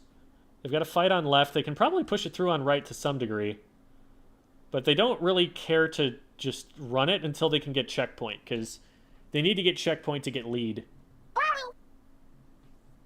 And they're just going to back up. No sense in staying in there and probably feeding in. Starburst grabs juice, but Clicks gets in and is able to stop the push. Bagel stops that, but they're further back than they were when they started. Rainmaker goes down. This is dangerous if Kings picks up. Well, actually, no. They're actually further away from the checkpoint now. It's actually a really smart choice, now that I think about it, for Starburst to bring it up here, because they have to get the checkpoint. This area is actually further away from the checkpoint than if it were down below. They haven't really backed up. They've taken it further away.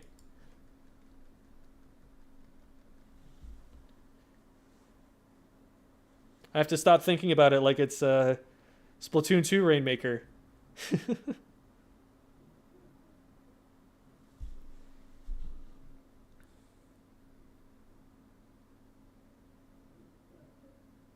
Booyah Bomb on Bagel again.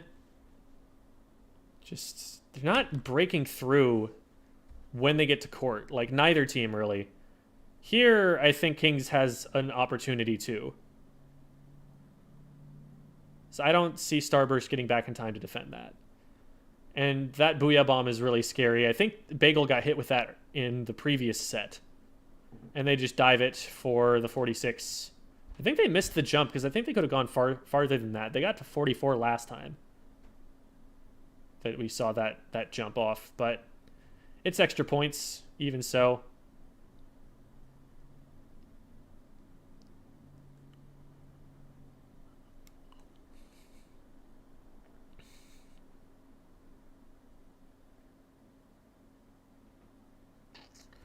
They get dived by Clicks and Melon, and they're 3 down again. This is looking like a Kings win right now. If they can let Kings burn some specials and still manage to get to the Rainmaker in time, they might have a shot. They've got to find Clicks fast and stop him from doing things. They trade. Leafy just goes down. Melon beats 2 before going down to Bagel. This is game over. Yeah, they needed fight wins plus more, and they didn't even get the fight wins. Okay, so Kings resets it. Woo! Okay.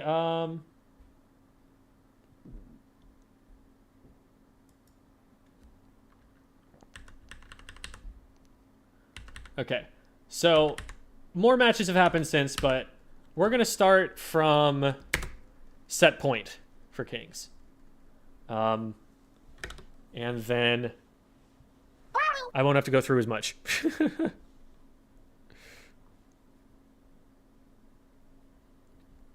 What made Kings so dominant? I mean, so let's talk briefly about the Japanese scene versus the Western scene. Japanese scene is bigger. There are more people in the Japanese scene. And if you've ever, played a high school sport or something like that, you know that the larger the population of players a group of people has to work with, the more chances there are that they find that 1 in a million player. Or that 1 in a million player decides to play it instead of playing something else that they would be good at. So they have the pick of more players who have the potential to become top players. And so in the Japanese scene, there are more players at an elite level. So they get more practice with more different matchups. They get more practice in more different kinds of team comps. Starburst is the only team in North America that's really at the level that they're at right now. Whereas in Japan, you could throw together a pickup of like 16, 20 different players in different arrangements that could all compete at Starburst's level. So they just have a little bit of an advantage in terms of the culture that they're playing it in, the number of players that are there, the level of practice that they're able to regularly get. So they're the players who are breaking the massive like records in solo queue. There are a lot of really talented mechanical players, Melon being one of them, but every one of these guys is of course cracked. And a lot of them are also thinking about the game differently than the Western scene. There's a bias in the Western scene where a lot of players tend towards playing for kills, trying to like outplay the other player, like player to player. Whereas Japanese teams are a little bit more, they don't miss the forest for the trees as often. They're more likely to play the objective and do what it takes to win the objective. And so you may see some Western players who can take them in one-on-one fights here and there, but the Western players are less likely to take the correct fights in the general case. That's a big, broad generalization and an abstraction that, of course, is not going to cover every situation. But yeah, Melon is probably the single best player in the entire world. And they just kind of subbed in for Kings in the middle of the tournament here.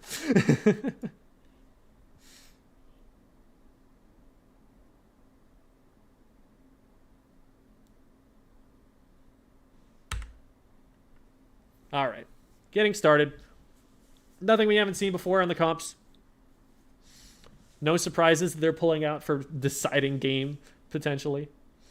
Starburst goes one down. Trades back Melon.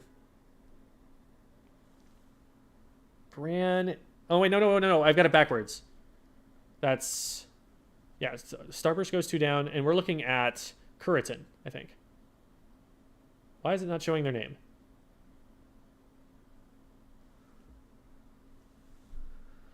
So Ice takes Kuritan out. I'm so disoriented by these camera switches. So the tower's still in mid. They're still kind of jockeying for position around it. Bunch of scrappy fights. Leafy's up against Melon here, ends up trading. Bran might be able to catch clicks out here. Oh, they can't get in too close. So that was really scary for Bran. They're almost out of ink. Ice is able to run in and ink vac to stall for time, and that ends up letting them get clicks, and they get another one on the side. So who's playing Junior for... This is probably Sheraton, right? So that Melon trades with Leafy again. Clicks, goes down. That's a wipe. Okay. Man, that was hard to follow. Lots of... Not just like that there were lots of fights going on, but just the camera kept switching, and I had to keep orienting myself and figure out what I was looking at. Towers just completely cleared out. They totally missed the machine flank. Now it's just Leafy coming back up. So very fast reversal with very little getting done for Starburst. Why is the camera here? What is that camera doing? We can't see the tower. Starburst is staying back pretty far. Bagel's trying to use the big bubbler. Does actually get two for that. And then they drop down into a fight that's already started, and they win it. Good job to Bagel and Bran there. Good teamwork. Ice trying to take a position where they can stop the team from just getting rushed immediately. Trying to hold an area so that you can just look in one direction. 1-for-1 trade. Gets not actually 1-for-1, 2-for-1.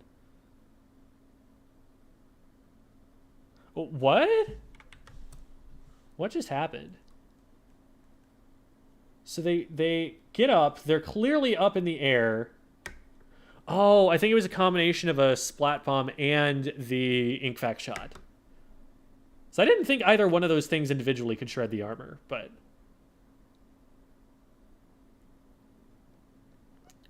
So Clicks playing it a little bit safe here. Knows that they can't just immediately aggress the tower, that Leafy probably has advantage if they do.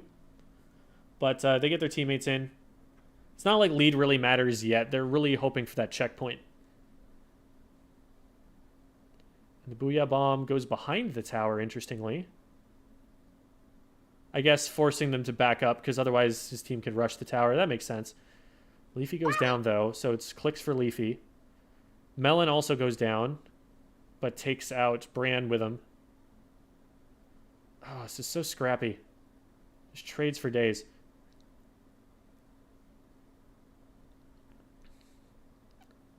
There's been so much fighting. We're more than 3 minutes into the game, and nobody's cleared the first checkpoint yet. Kings has a really good chance to do it here, though, with the big bubbler being in place there. Ice tries and does get the big bubbler down, but without any support there, without Leafy's having to turn their attention over to Melon with the Zuka here, because otherwise they're just going to get deleted. So they're trying to use the Zuka plus the Charger headshotting the big bubbler to get rid of it. But since Leafy's firepower gets distracted elsewhere, then I think it's Sheraton is able to get the machine shots over the top to get rid of Ice before Ice can stop the tower. So this is going to be checkpoint going to Kings. And a big advantage, too. They're probably going to farm for Big Bubbler before they try to push for next check. Waiting out the Booyah Bomb, too. And they probably get Bubbler up on tower now. Yeah, my goodness. Junior here is so disgusting. Leafy's going to get this, right? Oh, no. Clicks trades it. Or doesn't even trade it. Doesn't go down.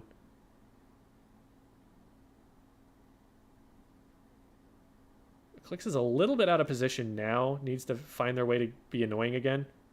They get another trade with Leafy. Oh, that's so big for Kings. Only 45 seconds left. I don't think Bagel even knew that the Junior was behind. This is looking like a Kings win here. They get clicks. They needed that. Now they need to get paint control in mid. They need to get specials. And they need to probably wipe Kings once. And then maybe they can get the Junior stuff going. But they're 2 down, and there's a Zuka behind. That is game over. No shot. Kings isn't even going to ride this, I would think. If they ride it, they just bring it closer to Starburst, so the Starburst can get on and trigger overtime. They're going to make Starburst run even further forward to get it. Yeah. So Kings were the winners off of a bracket reset. Starburst is getting closer and closer to taking them out every time. It didn't look as dominant in this round as it has been, but Melon is still kind of a beast. Alrighty. Well, that'll do it for VOD reviewing, but you know what? I want to play the video game. I want to play the video game a little bit. Should we play the video game? Let's play the video game. So let's switch on over to that.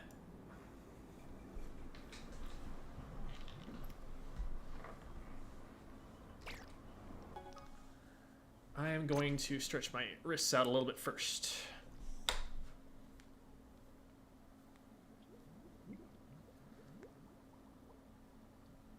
Video game? Solitaire, please? Yo, playing the video game?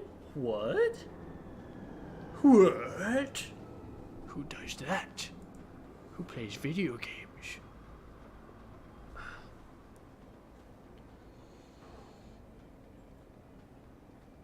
I feel like I learned so much with these VOD reviews and then I can never apply any of it. They are playing at a very high level. Like, there are some things they are doing that depend on their teammates in, like, the biggest thing that you'll struggle with applying that information, I think, into the lower levels of play is that the lower level you go, the less likely someone is to enforce their zone. So, like, you know how I've been talking about how, like, there's this arc that forms around a player. Here, let me just get an image of a map up so we can talk about it real quick. Oh my goodness, search function. actually search what I'm looking for, please. Okay,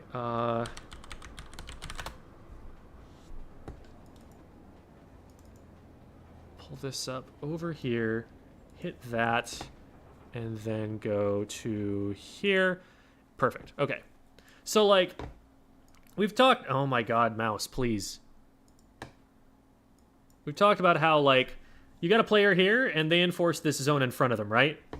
So, if I'm, like, standing here, watching this angle, you know, watching to make sure that we don't get flanked on the right, in solo queue, there's just a chance that an enemy player kind of pushes through here or something, and my teammate doesn't do anything about it.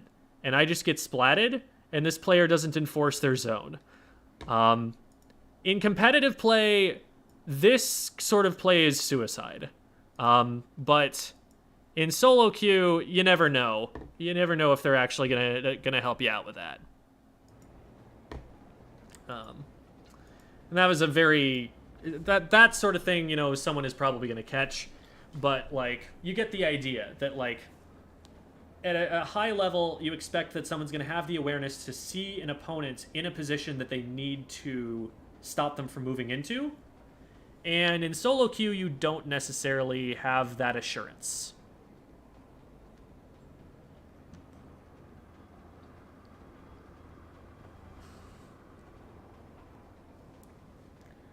Hydra, so movement tech doesn't really apply to me. I mean, there's a lot that you do have to do because you need to make the most that you can of the movement you do have available. Squid on the floor looking kind of sus.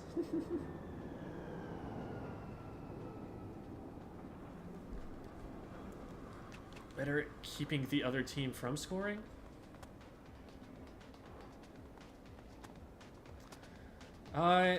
Kings were doing a really good job of picking apart any weakness that there was in the enemy defense. They were going to be putting pressure on all sides at all times, and so to keep up, you needed to be able to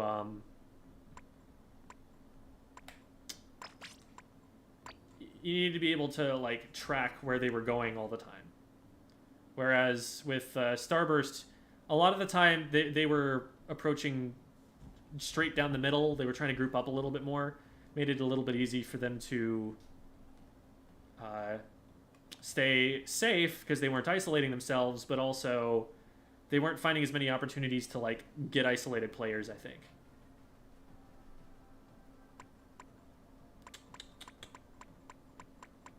And maybe I'll even agree with that statement that I just made tomorrow when I look over this VOD and try not to cringe. Okay, well, this is a high-stakes match. Let's get into it.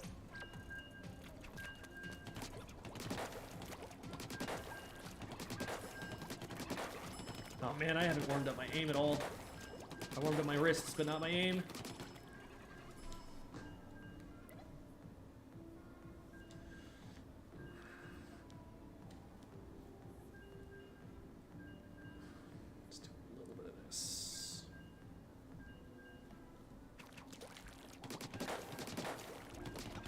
Something that I found the day that my hands started hurting a little bit was that my hands were a little bit cold. So I've been trying to make sure to stream with like long sleeves and a sweater and like keep my body warm. And that seems to be helping, I think. I'm also just not playing as much as I was that day. That day I was live for like 6 hours and playing the whole time. Can play heavy as a midliner? Kind of, yeah. It's not the best midliner because as soon as it gets engaged on at all, it dies. But you can definitely take some more aggressive positions than you would take with other backline weapons. Like, you'd play further forward than you would with Melee, obviously. Okay, so they don't have a ton of range, it's just the blob. And it's clamplets.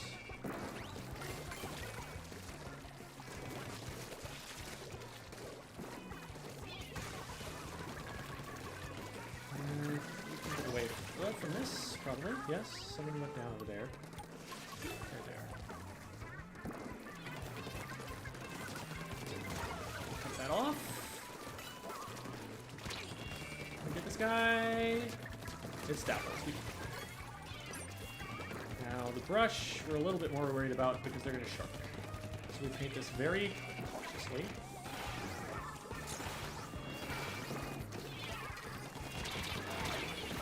Where did that guy come from? I think they got chased into me. From mid. Man. I was so close to having the clams to score, and I just needed a little bit of support from the team. But it took us too long to get through the mid.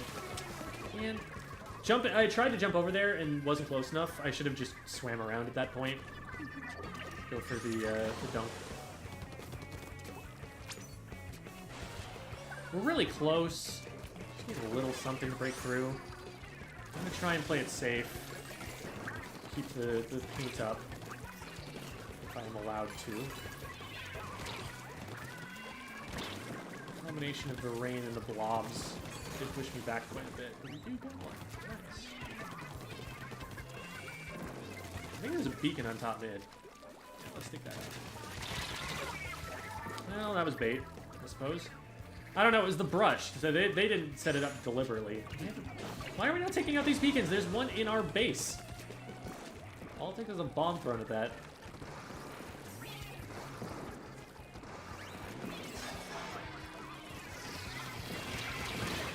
I got one. It wasn't the clam carrier, but they backed up.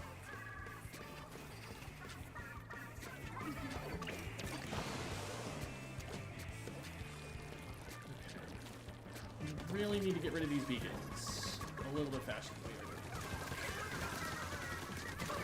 Okay. Okay, that's it. No, it doesn't.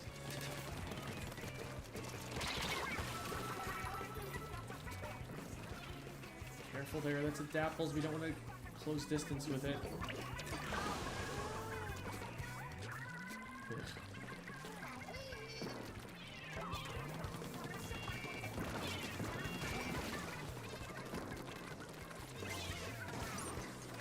They don't get to stay here. Especially now with a main jet in the air.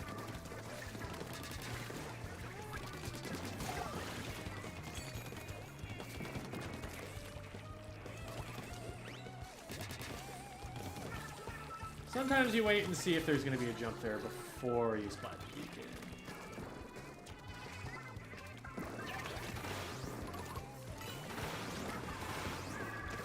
That's not going to find anything, unfortunately. I don't want this.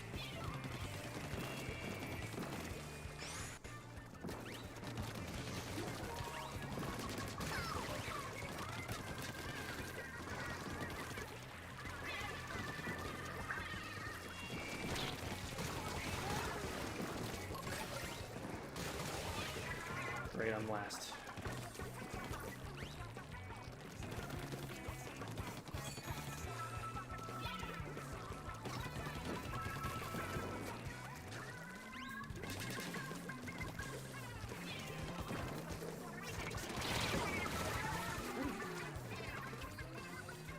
They must have just dropped.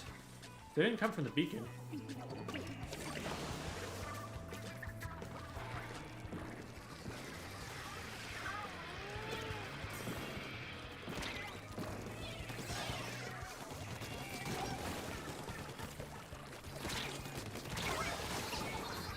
I got two of them.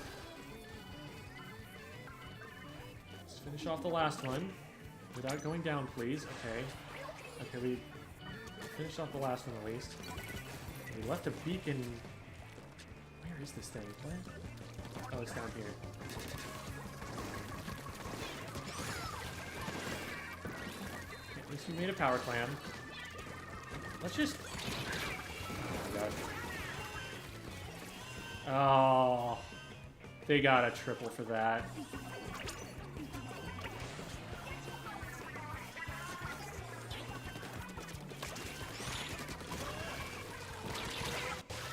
Nothing doing. We don't have time to get that to the basket at this point.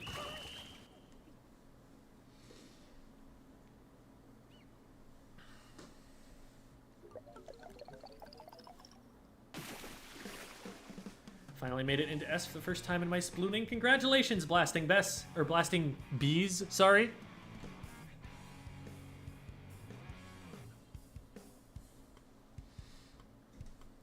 I just need to build my gear. I personally think that gear isn't really what's going to keep someone in or out of a given rank. Like, I haven't built my gear up really. I've just kind of taken the best that I can find at the moment. Okay, I'm still within striking range of S plus 11 there.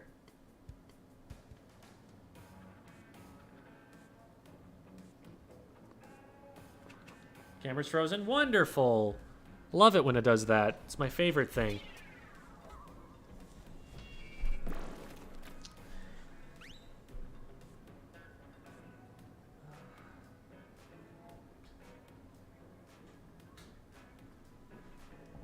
It's been doing that ever since an OBS update. Yay!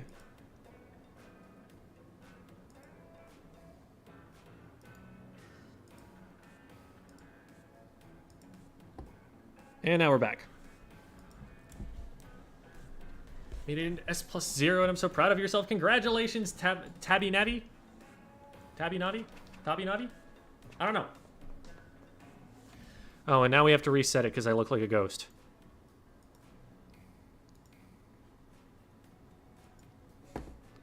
We cannot expose the people to my true whiteness. It's too blinding. There we go.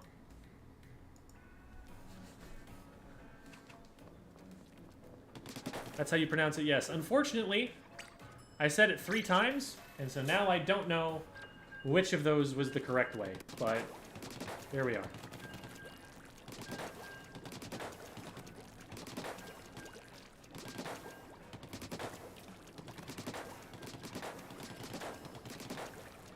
I think I needed a net gain of 180 or something, and I spent 160 on it. So that means I need like 330. That's a 5-win ticket. And I need to be able to get it.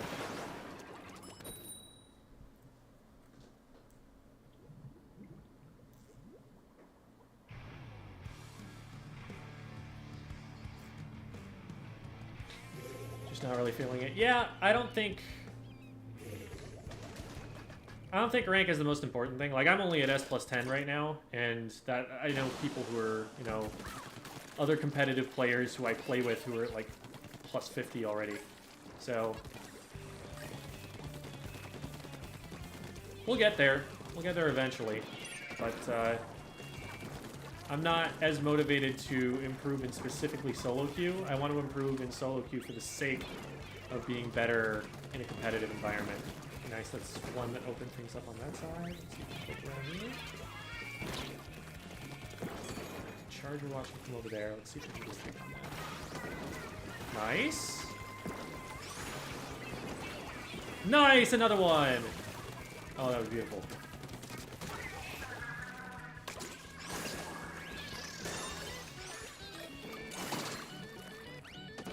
Oh, that was a good shot. I didn't think they could see me, so I just stood there.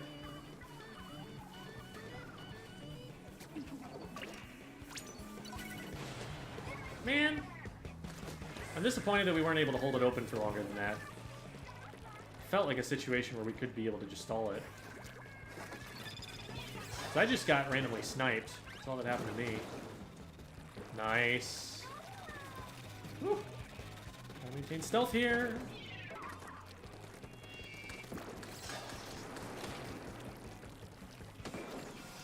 Okay, now they definitely see me. Or not. What are they shooting at? What is the junior doing? Were they like... is the junior throwing? Is that what's happening? They were like throwing bombs at the E-leader behind them.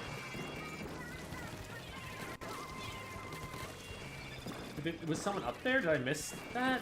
Like, I'm trying to give them the benefit of the doubt, but I don't get it.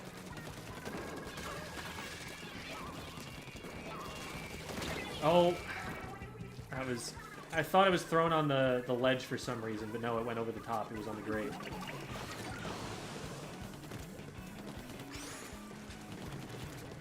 Okay, that's a couple of this down. We gotta be careful.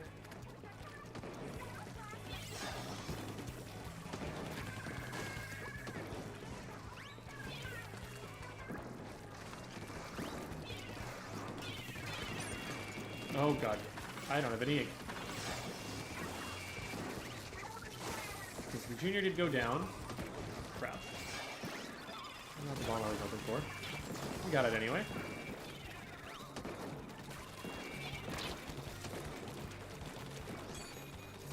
Can afford to play this a little bit safe.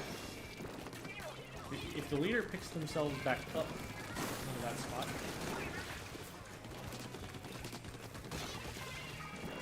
And we just rest the play down. Nice! Just a roller.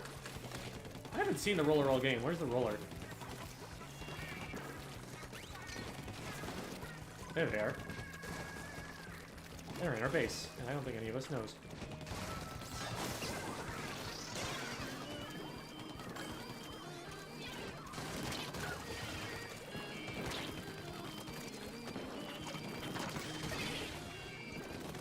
Oh shoot, people are gonna jump to that. Good job, Richie. Okay. And nobody super jumped in because otherwise they'd be killing our clan carrier right now. Chargers looking over from there. Single.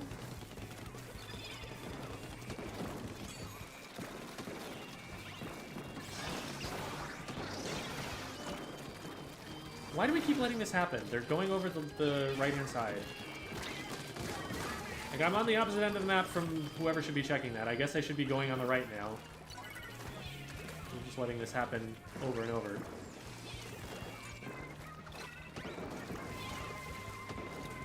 There you go.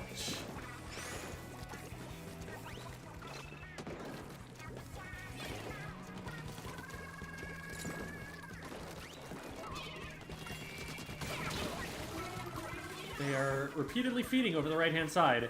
We want to be watching that.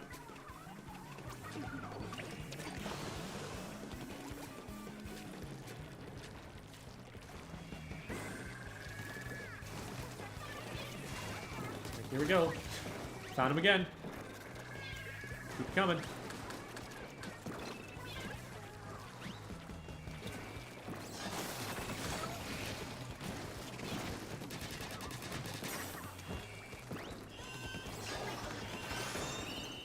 There it is. All right. Not a lot of offense, but we played defense well enough.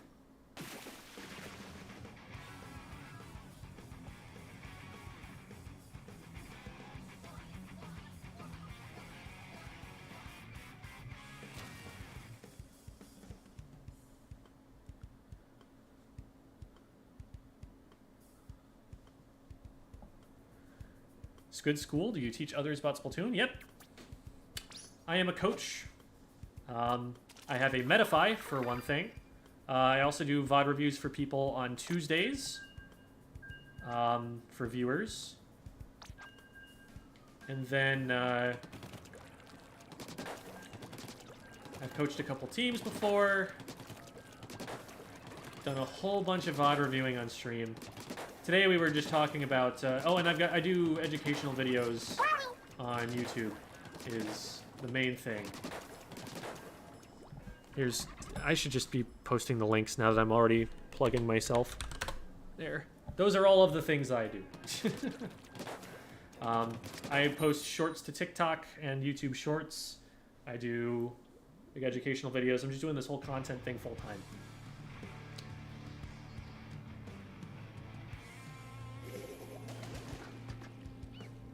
What would you want T-Tech's kit to be? I want an inkjet.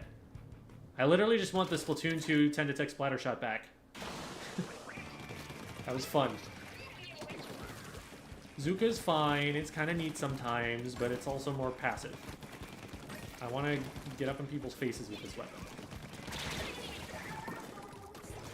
Okay, they had an angle, apparently. Good job following up on that, though. That was really pro that got me. I need to watch my range against the shooters.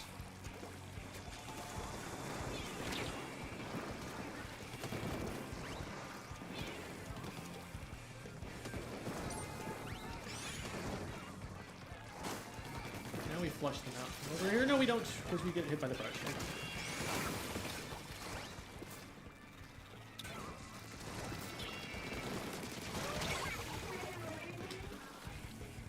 Well, we traded it anyway.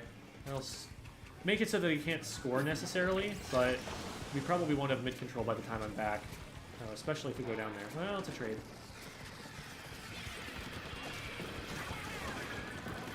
Try to make it so they can't just run in. But they definitely just ran in on me. Why is... Wait, that's an E-liter? So why were they down there at ground level? Ugh.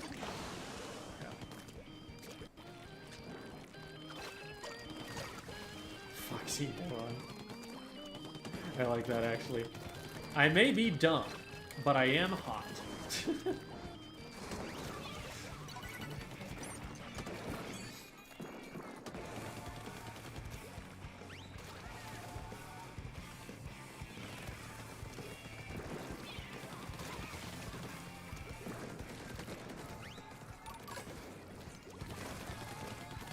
Wow.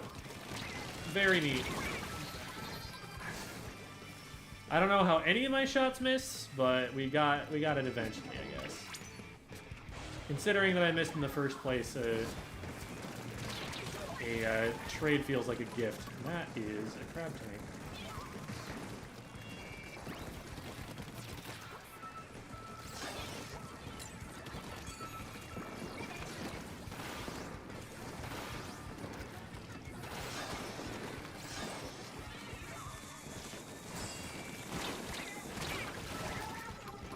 Of course they were behind me.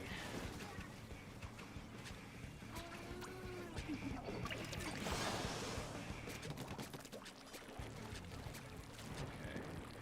1 for 1. See if we can sneak in here. People just love going this way right now. Haha. They're looking for jumps, aren't they? Usually, oh no, they're just popping missiles. Usually when I see a power clam sitting still like that for a while, I'm like, they're probably super jumping. Most of the time you do want to be moving. I wasn't able to get the trade. Needed my aim on faster than that. To do that, I needed to know my range. I was not in that range.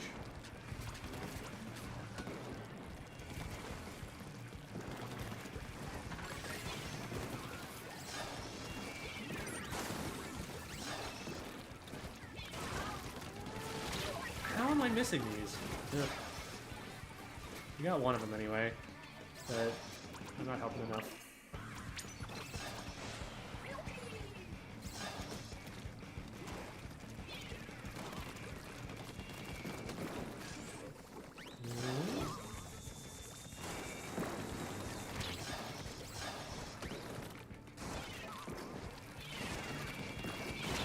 Oh my god.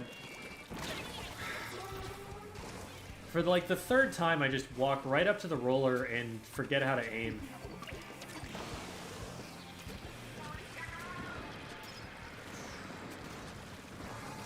Like, they're giving me time to hit the shots that they need to hit. And I'm just, oh god, I put those behind the leader. Hope they don't die to the missiles.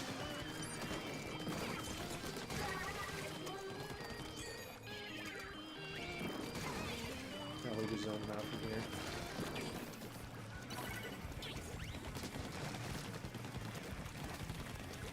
A little bit.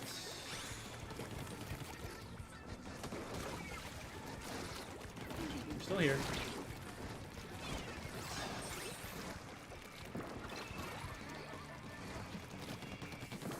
They're sharking somewhere.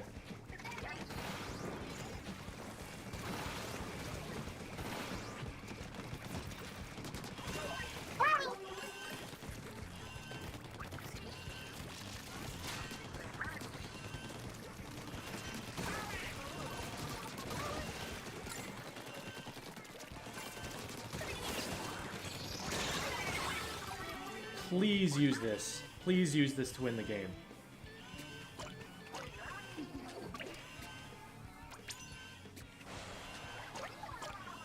There are enough clams there. I can't.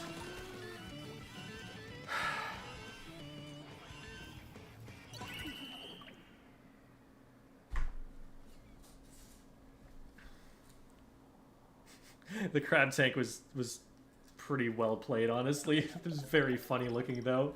He's got the hamster ball rolling around with the brush chasing it from behind.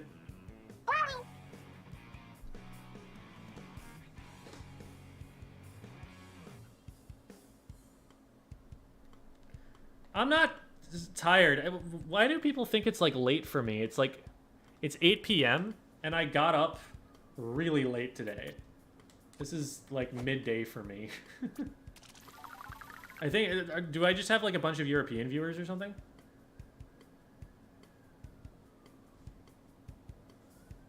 Yeah, we'll pause on that one.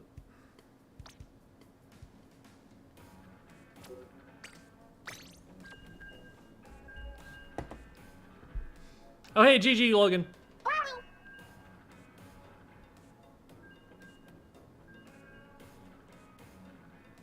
Is Splat Roller good?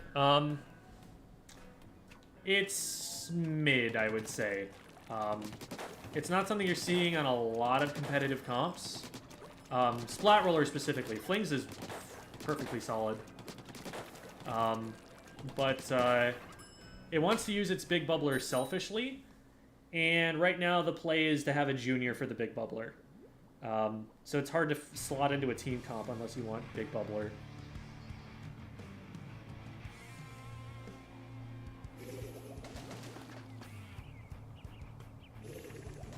What do you think about Mini Splatling?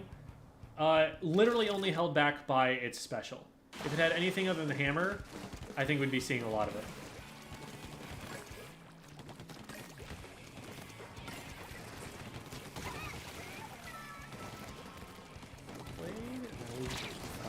Right? No, they get their aim on too fast for that.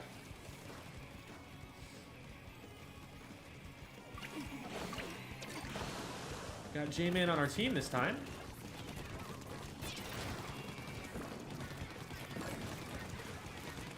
That's 3 down, beautiful. There was one I thought I saw down here. Maybe I'm seeing things.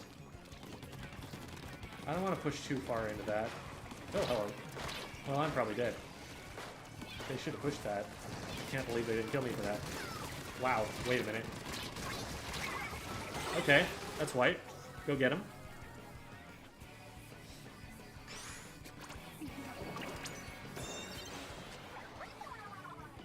We got some follow-up here, right? Maybe? I don't think we do. Let me throw that and then back away. And get flanked from here. As I realize, wait a minute, that's exactly what they're going to do as soon as they see that. And I don't have an escape route.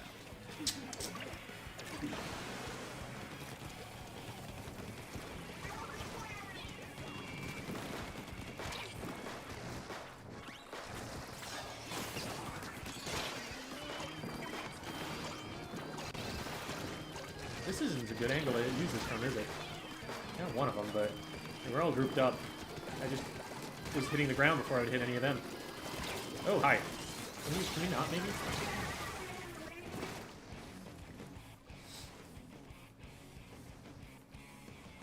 Thoughts on Salmon Run? Have you seen Char's new video?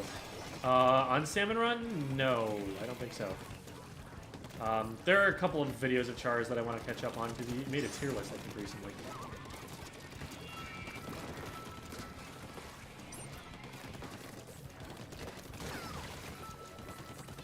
Teammate played that really well. Good awareness on their part to know that I was in danger. Now they're going to get collapsed on for their troubles.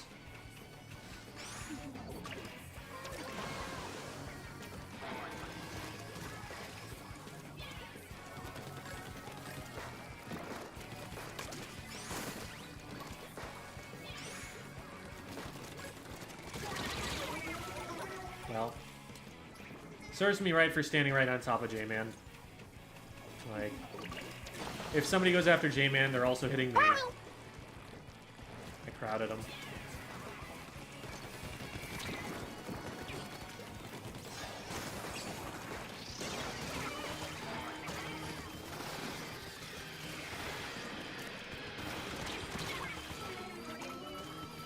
One behind you, Spicy. One behind you. Oh no. It's continuously up to like one person to defend We're having a lot of trouble with this tracking down the end zap. Stuff.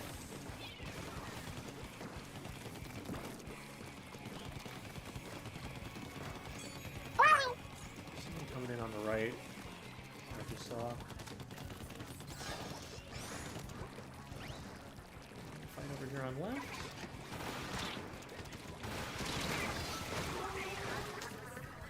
And we stood on top of each other again. Can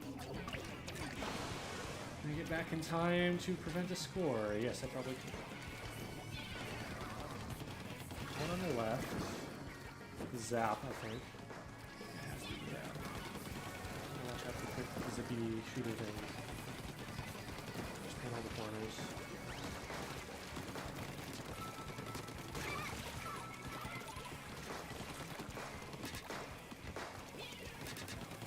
So close to having Zuka. There we go. Not very effective.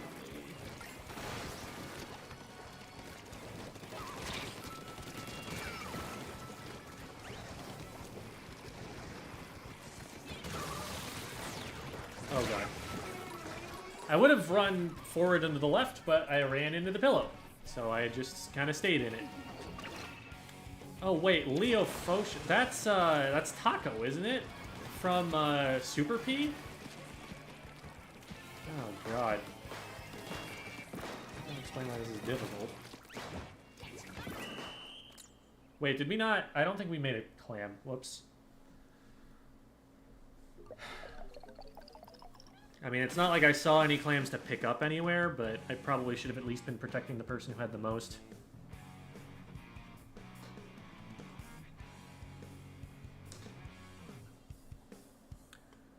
Smallest region in terms of players? I think it's like Oceania. Is there a place where I can watch the tournament from earlier? Been thinking about looking at it and studying it. That was on Dapple Productions.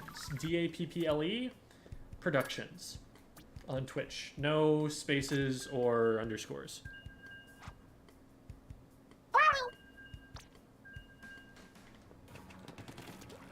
Some tips to get out of A rank. I have an entire video on that. Check out the YouTube channel.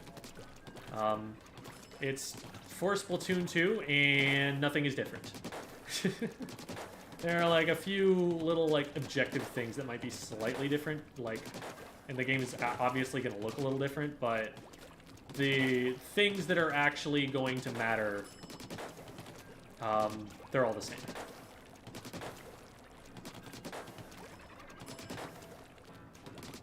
You play in locals? I don't think there are any locals in my area. There aren't locals in many areas. I think ranking up in this game is easier or harder than them too.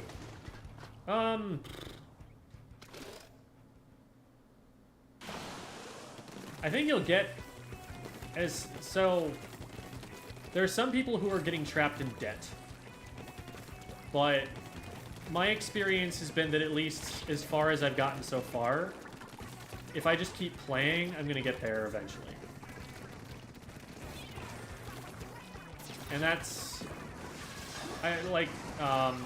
Shaq made a tweet that was like, okay, the people who are getting into S plus 50 aren't the best players, they're just the players who have played the most. And there is definitely a difference there. And it doesn't correlate super strongly.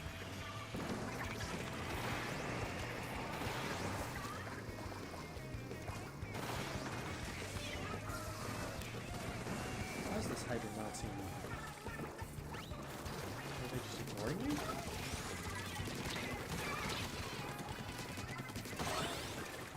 Well, I guess, doesn't really make a difference.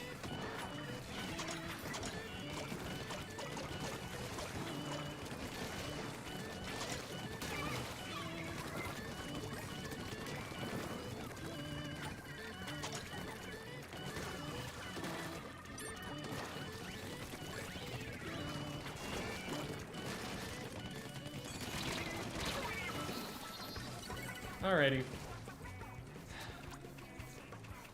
I tried to run in there to get one clam as I keep the basket open, potentially get a little more. But I threw it too early. And I was like, well, guess I'll die.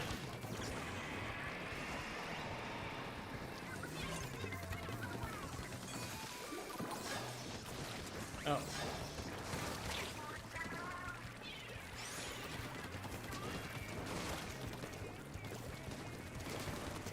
Well, we'll go for that, because I don't think the block can spot me fast enough, even if they do decide to.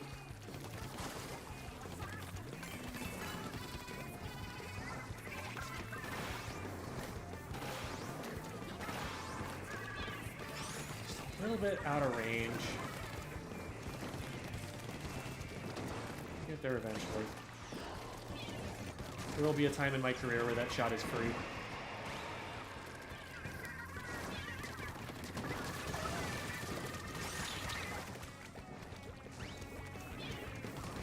So a big part of their problem here is that they've got double backline and we don't. So it's really hard for them to push. We don't even have a single backliner. I don't know why it does that.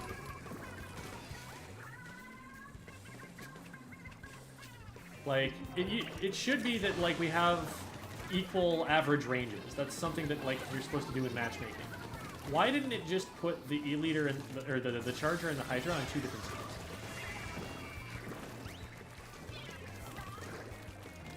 Or at least, like, give us the Bloblobber or something. But now they just, like, are gonna have a really hard time ever getting in. Covering the same angle with this crab.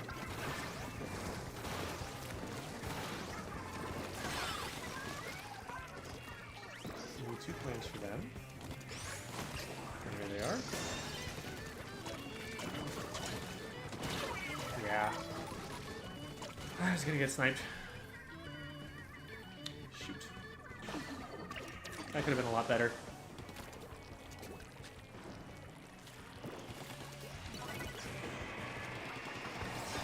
We lost a lot of time there trying to make this power clam, so they were already back to defend. And we were actually able to get in.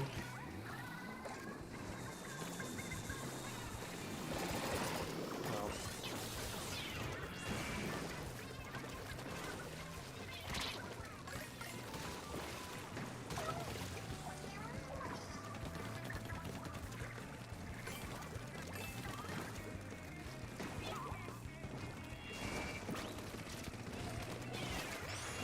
Shoot the floor! Ugh. Camera got messed up.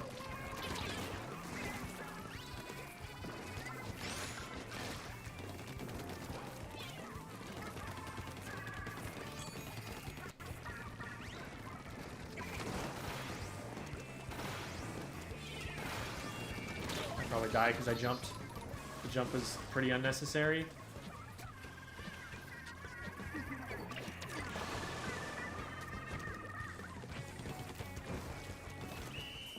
Alright, and there's a game, because they haven't even pushed out to get a power clam yet. I've been paired with teams with no range against teams with that. With, like, Splat Charger and Hydra. Yeah! I know there are, like, a bunch of factors that they have to consider for matchmaking, and so sometimes some of them are going to be compromised for others, but... That just, like, really messes up the game for the players who have to deal with that team comp.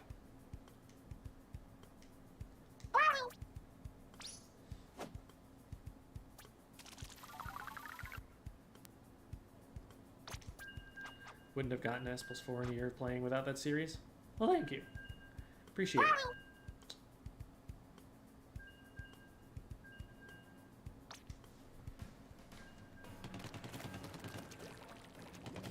Yeah, I run Max Sense. I think it is optimal, personally. There are definitely people who disagree with me on that, but I can aim faster because of it. I think if you were to program like a task bot somehow, it would want to play Max Sense. And I want to be task bot. I want to be cracked. And there are a lot of situations where I end up having to still use the right stick to continue turning myself around so I don't break my wrists in half. I am a short-range shooter, and I get into scraps.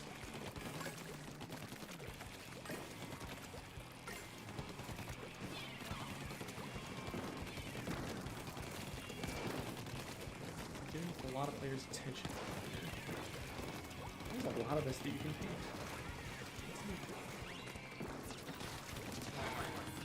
Ah. I mispredicted which direction he's going to move in. Ooh, got someone with a bomb. Hi, hello there. I need a score. Let's go for that.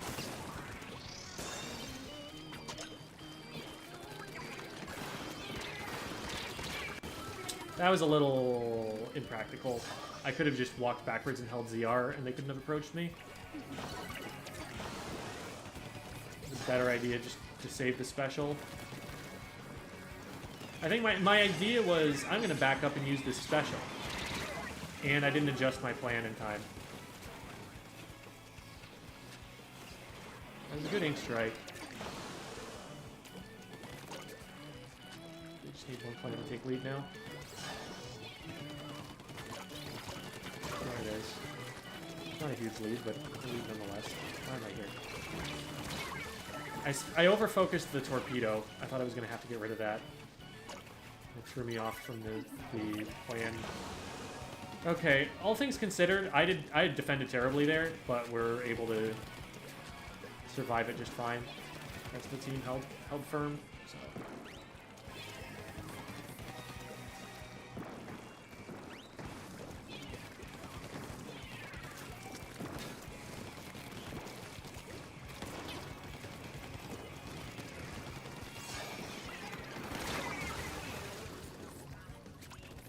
Very quick 2-for-2 trade.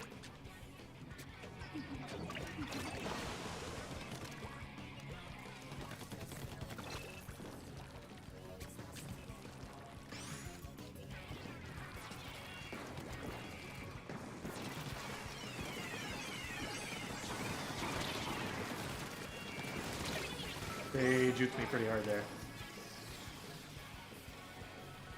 When they went, they swam straight to the left, and I figured that they were going to slosh as they moved that way. But they actually strafed and then sloshed. Which is clever, and a thing I have not seen. So I'll have to factor that into future fights with them. Shoot it where they move second. This should be a shooting gallery.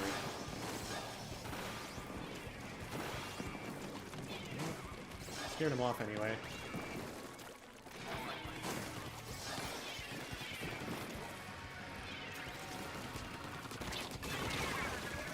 Took too many shots. They were able to finish me off as a trade.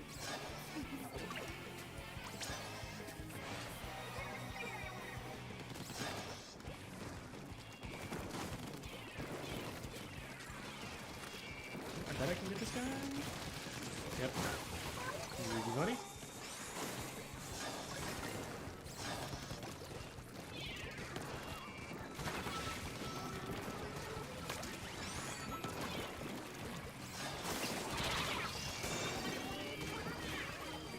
Bunch of clams there. We just need one in to get lead. And then we should probably run away.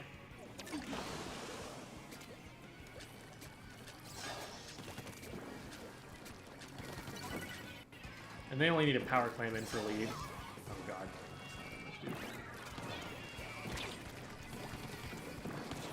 There is someone right here.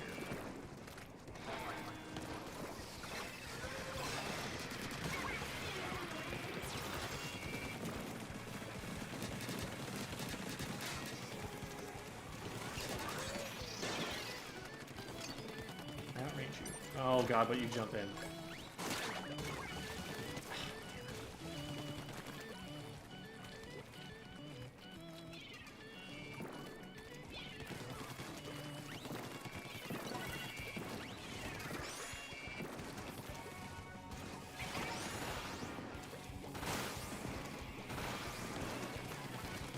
I'm surprised that none of those hit.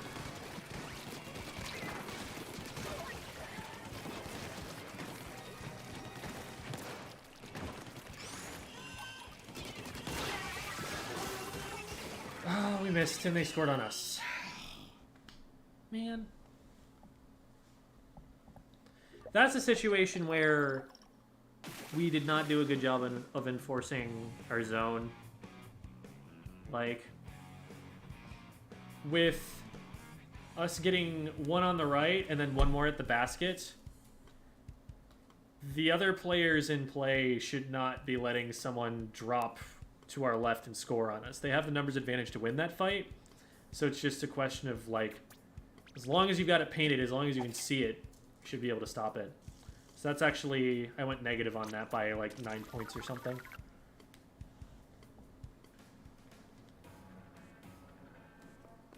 Farewell, beef.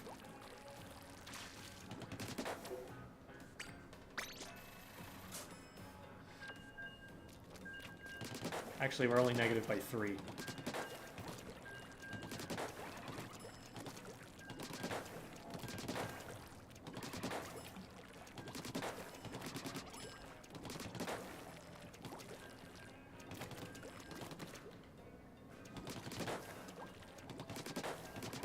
A little bit shaky.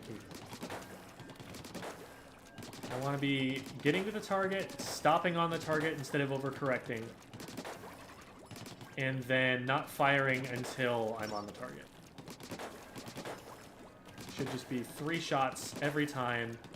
If I ever miss any of them, I should have stopped firing before I finished it off. Yeah, I'm overcorrecting there a little bit. Did you have to do a rank up battle to get S plus 10? Yes. Have you seen the amiibo gear? The new stuff? Yeah. The, like, karate outfits. I don't remember what the other stuff was. That was the one that stuck in my head for whatever reason. There's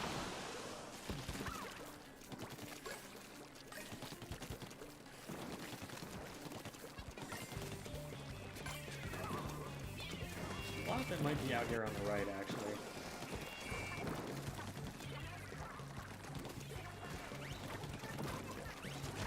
Yeah.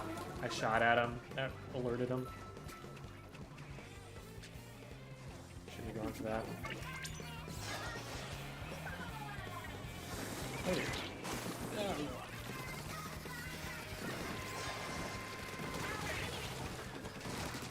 Nope.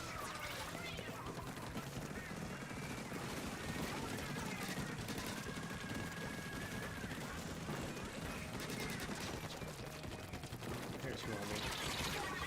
Yeah. Entire enemy team is like right here. Okay, good. See, teammate here recognized that that player was flanking. That's enforcing your zone. At lower levels, that brush gets by and they score on it.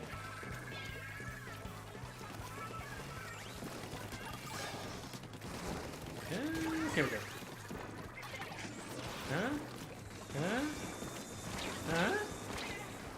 Alright, I tried.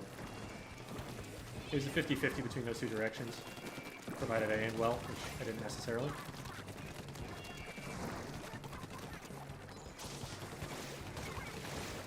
Nice. Brush got away, but stopped it.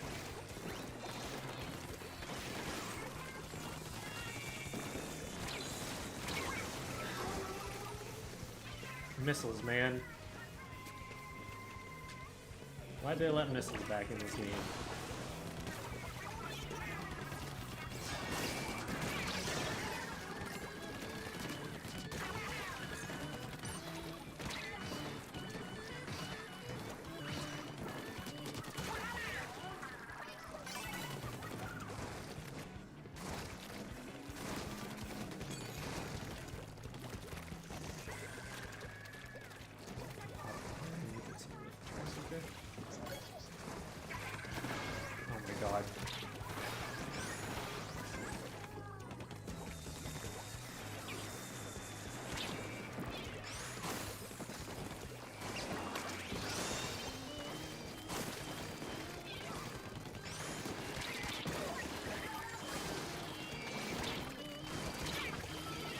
Not quite. Basket's a little further back, so it is harder to hit those clams.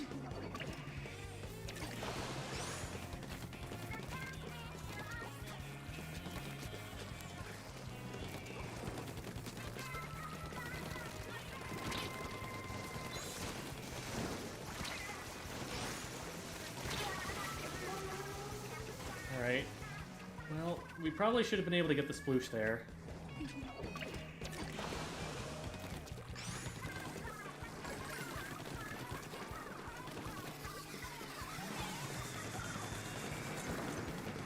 It doesn't end up making a huge difference.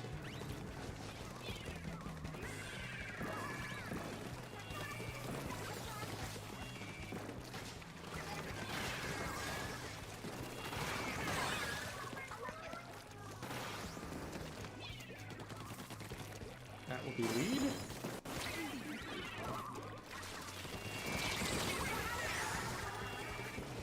How did we not get in? Oh, the zip caster is the clam holder.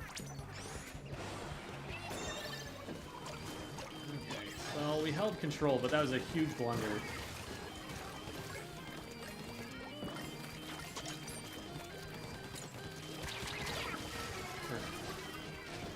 I was trying to throw a bomb, and then I didn't have the ink for it, and so I wasn't trying to track their position because I knew the bomb would zone them out, but then it didn't, and so I was like, crap, now I've got to track them again.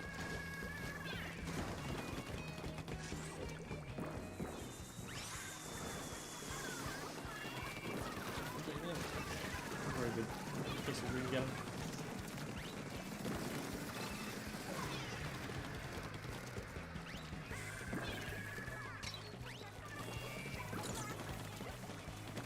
Clear this area out. Got one. At least I traded it. Nice. Okay. And there it is. They don't have a power clam, so no overtime. Whale 5.1 is the balanced missiles. Yeah, it's like basically what missiles should be.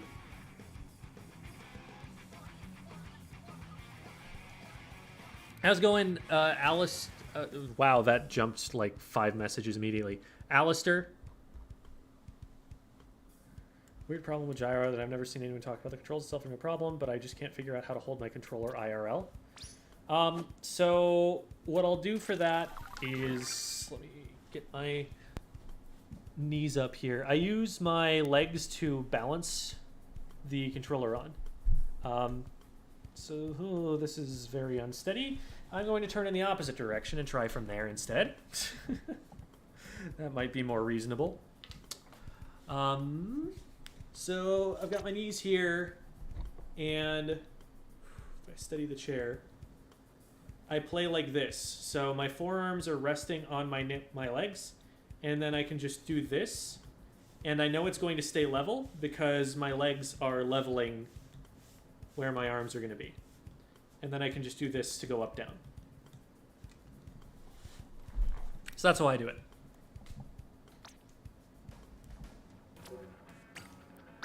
Leg reveal.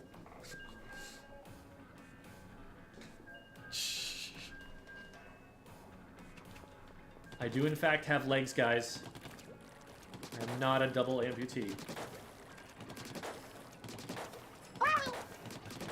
Shocking information.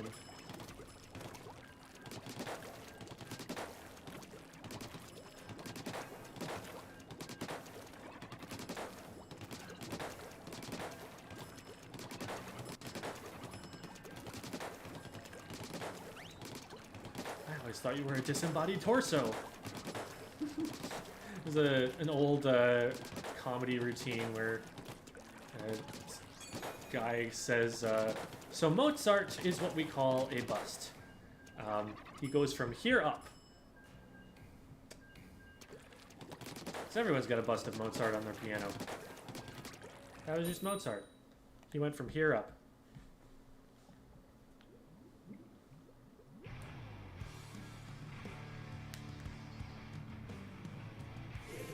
Tried doing that, but it makes me slouch. I mean, yeah, I slouch a little bit. But,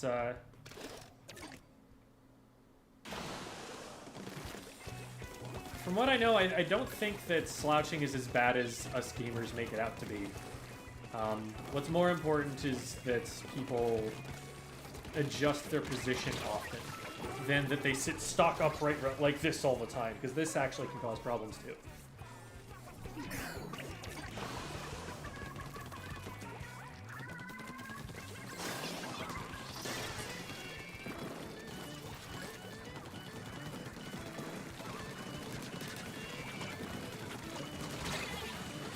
Hi.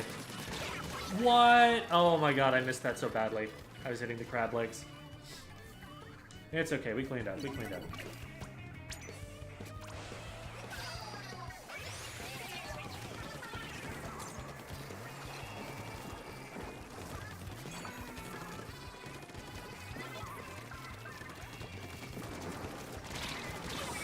That was a bad decision. I isolated myself from my teammate by pushing around the corner.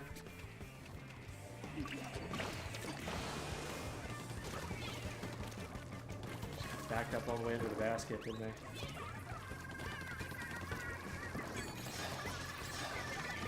Whoop.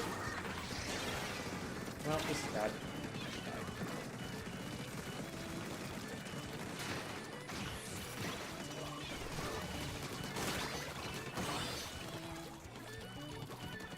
That was ugly, but we survived and we defended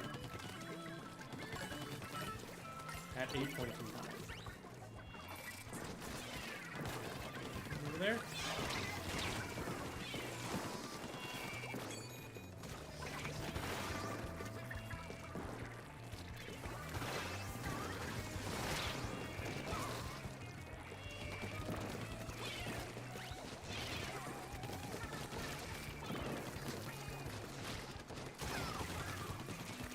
I'm trying to flush them out of these corners here.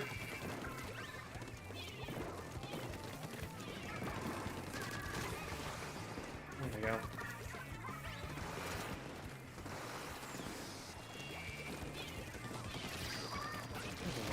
Nope, it's in front of me.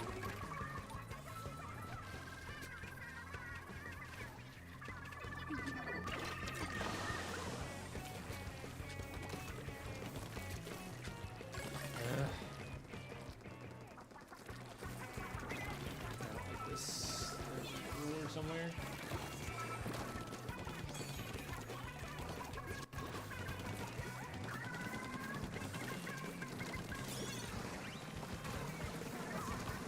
Freaking pole. Why does that pole exist?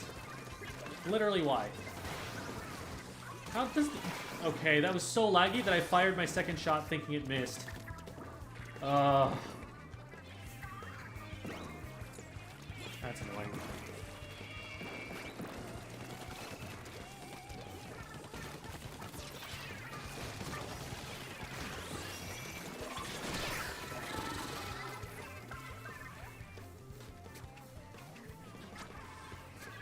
Gotta not be mad about the lag incident. Keep my brain on this, the rest of this game, on this defense. It's not over yet.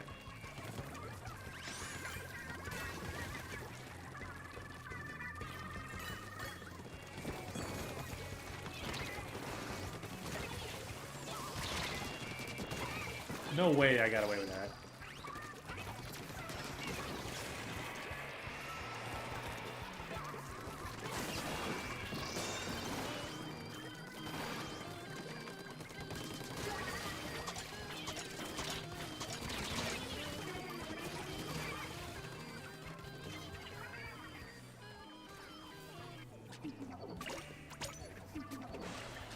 I'm dead. More around. I could have had the dualies. I would have traded for sure, but they definitely missed when I dropped in. They were expecting me to sit still.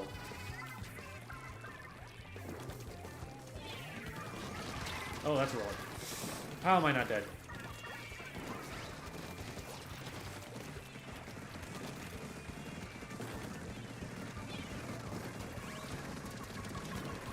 We don't have a power clam.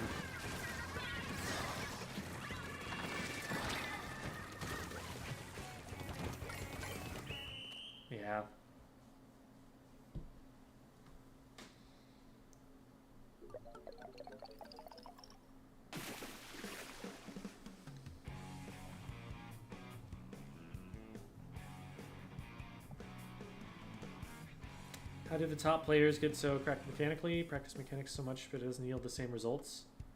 The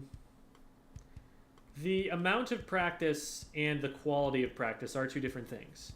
So you want to make sure that it's very thoughtful practice, that you're not practicing bad habits. Like, just sitting in the lobby and shooting the training dummies, there are some weaknesses to that practice. For example, these things don't move. And they especially, even the ones that do move, don't move the way that humans do. So human players will be less predictable than these things are. Also, if you're just, like, holding down the trigger until you get your aim on, you could very easily just end up practicing bad habits. You have to be vigilant for when you're not doing something correctly, so that you stop doing it that way promptly and keep practicing it the right way instead.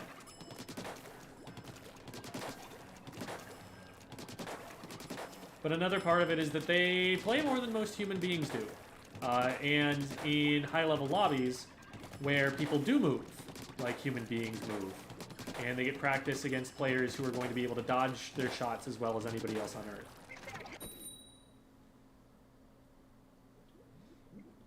Are there any more Splatoon coaches? There are a bunch on Metafy. Oh, hey, it's Meep. Is Meep still in my lobby? I don't see a person who's named Meep.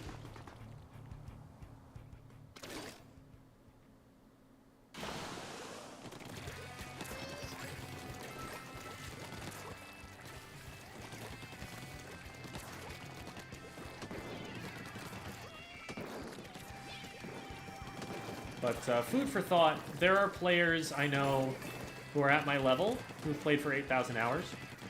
And then there are players at a top 500 level who have played for 1,300.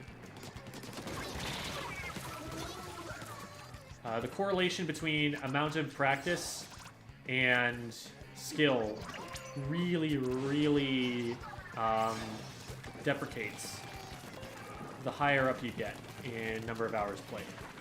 It starts to become much more important to have hours of good practice than it is to have just hours of practice.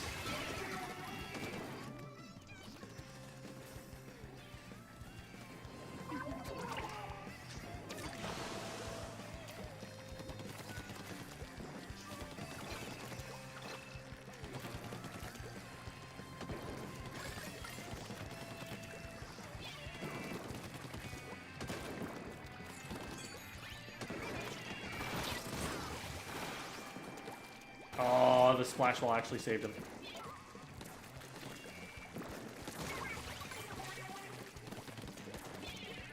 Where are our clams? My god. Oh my god. I stood and shot for entirely too long there, but they had no idea I was there, so it worked.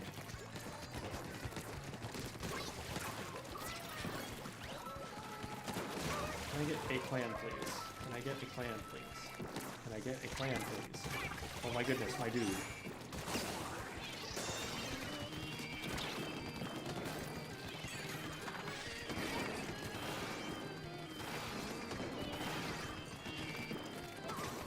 we jump out of this. Nice thing is, if I were to have done that with clams, I wouldn't have lost them, unlike in Splatoon 2.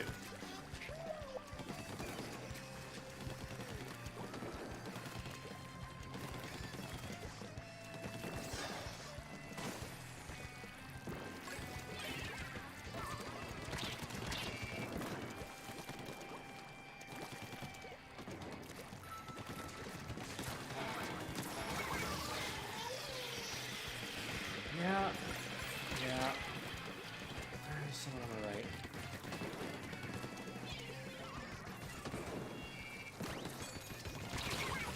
Why did I challenge that? They were just gonna walk back through the wall again. A basket, a basket.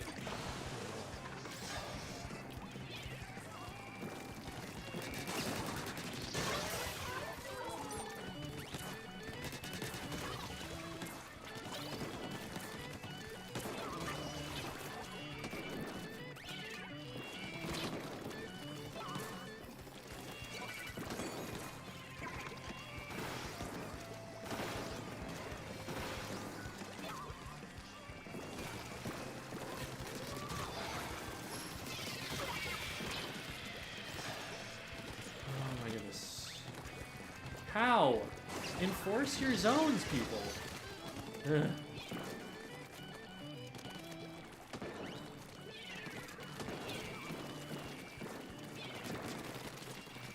One, there we go, nice. Good follow-up. Oh, one more, nice, nice. Oh, crap. There's people watching, like, I don't know how we're getting snuck up on from behind like that. We were bunched up, though. So that player might have just been out of range to do anything about it. I feel like I'm getting a lot done, and that we're not actually scoring a lot. Ooh.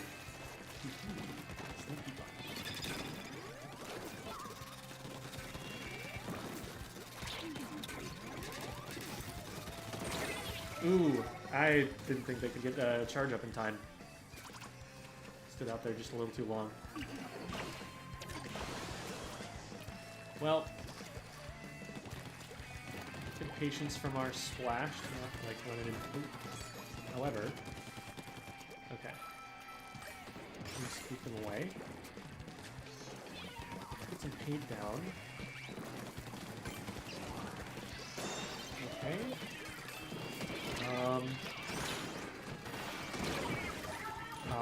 Yeah, there's too many walls. One clam. No, they missed! Oh, no. If they hit that clam, we win the game. Oh, that must be heartbreaking for them.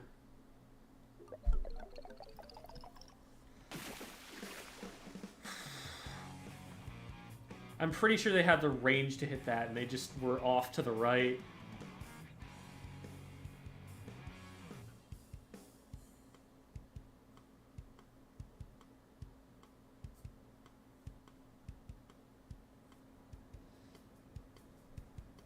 Yeah, that looks about right for KA.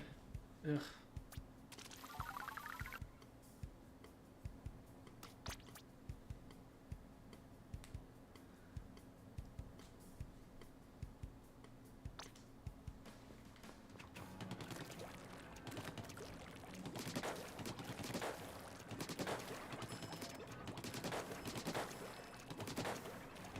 Yeah, I got a little too close at the end there. I shouldn't have tried to approach as quickly as I did. I needed to get in somehow, but they had, like, all 4 members ready on plats.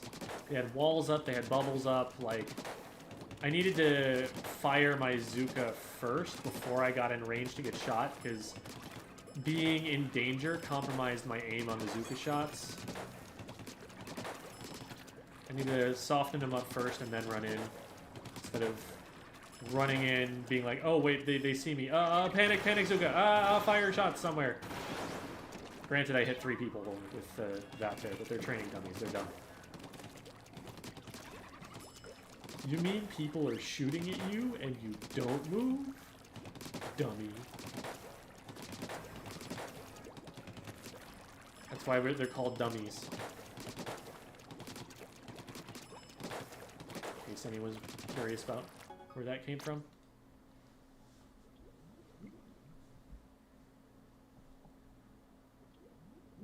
How good do you think a Splatana with fizzy inkjet would be? Fizzy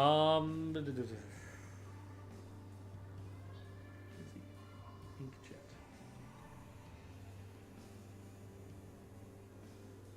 Fizzy's not bad for it. Yeah, that's a decent kit for it. I don't think it saves the main weapon, though. The main weapon needs a miracle of a kit, I think, to be viable. Unfortunately. Hagglefish and Mincemeat Rainmaker.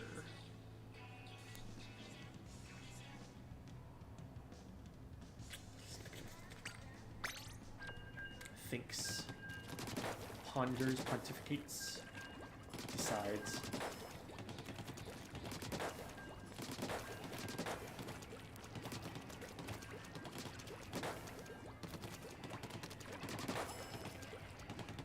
What should we call you? I go by Gem. That's my IGN.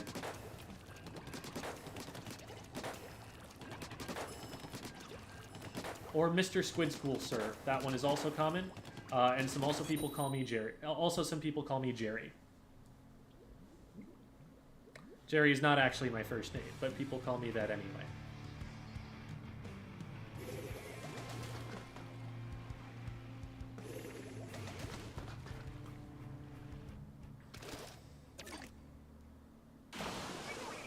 Steve is the heavy splatling.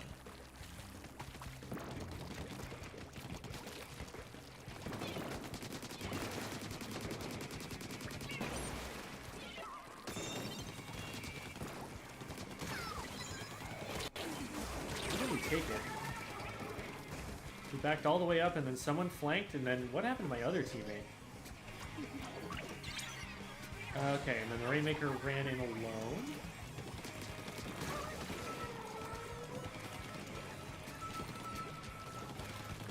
Well, this is an entirely unnecessary flank.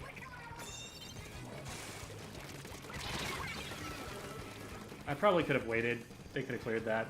That wouldn't have been hard.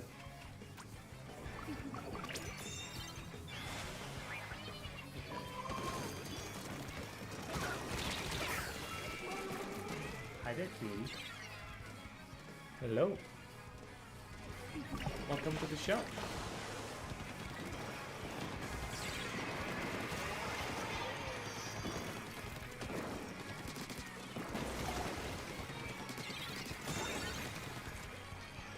Preventing them from making the jump is important.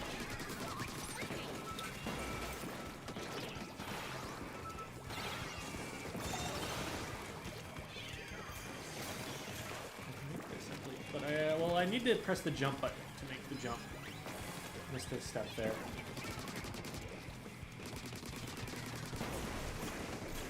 I'd rather we just reset this, because I'm not confident we keep it alive for that exact reason. Okay, we got it.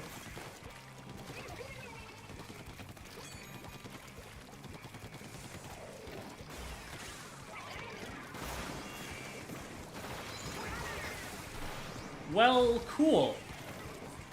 We take those.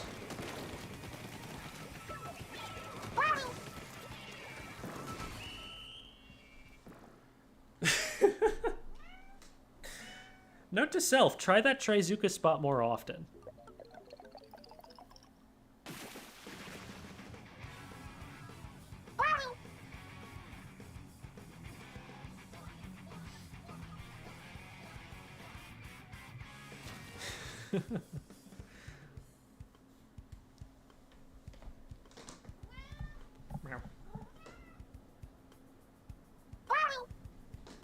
Hey, kitty. Guess what? You are going to come and say hello to the people against your will. Here is the kitty. I'm squishing him so he cannot leave. But he does not like this, and he will have to leave pretty soon. I will scratch him for the time being, because he will put up with it for a short time. But now I'm going to release him.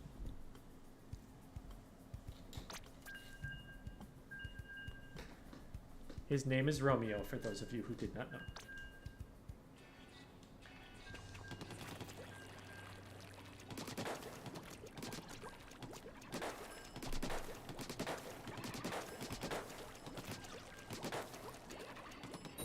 And if you see any rustling noises, it is probably him pretending to murder something.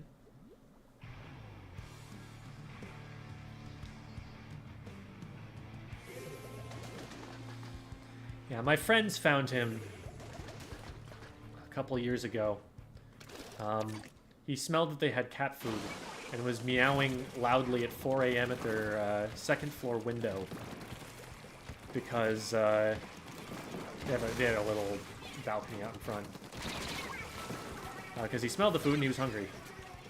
Well, they named him Romeo because he came calling at their balcony. So that's the story behind that.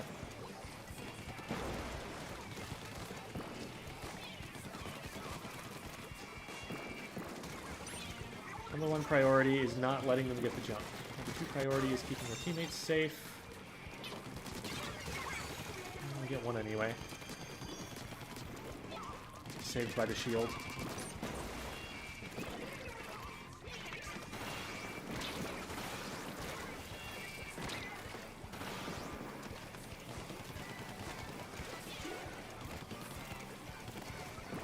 We can let that reset.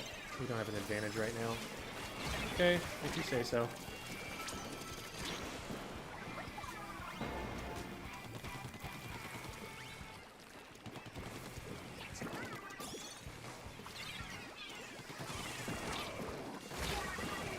I thought I was so far away from that.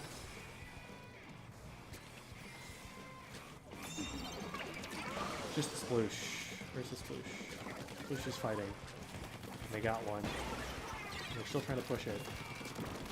But we painted just enough of it that we couldn't. We didn't allow them to do that. Oh, that's Jeff. I know this sploosh. Oh my god. They are a streamer, actually. They might be streaming now.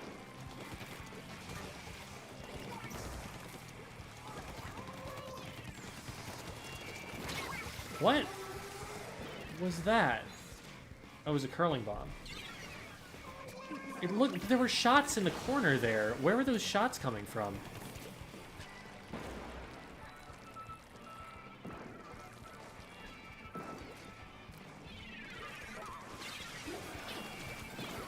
I'm the one they're going to be looking at. Hopefully team follows up. Oh boy.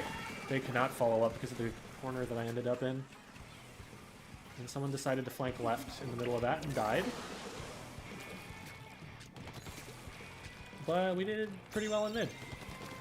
And then we picked up, which might be a mistake. No, we're good. Oh my god, no.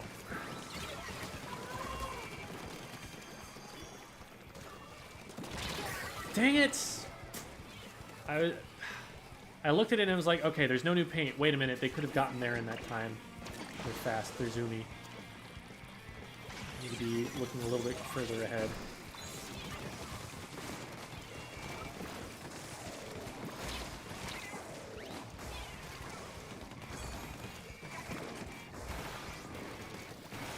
Well, I'm dead.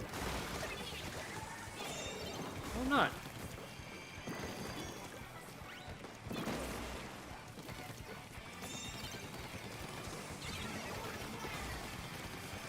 Paint our flanks and be checking the map for them. We have both sides painted. Ah, hello.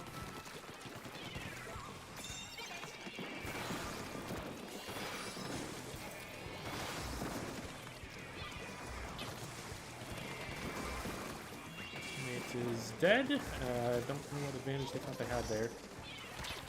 Maybe there was something, but I didn't see it. They lost me. Ninja Squid is to thank for that.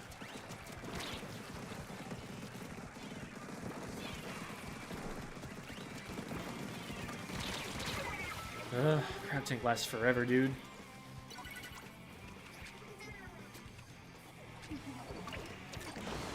We just can't get control of mid at all. We keep dying. We need to stop dying as often as we are.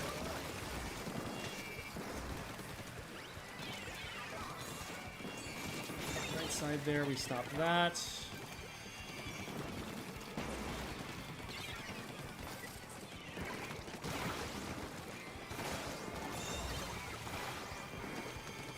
Just the X-Flow, who I haven't even seen all game.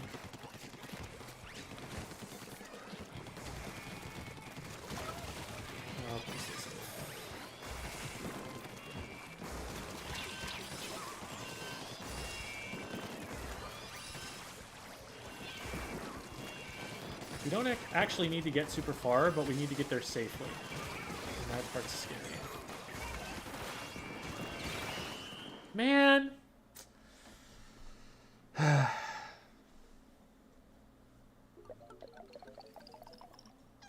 was debating just walking forward because I didn't trust that there wasn't going to be someone sharking there. And I did even get someone. So I don't think I was necessarily making the wrong play.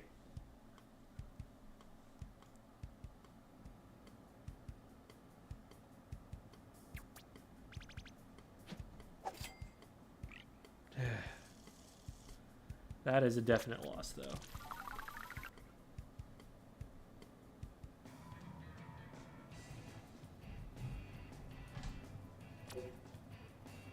GG's, GG's.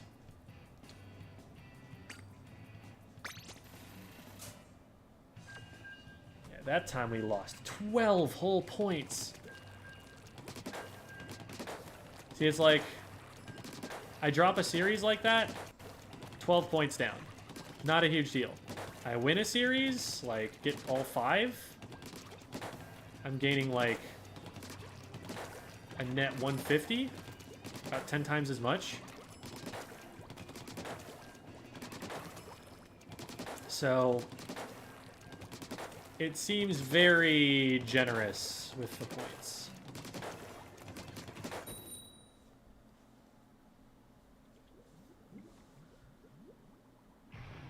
Oh, we had multiple players that were in chat there.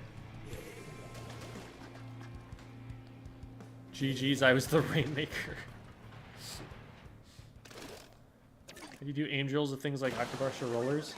You can do aim drills with just like a shooter weapon if you want. Although, it's not a bad thing to practice just on the targets and stuff the same way.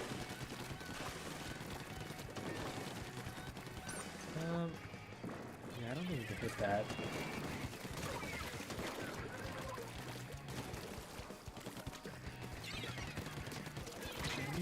Okay, they got the wall up just in time.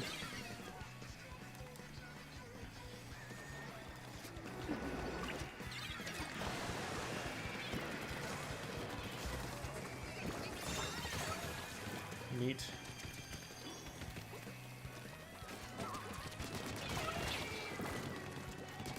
Now they're trapped with my teammates. And by trapped, I mean they're going to splat 2 of them.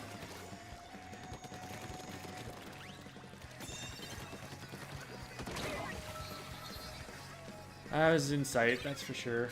I need to respect the E-leader's range. I was gonna try and get behind cover and then Zuka it, but I didn't respond in time.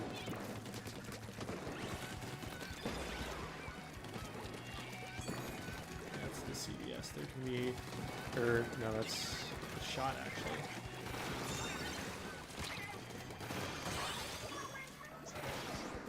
I did get someone with that shot. What? I thought I missed.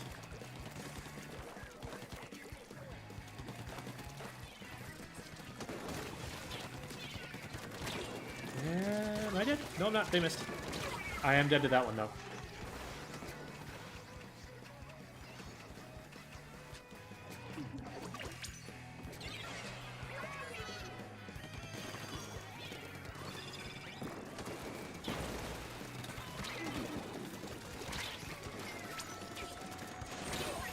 Oh, got me out of the air. Good pick. That's important. What do we have to pressure this E-leader with? They are a problem.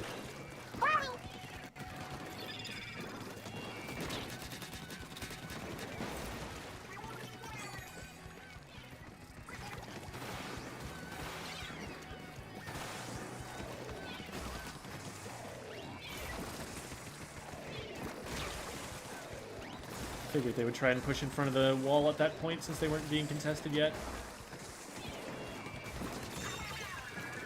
It's tricky to move up with the K-Gal, because the very thing that keeps you safe can just leave you open to an easy lethal bomb kill.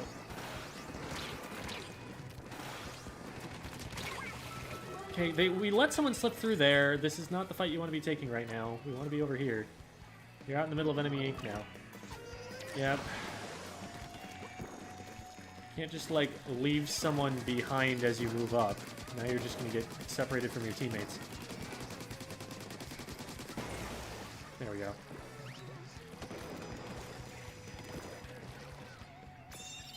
And there's going to be there, and they're going to look that way and then try and bait us.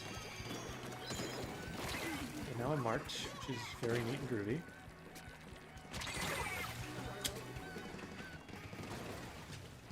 Couldn't decide whether I wanted to jump back. I should have made the decision to jump back. If you're ever uncertain, you always make the decision to jump back.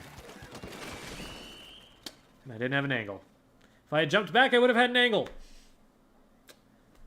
But we also just did not splat people enough in that game. We were dying a lot without making them die ourselves.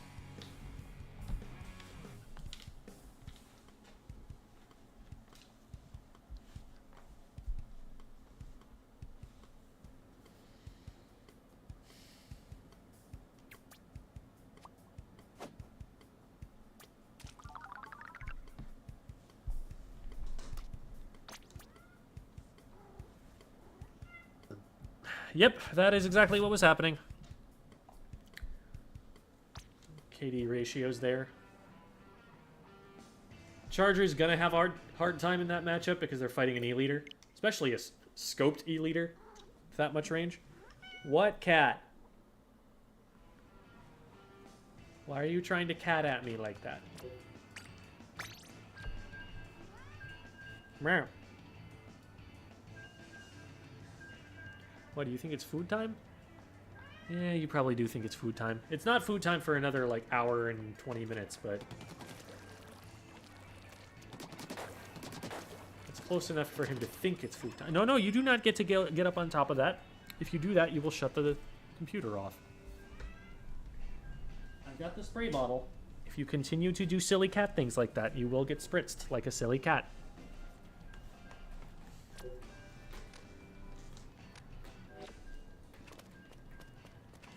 All cats are the same. They are driven by food and only food. That's not true. Some cats aren't as food reward oriented, but a lot of them are.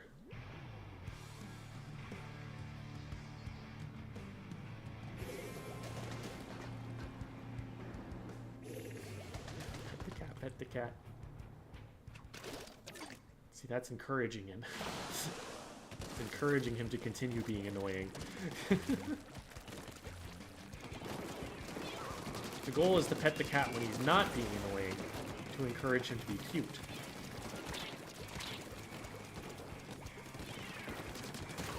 Wow. That really just worked, huh? I don't think I got hit.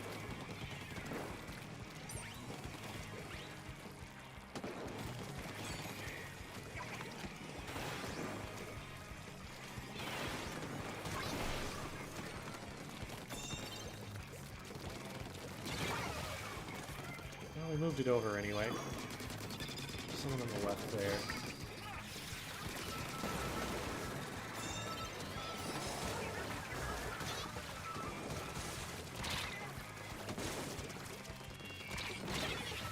Couldn't get across.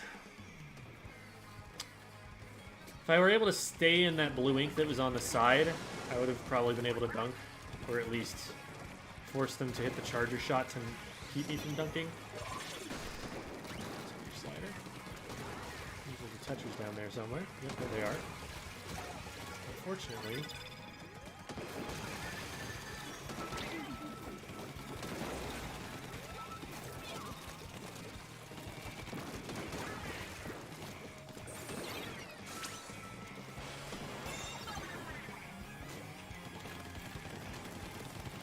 Just for all future jumpers, so that they can actually swim when they land.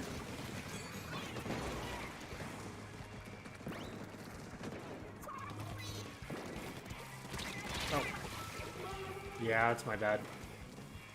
I should have paid attention to the first ouch. That would have saved me. Good stuff, Ademi.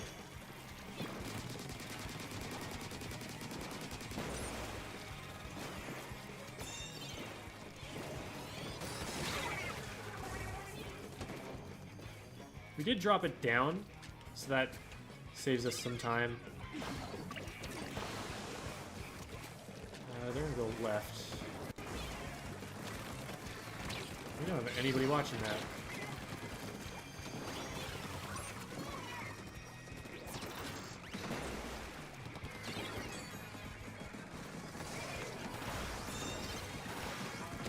Oh, that's the leader too.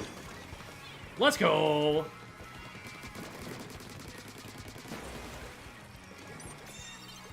Okay. Come on, people.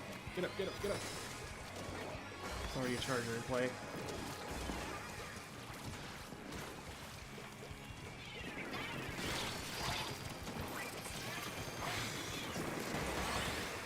Let's go! Just swim, just swim, just swim. Do not shoot. Do not fire shots. Let us paint for you. Go, go, go, go. Literally, we did not KO because they did not just swim. We could have painted for that, and they wouldn't have had to.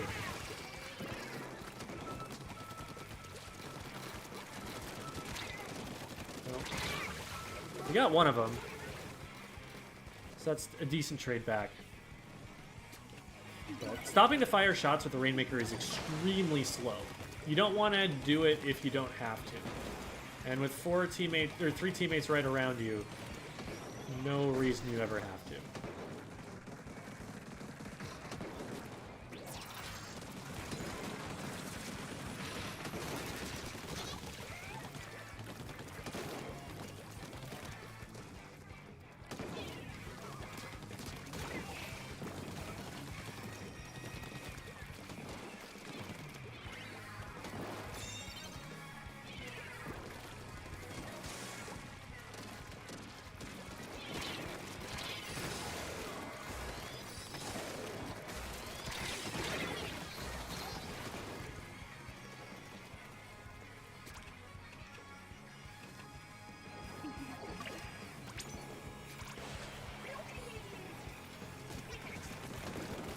Shape. We just need to not feed right here. It's gonna this thing. Okay, it's not gonna actually hit if I just sit a little further back from the corner. There's someone over there, which I wish I could do something about without getting myself away. Alright. They lost Rainmaker. I do like the idea of that shot. Oh, that's a beautiful shot. You're already one shot.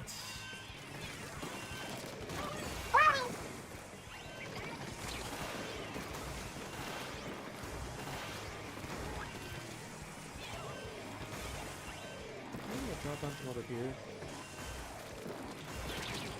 Yeah, I am. I was like, wait, at this point, the people who know that I'm here are respawning.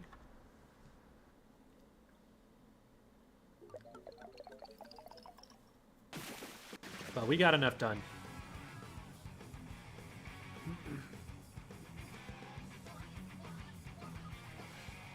Yeah, sometimes you just put the shots up there and see if they land.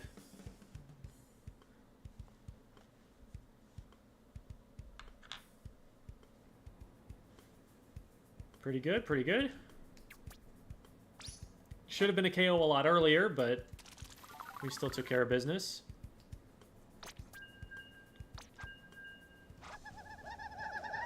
Yo, it's a raid from I'm Tot. Tot, I believe, being the German word for dead. I believe that is what this is in reference to. I know it's the German word for dead, but I believe that is what they mean with that tag.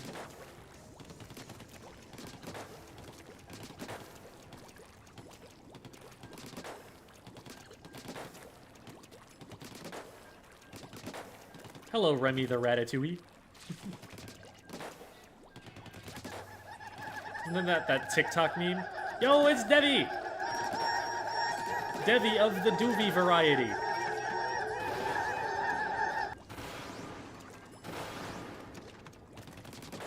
Welcome, everybody. Devi is friend. Devi was actually streaming with us yesterday on Silly Comp Sundays. Actually, no, wait. Was Devi? Yeah, Devi was there. Devi was there. We've got a small roster of people that we have for that, but Devi has been with the channel for a long time. Former teammates. Is a team captain for the Grillers. So anyone who's interested in forming teams, she is a good person to talk to for advice on how to go about doing so. And she's also a Hydra player, so any backliners out there, she makes positioning maps. Maps of where on the map you want to be standing that are really good resources for you to give you an idea of what's advantageous.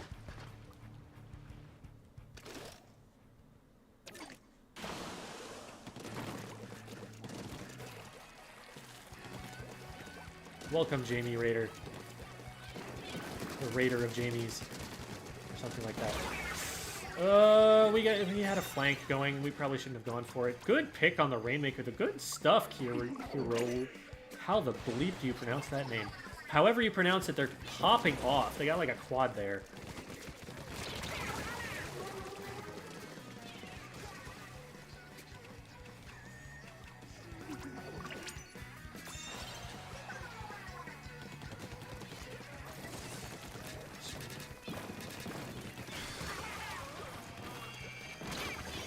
Oh my god, did I just get killed by the Rainmaker shield? No, it was bomb off the shield. Okay, never mind. Man, Kuroi's killing everyone for me, and I'm still not able to hold the Rainmaker there. Feel bad. Alright. Oh, man.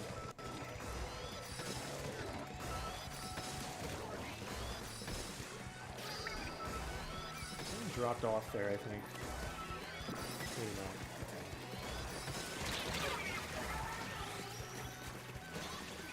not. Okay, this is not helping because the Rainmaker's not there.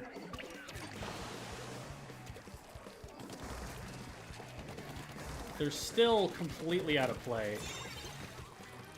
We almost lost check for that. Okay. They did end up getting a pick. Oh my god, move, move, move. I'm not trying to fire.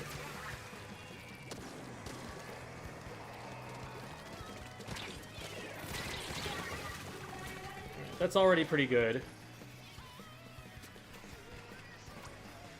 It would have been better if people had pushed up in front of me, because I think we probably could have just brute forced that, but... Cool. You love when a bomb does what you want it to do.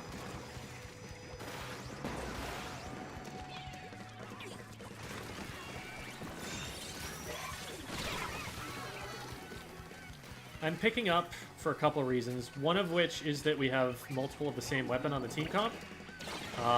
So we already have another splatter shot. We don't need 2 splatter shots at once. Another reason is that Kirui is absolutely slaying, and I don't want them to have to get off their main weapon. And I think a Booyah Bomb would be a little bit more useful for us to be able to get in with.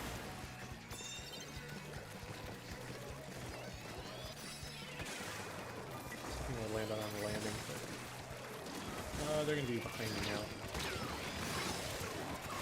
now. No way they missed all those shots. Oh, okay, they finally got it.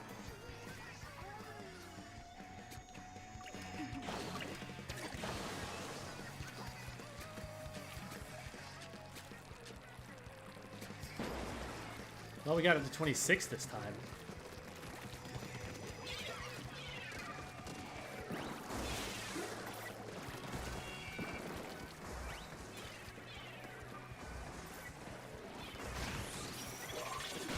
Dang it, they knew.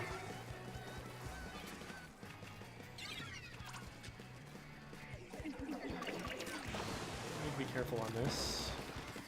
If we feed one more time, that could give them lead. Oh, this isn't paintable. Let's see.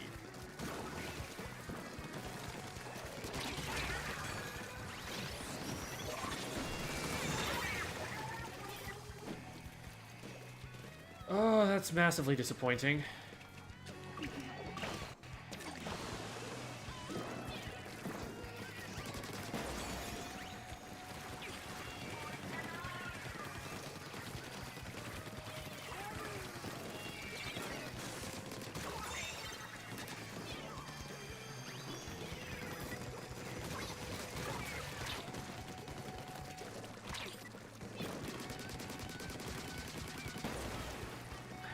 We want this to reset. Maybe not.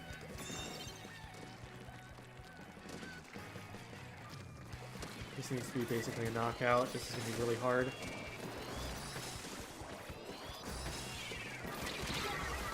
Well.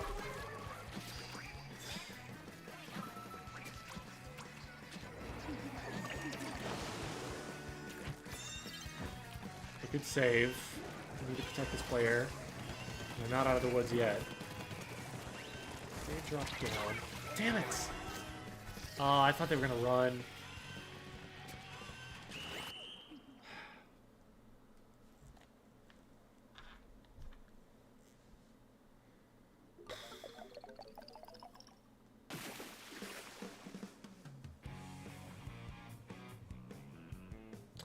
Hi, Zone Inc.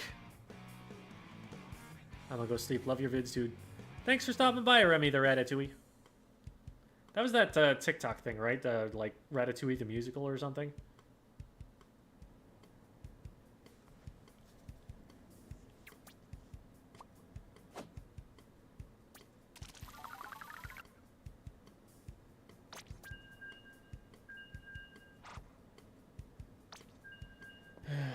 died a lot.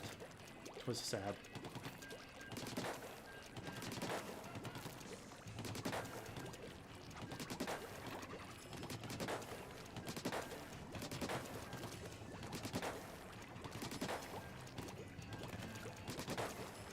Hello, Chester. The movie? Oh, maybe that was it, yeah. Well, like, Ratatouille was a movie, but they made a musical out of it on TikTok with, like, live-action voice actors doing song and dance numbers during COVID. It was a weird social phenomenon. Because the original thing is very weird and cringe.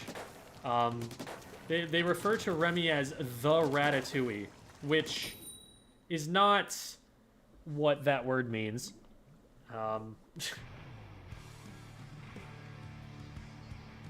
Some strange ballad about chasing your dreams, I guess. And then people just started making accompaniments to it and other pieces of music and stuff, and eventually it just got all compiled into one feature-length, like, dramatic rendition of it.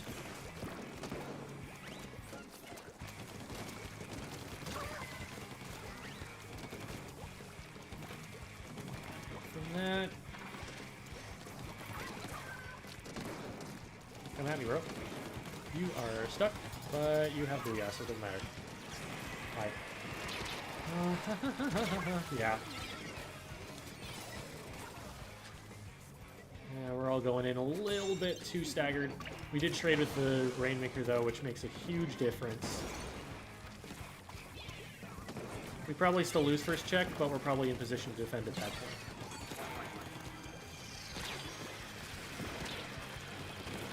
See you there. I do not like what you are doing, sir. Or madam. Or other. Squid. Ah!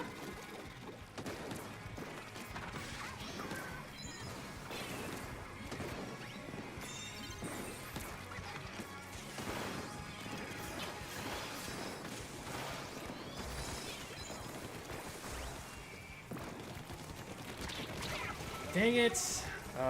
Guessed wrong on what side they were coming up on. Now we're just gonna get flanked, because nobody's gonna look at that, even though I ouched like 3 times.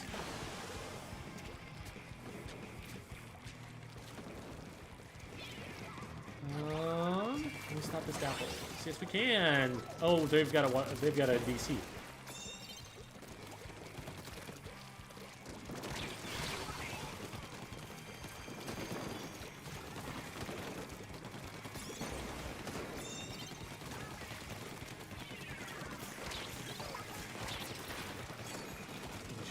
This, and if not, I had a Zuka ready. Well, I guess we get that kind of for free. Didn't feel great. I don't think we really played well enough to have earned it without the DC, but we got there.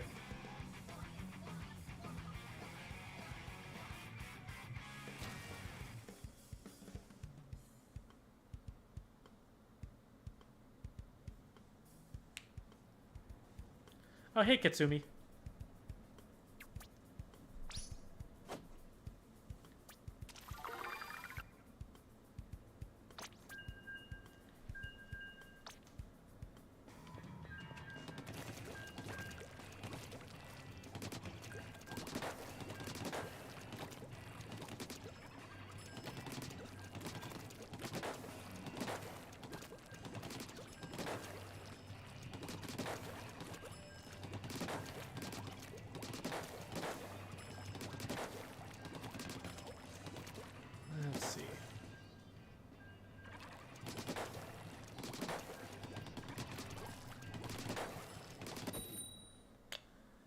Probably go maybe to the end of this ticket or something like that.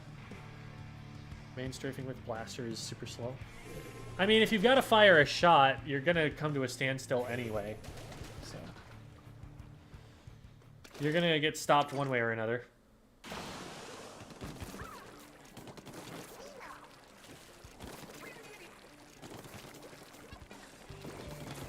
If you're just going to dodge out of the way of a bomb or something, then yeah, don't fire a shot to do it. But if you're in combat, you're going to shoot and then you're going to move.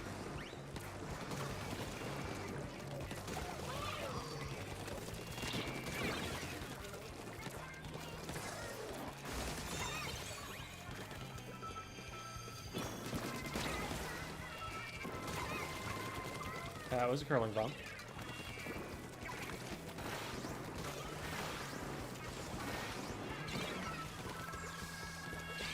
Why is this happening?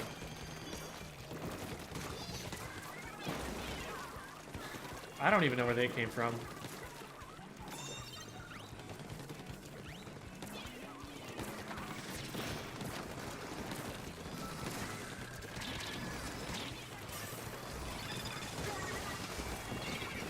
Get the sploosh eventually. Crap.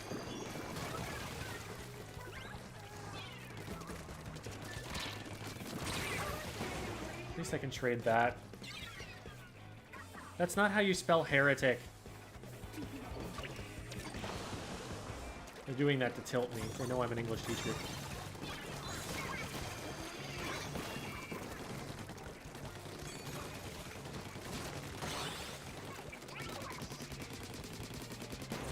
Oof. Okay. I'd rather not be the Rainmaker carrier, but where we're at.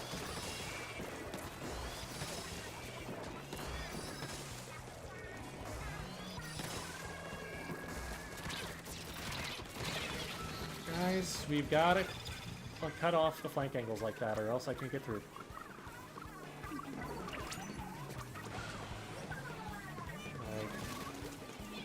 I knew that there was someone there too. They had been there before. I don't think I can get this all the way over. There was more paint when I was trying to grab it before.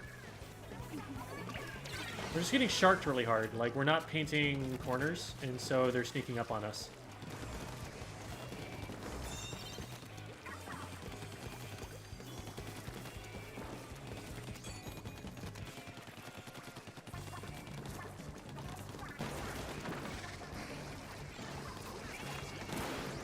Hard to get the Inkzuka out when all of them are taking low ground positions.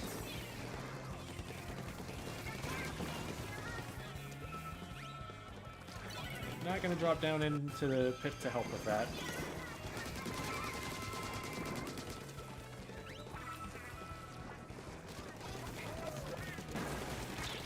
Yeah, it was a bad move on my part. Once I didn't hit anything, I needed to run.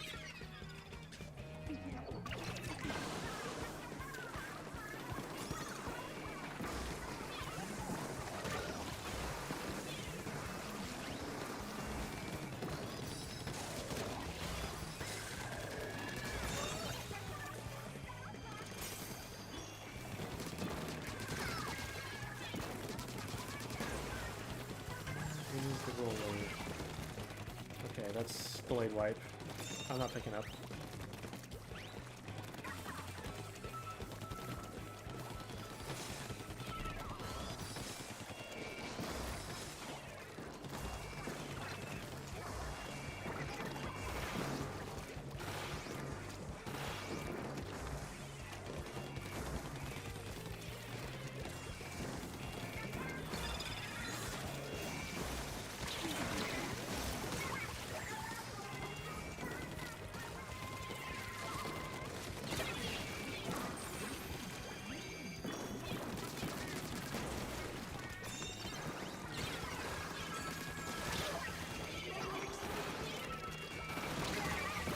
That would take two.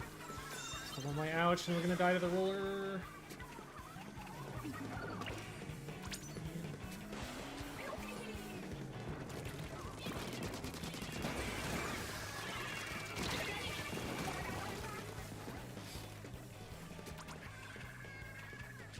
I was hoping I could take a slightly different angle than the Rainmaker would take so that they wouldn't hit me with free firing, but that's actually throwing. No reason for them to pick up there. That gives us overtime and them a numbers disadvantage. If we won that game, it would have been because L plus ratio decided to pick it up there. That was the worst possible decision.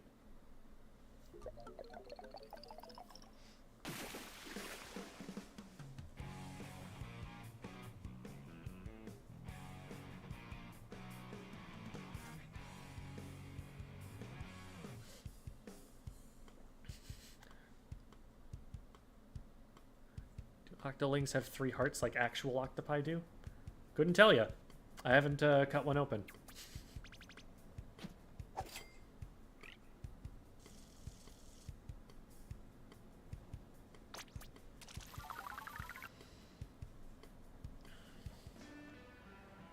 Yeah, we were just being too slow about finding the sharks in that match. Weren't doing a great job of keeping the Rainmaker from getting flanked. So all of our progress was really slow. I was having a really hard time hitting Zuka shots because people just weren't standing in like high ground places. They were using a lot of cover. What you really bring the Zuka for is to displace like a backliner that's in the way. So it had more limited utility. I guess I could use it to burst through like big bubblers or something, but...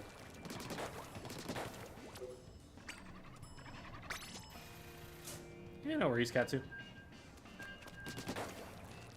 Playing with my Twitter mutual. Yeah, I saw that you know them, the Swiffer player.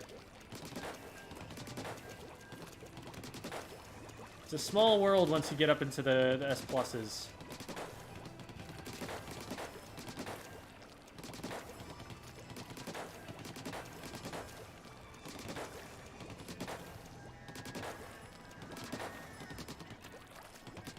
Basically, anyone who's famous in the squid world, you're going to run into if you're the same rank as them if you play often enough.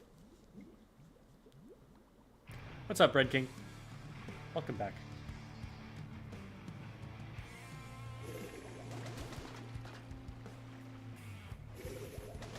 Yeah, GG, Katsumi.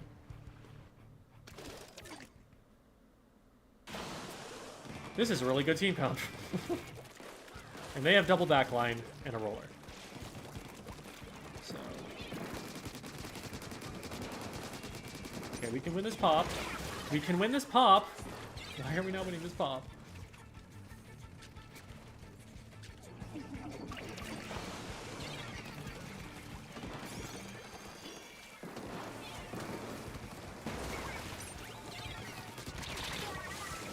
God. Why did we not win that pop?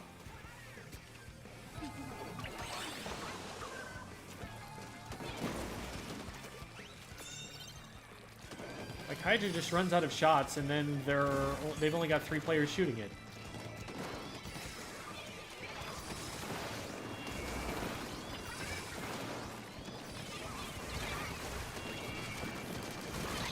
There are too many things to shoot at right now.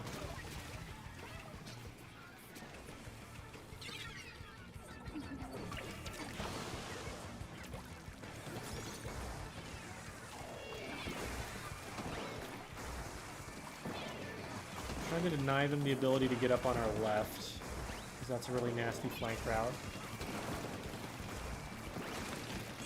But they got up there anyway. That should be game.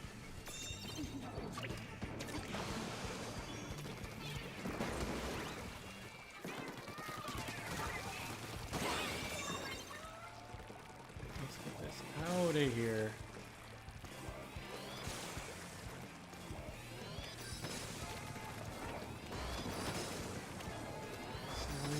The Charger out of the way and the Hydra out of the way.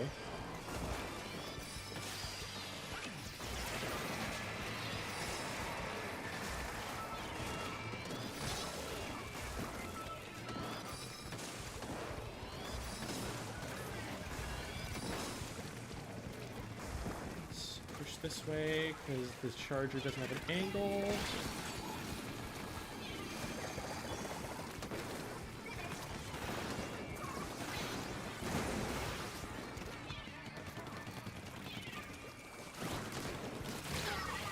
Man! That felt like something that shouldn't have traded.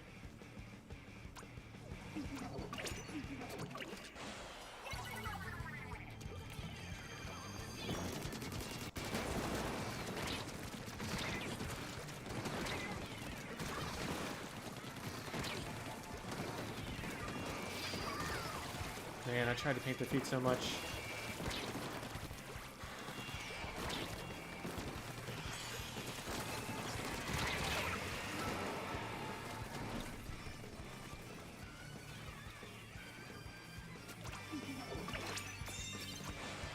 Frontlining E-Leader. You love to see it.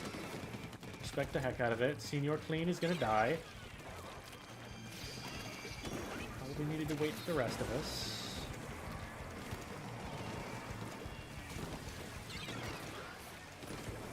This flank takes so long. Man! Oh, that's so unfortunate. We got the wipe, but it reset on us.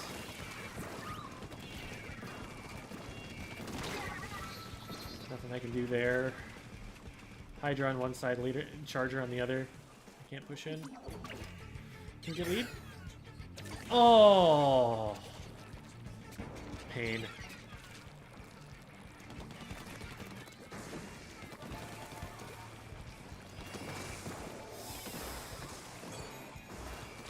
Oh no, yeah. I gotta jump. No shot I win that. Can we paint all of this? There we go.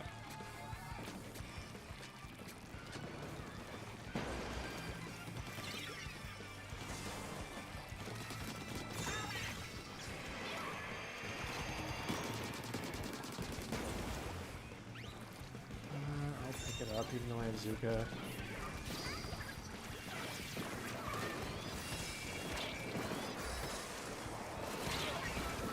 How did they get by it? Oh, this guy was in Booyah Bombs, they couldn't enforce. They probably could have thrown that down at their feet, though.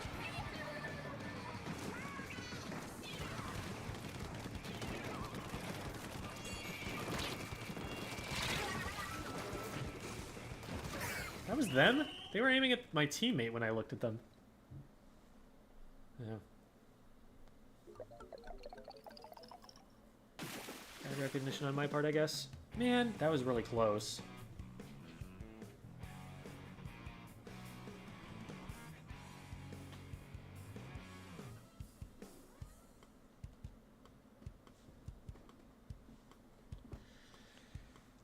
The thing that's annoying about that is that they got that push off of just splatting us on the pop.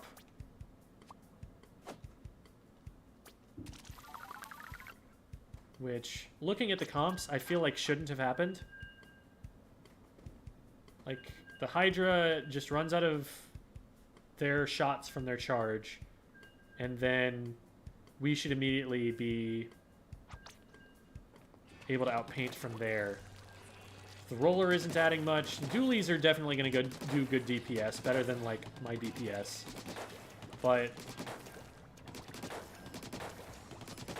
between the leader, which can only fire so often, the Carbon, which isn't going to paint a lot, and the Hydra, if we had just all focused on the Rainmaker shield, I don't think we would have died.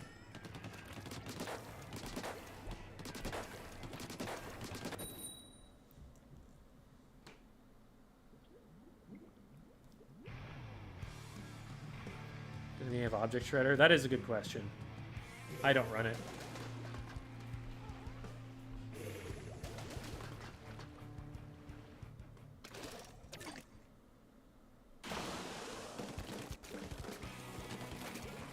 No Object Shredders. I think we probably still win this. Maybe not. I feel like we probably should win it, but we've got a flank, so we're not gonna. Oh my god, cat, please. Not the time.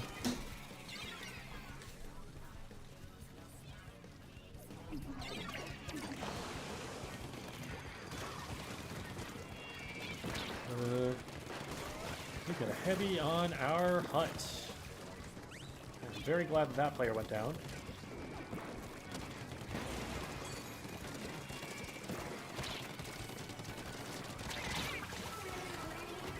Pretty sloppy. I needed to move earlier. Okay, hero play or we lose. Yeah, okay, good.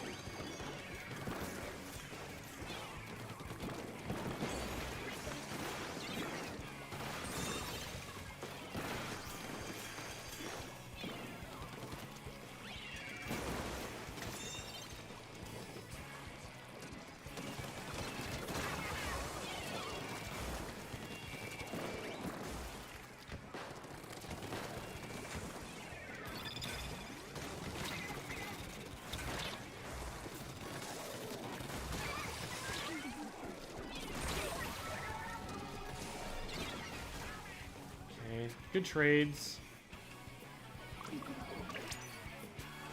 Let's go, Moofy. Yeah, let's go. Okay. We're in good shape. We're in good shape.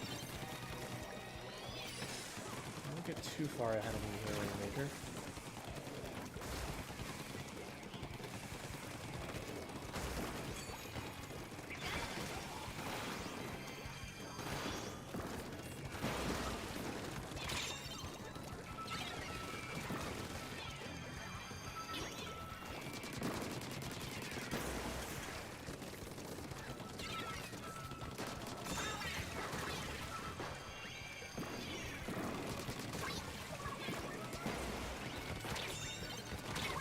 Oh man, that range blaster shut that down so hard. If I get the range blaster there, we might actually get lead. Also, why are they taking it to the right? You can jump across. So much faster. I guess maybe it wasn't safe. Maybe they were getting pre-fired. That's a reasonable decision in that case, but...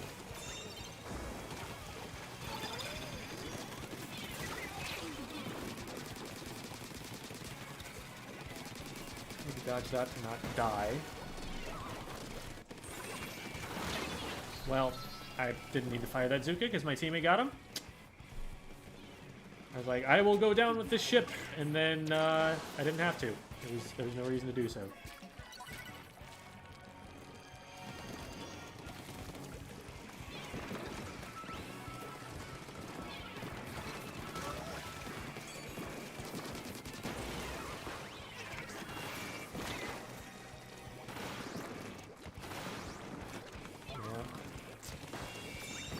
Okay.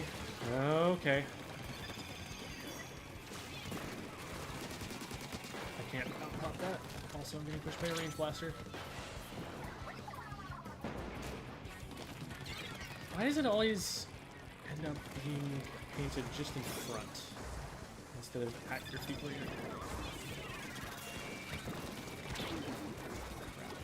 Can I make this? Yes, I can. Cool. Good to know.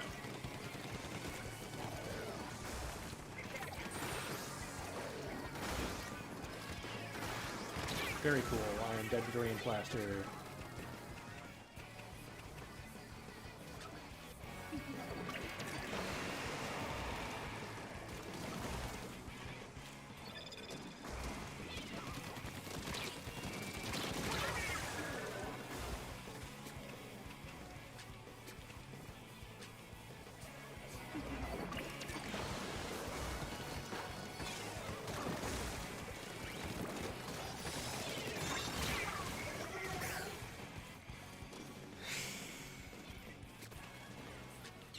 We need to paint the map.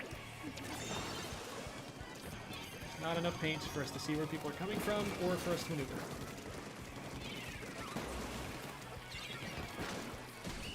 Oh, come on. We had 3 people watching that. I don't feel like that should have happened.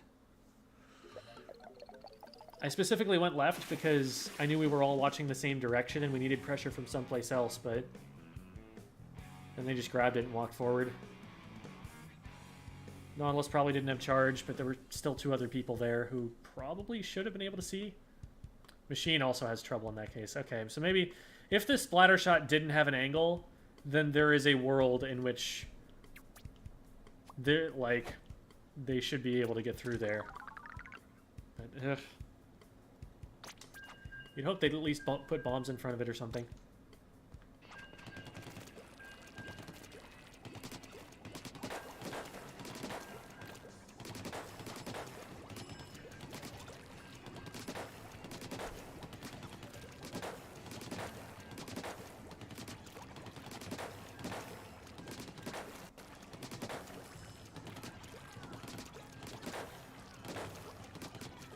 Hasn't been a phenomenal day for series yet. Definitely had some good matches, but have not had a good overall win rate.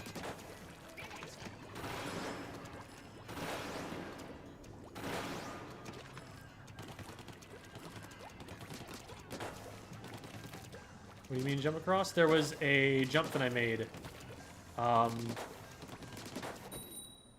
that got me further back into my base.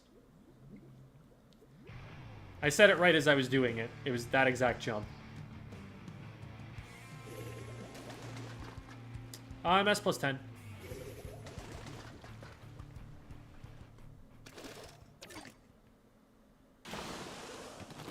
Two of them died. I see.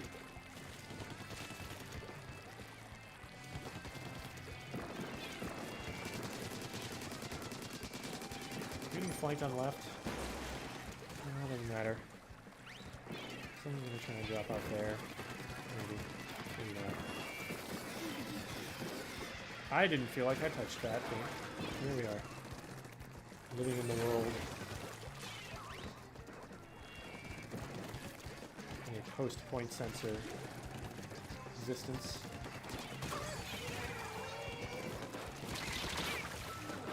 I needed to hit one more shot. I was close. I'm going right. What is that jump? Why is that? That takes so much time too. I guess it was trying to put me on top of the rail or of the light pole, even though that's like not a thing. I don't think you'd want to do anyway. I mistimed that. I was worried that I was going to run out of it in time, but before I was able to use it. Probably should have just fired my shots immediately so that I had my main weapon and sub back. That would have made it a lot easier to camp that. Oh, that was a good bomb.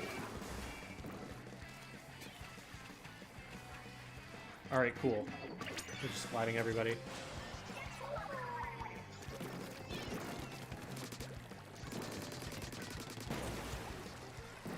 front of this. Don't expect me to pick it up right away. There we go.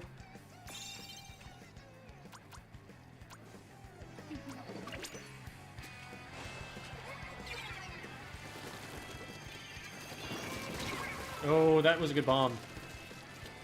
Kate's throwing a lot of really good bombs. I need to watch out for that.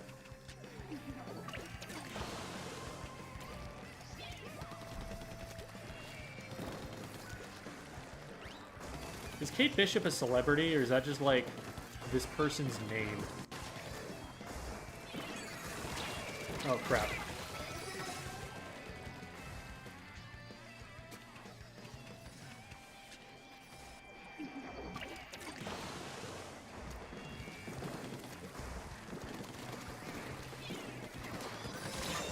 They go down. They placed a really good shot, but still go down.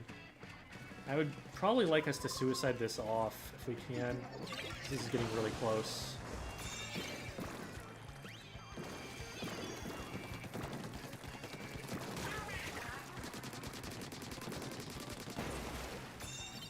Yeah, okay.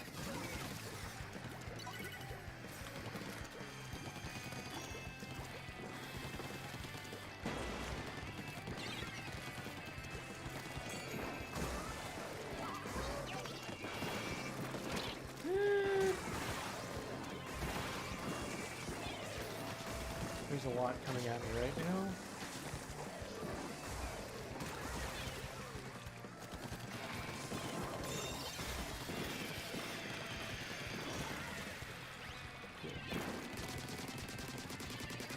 Didn't overcommit, we just waited to see where people were.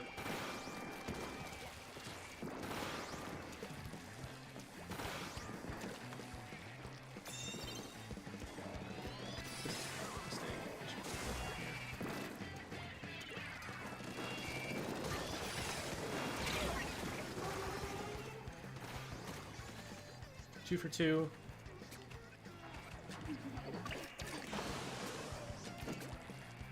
Teammates are really separated. I'm worried about our junior's placement right now. They did get one. So now they should finish this flank. Okay, good.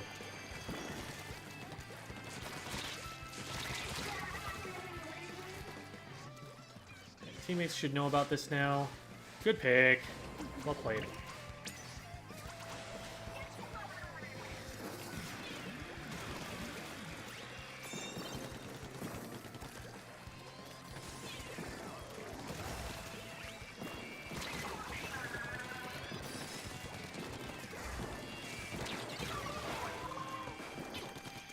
Back up and stay alive. 17 seconds left. No reason to feed. I don't know if this jump is safe. Okay, it's safe. Just keep all sorts of bombs up there.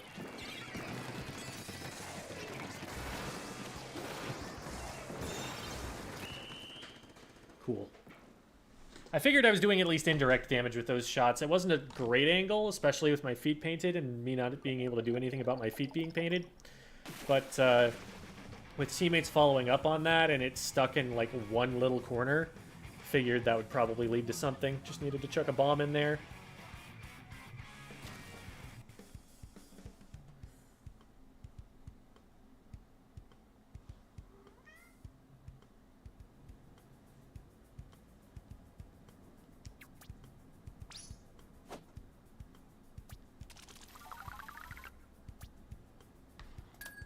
Is there a mode where the splatter shot is not reliable as a solo queue weapon? I don't think so. It's one of the best weapons in the game. Damp popped off, holy moly.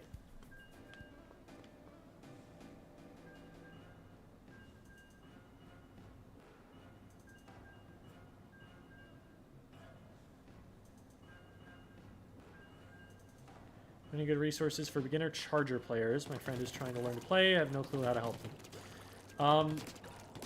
There's a really old video that Brian the drummer made about his aim drills that I like to recommend for people. I definitely recommend any resources that talk about how to play backline weapons. Devi's backline overhead positioning guides are really, really good. Those are in the Squid School Discord server. Here, I can put the links out in the stream real quick. The Discord server in there goes to the Squid School server.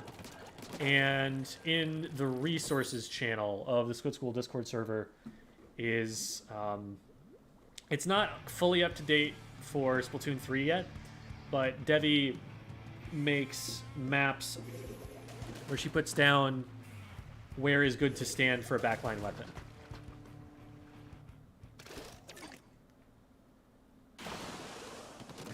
So those are a few ideas. I do have some videos on like backline positioning. And there will be more about those as the what am I doing videos kick off more and more. I could have waited just a second and I would have had the Zuka ready. Pity I couldn't communicate that.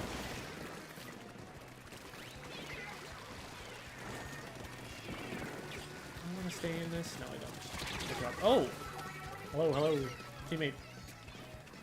Someone chasing us. Okay, good pick, good pick. I can jump into this, because there's no way they're watching that. At least, not very heavily. Oh, goodness. I thought I was dead. So I tapped up on the D-pad to trigger an ouch. How are they getting in here so fast? Like, what's happening that we're not equalizing numbers here? We got a couple down there.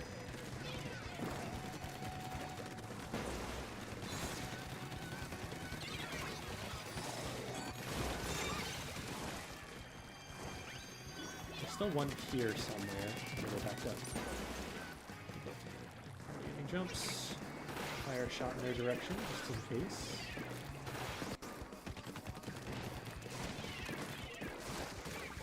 Beautiful. Okay.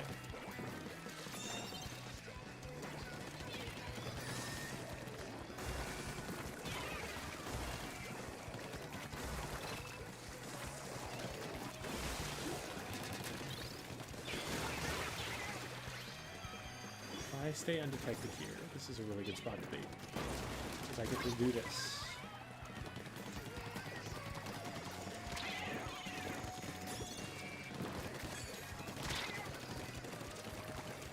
What is happening that we're not picking it up? Am I the only one left? What's going on? We're all alive. Did we all just respawn? Oh, man.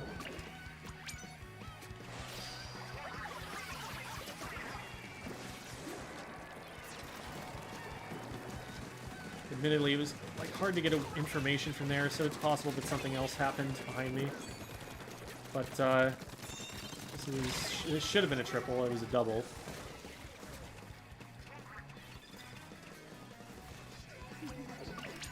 There we go. That's the push we should have had on the last attempt.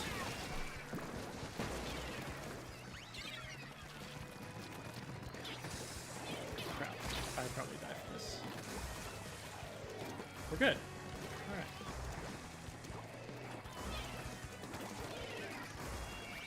Nautilus spooked me. I thought I was getting jumped by a roller or something.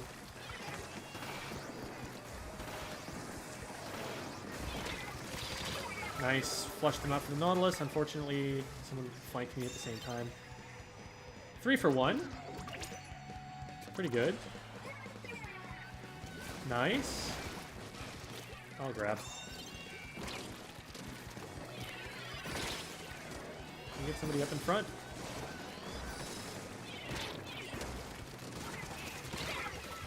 Okay, apparently not. Apparently I need to not be picking up so that I can get up in front.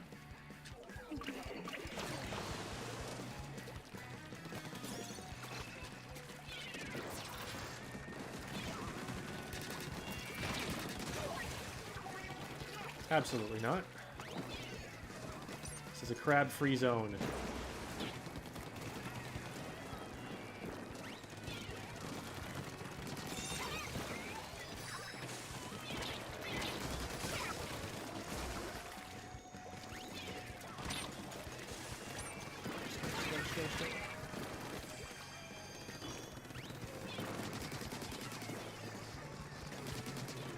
Use this pop.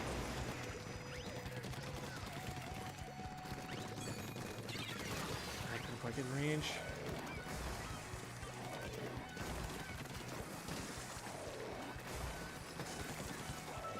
Oh, that jump is so dead. Oh, I was so distracted by the fact that the jump was dead.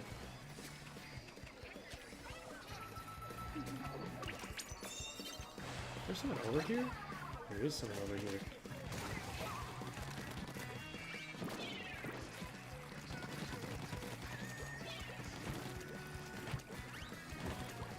Let's just go play the Rainmaker. Yeah, they are... I don't know what the Mini is doing there. The Rainmaker's in their base. They don't have mid control. At most, they're going to spawn camp a little bit, but I can just run past it, and it's not helping. So that was a strange play on their part. Okay, well, that went pretty well. I got out of ranked videos have been super helpful. Thank you. I'm trying to get the videos out there more and suggesting them with my friends. Oh, I appreciate that. Thank you. The Mini was being epic. Hi, Chillfen. Good to see you. I'm sure you've probably been in here for a lot longer and I've just not seen the messages yet. Hi, Sunny.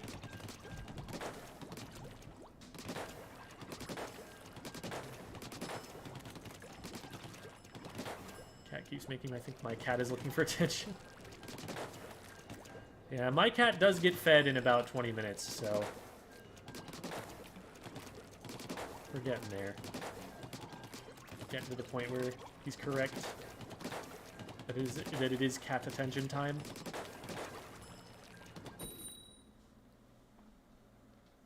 Does RB focus more on fighting or keeping people out of an area? Range blaster? What you want to do is follow up on your teammates' fights with Range Blaster. So, like, you're not going to be directly engaging people as often. You're also not going to just, like, be standing there zoning them.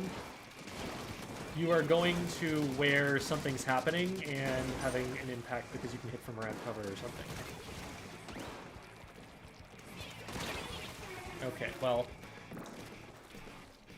Here's how I feel about that. Get splatted.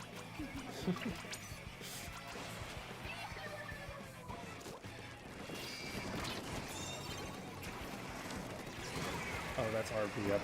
I feel silly. I'm being scared of it. We could definitely jump into this, because that's just a charger. And they'll be jumping into the charger, but we'll get there first.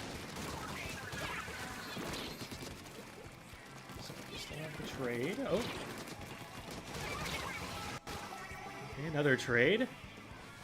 There's a roller over here, and they're going to missile, which is going to be annoying. Probably gonna force us to back all the way out. That's gonna die for nothing.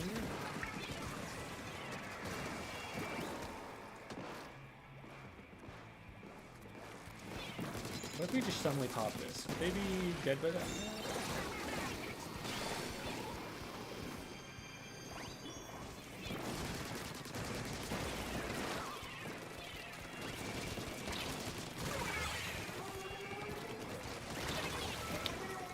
Oh, it was behind me. I think we still get this, though. Yeah.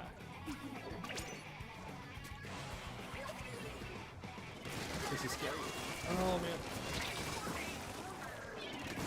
I'm alive.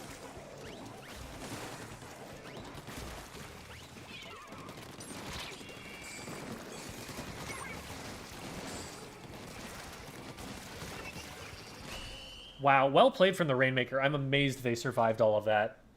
That must have been an insane clip on their end. They must have been screaming.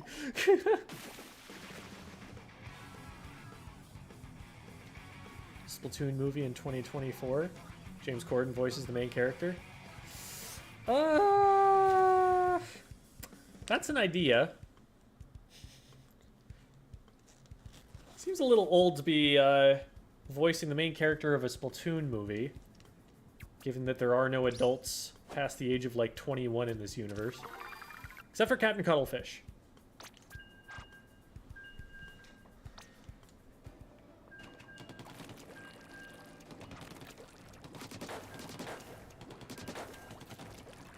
Any advice on how to get in as shot?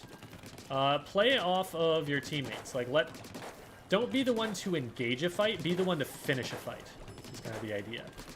Obviously, there are times where you'll have to paint and give yourself away that way. You can't just spend your entire time sharking. There are also going to be times where you're going to be best used just farming for special and trying to get a Trizuka pick to open something up. But, like, your weapon's strength is not just, like, running at someone, because let's say that this target in front of me has better range than me. I have to get all the way to here while they're shooting at me in order to hit them. I need to use cover. I need to use sneakishness. Look at how sneaky I was. Haha. And I need to use them looking at something that's not me to my advantage. And some immortal cats. Yes, that's true.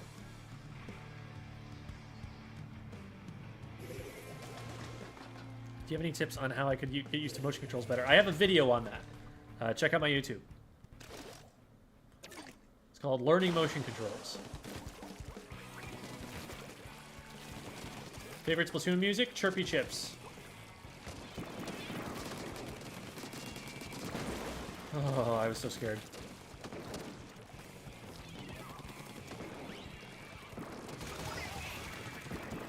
Okay, that works.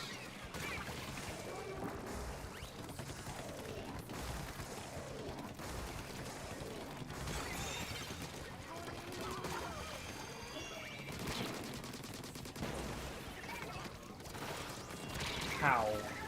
Oh, man.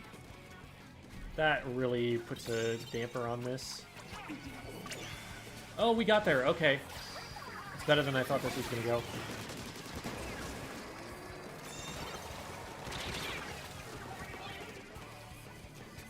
Not a bad start.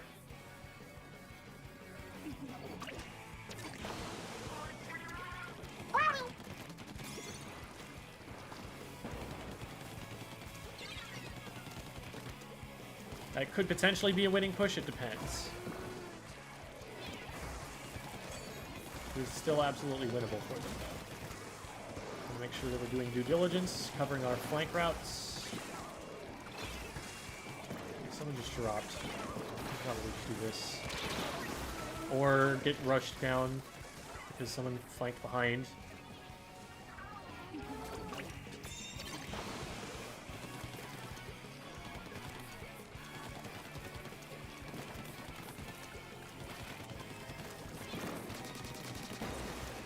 We can just let that reset. We don't have to do anything here.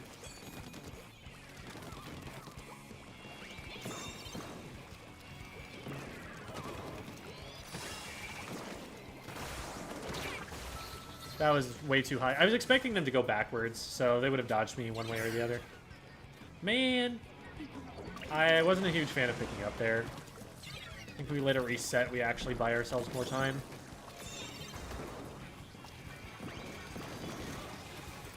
Whoa! That would have been a double bomb. Oh yeah, there's someone in there. If N gets in, I want to cover them from this side so they don't get pinched on their way back.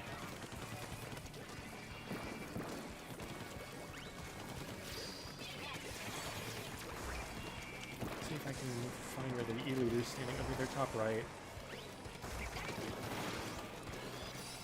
Oh, I didn't hit anything.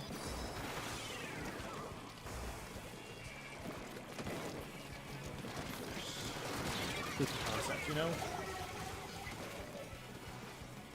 That's fine. I hope our teammate... Yeah, they'll probably get a trade at least if somebody finds them. And they might just get the Rainmaker clean. Nice, they got 2 for 1. That jump right there is one that I was unsure of earlier with Toast, if you're still here. Eh, we don't need to grab. We could. But we could just make sure that that player goes down.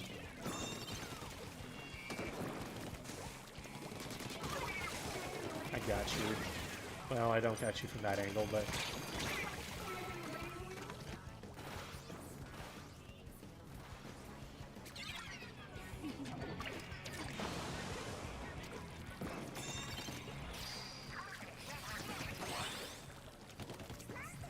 this angle also was one that I was talking about, Toast.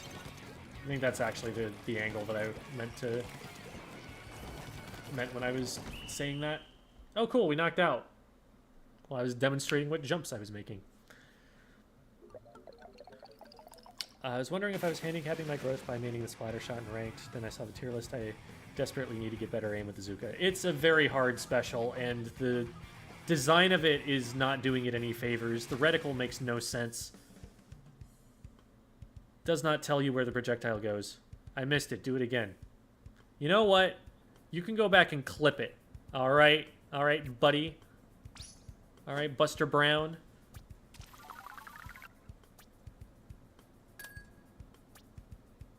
If I win one more, that might actually get me up to S plus 11.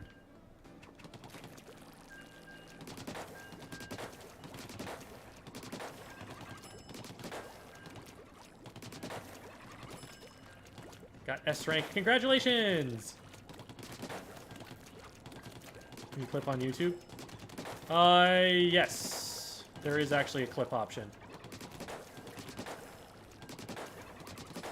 I don't know how you go back and watch the VOD, though, until after it's published, or into Twitch to see it.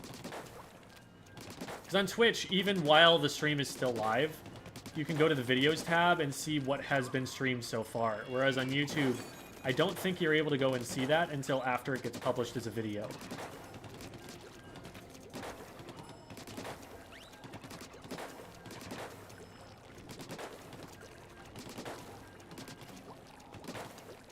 Yeah, YouTube has clips. Someone showed me one the other day. It's not a super useful feature. But it does exist. Okay. Oh, you can rewind the stream at any point. Okay.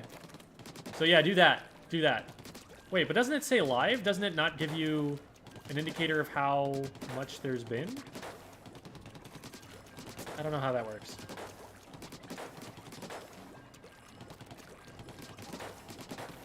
It was like a game or two ago.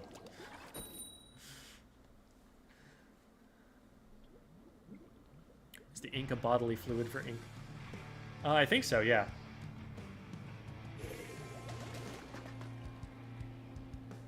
Because, like, their hair and their mouths match the color.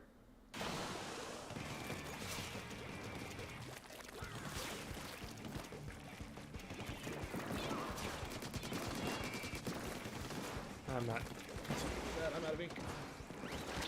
There's a brush that dropped down here somewheres. Okay, cool.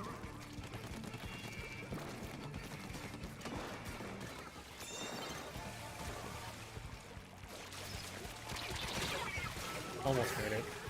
Man, and we wiped at that point.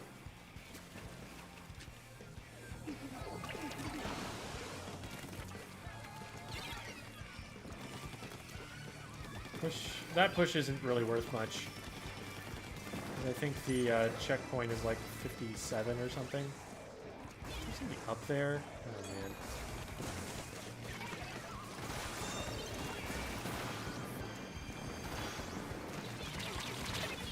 I don't know where this player is, but I really wish we were focusing the left a little more. Okay, we got it. Might actually... Okay, never mind, never mind. I didn't like that we left our one player in a 1v1, but they did win the 1v1. So we really go from there.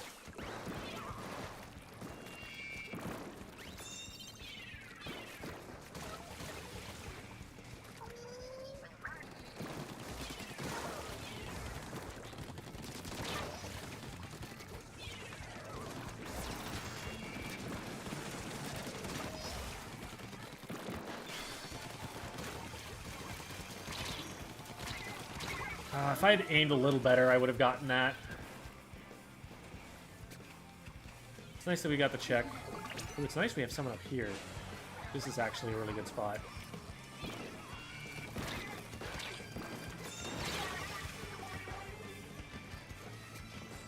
So we didn't get to reset it. I don't know if we get any more out of this. I can't outpaint that.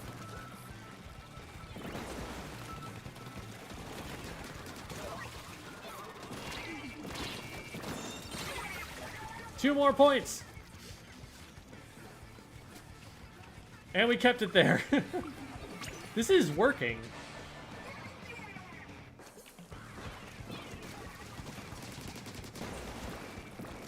And now we go. Okay, well, I didn't think that I was going to have to fall that far before I could switch directions.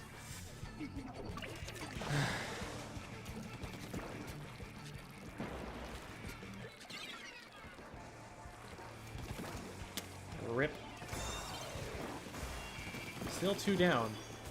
Charger's up there. Make sure that they don't have angles. Just the charger, and they're down.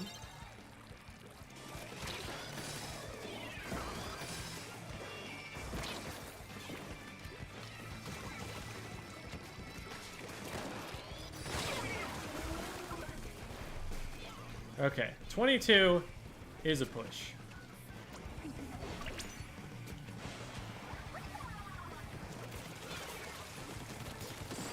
I took way too long to realize I was out of range for that.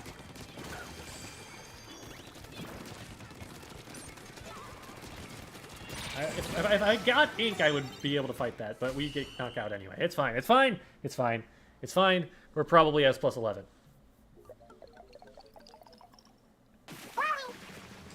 They did a shifty station in Splatoon 2 with the grind rails, and the problem with them was that it was way too predictable where they were going to end up, and too easy to shoot someone off them. Being on them was basically a death sentence if there was anyone anywhere watching the rail. Alright. 341. We are so close. Yet so far. You know what? You know what? I'm not giving up. I'm doing one more. Because I'm a gamer. And I can never stop saying one more game.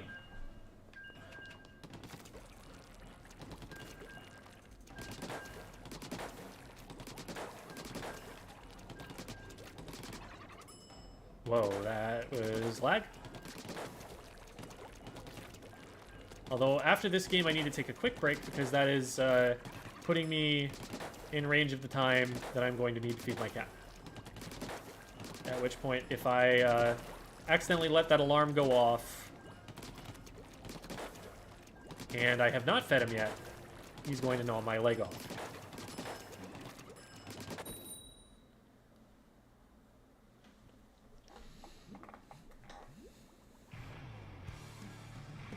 Like to aim at the bottom of the Trizuka reticle. So the Trizuka shot follows a parabolic arc above the reticle, above that line. So depending on how far away they are from you, you may or may not need to aim below the target that you're shooting at so that it doesn't overshoot. E-leader shot immediately got someone because they were focusing on top. There is a Hydra that is probably watching that jump. Good, they had stealth jump, but then they rolled forward towards the Hydra, and I'm not sure I keep you safe there.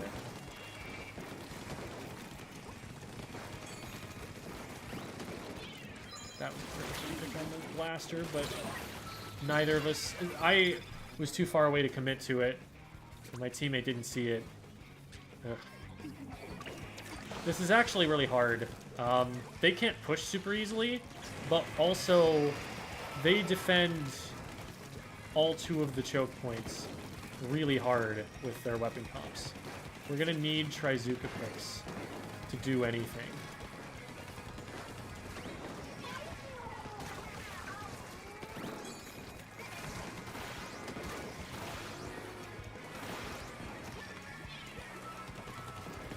Hydra's down, blaster on me, got him, let's go.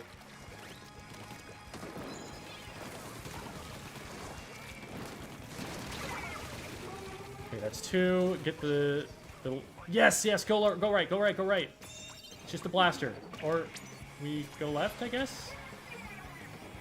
I don't know if we make that. Yeah, we wasted a lot of time trying.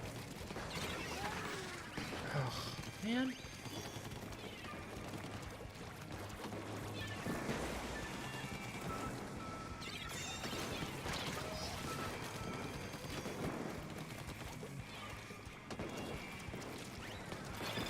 Oh, you're right there. I'm not even near the shield. I got juked so hard. It wasn't even them, it was the E-leader.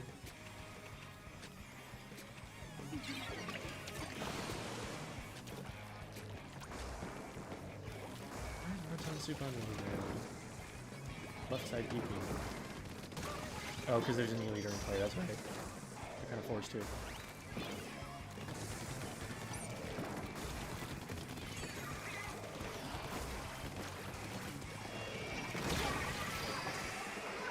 And the E-leader comes in to cover them while they are not firing. They don't even need to take separate positions, they just need to guard that one.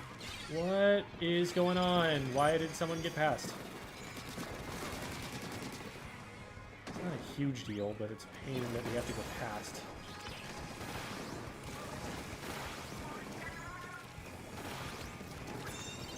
Wow, that actually overshot. Blaster. Yeah, we got them eventually.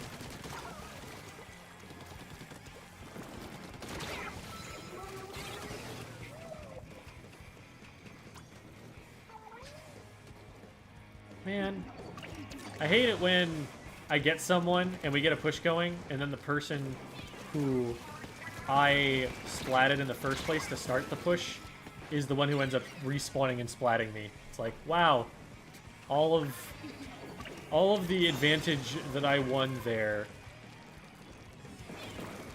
was for nothing.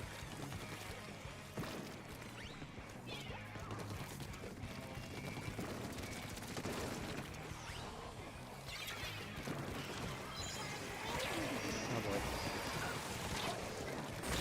Where is this player? I thought a lot of those shots should have hit.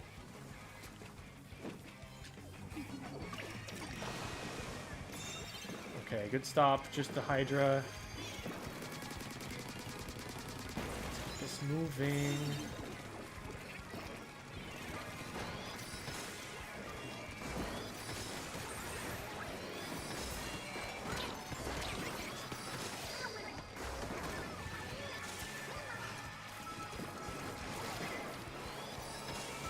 Figured I'd flush someone out that way. There's a leader watching, and we need to be careful about that, and also the missiles. Holy crap. I can't get forward. That E-leader is just able to see everything. And we have no pressure on them. Probably shouldn't have been the one to pick up, because We need the Trizuka to deal with at least something. I can't even get there. E-Leader was all over us.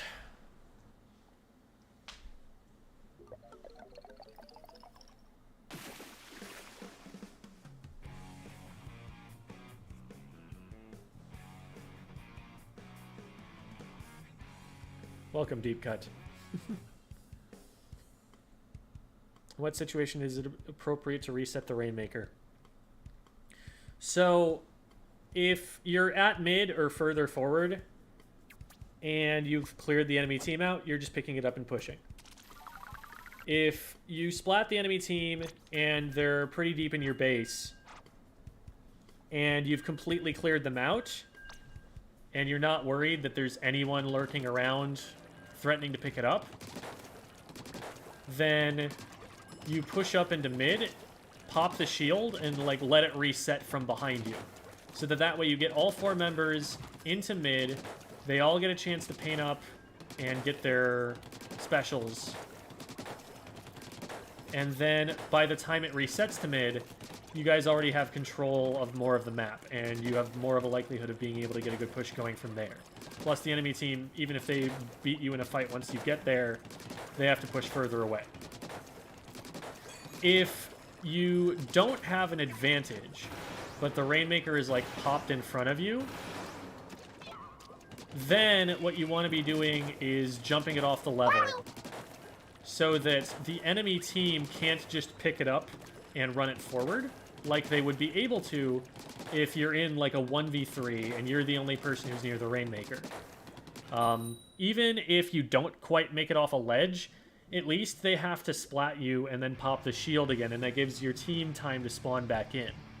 They're going to be at a disadvantage still if you don't make it all the way off, but less of an disadvantage. And of course, I did the thing that I said I needed to not do, and now Kitty is going to be annoying me through this match to feed him, which is valid, and I understand.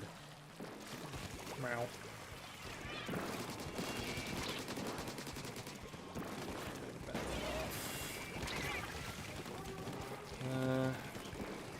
They don't have a lot of pushing power, so we can just kind of back up and not feed into this. Or we can all die. That's an option. Maybe not the one I would have preferred, but...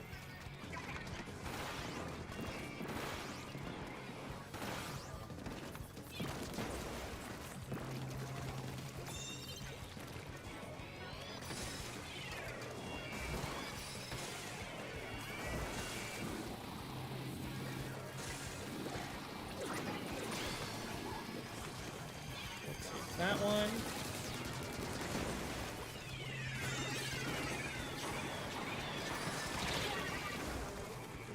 All right. Not too bad of a situation. Not a huge lead, but it is a lead.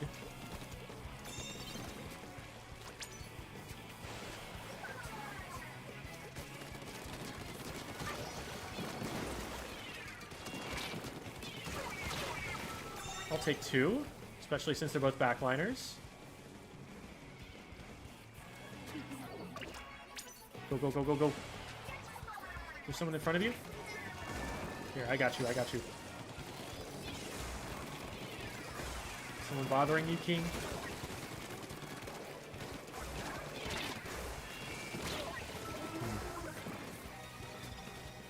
We can still keep going. We gotta push, we gotta push, we gotta push. What's in the way? What's in the way? There.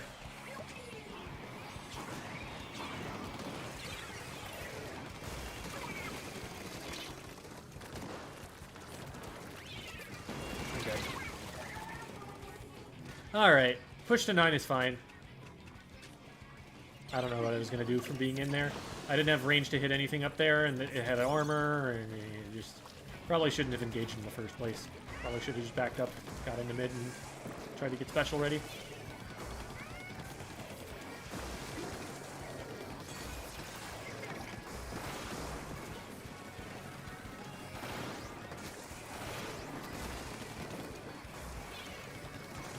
A lot of mid open there.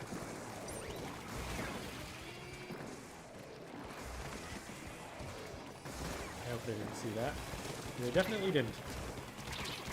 But I didn't aim, so there's also that.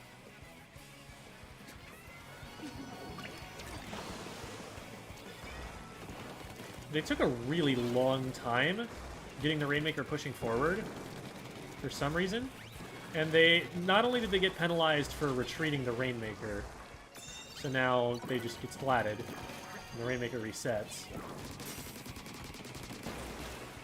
But they also didn't make any progress. I'm gonna get sniped.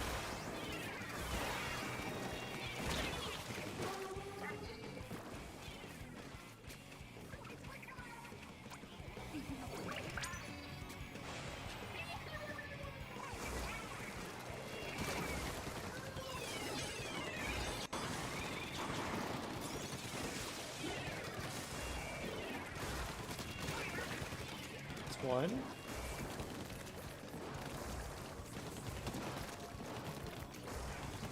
What is going on? What's behind us? Okay. Careful, careful.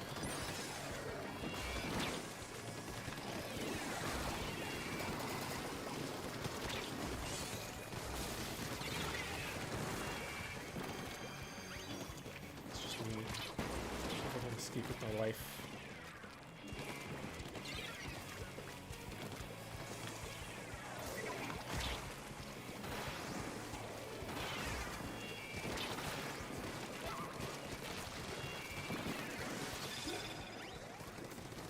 What an escape that was.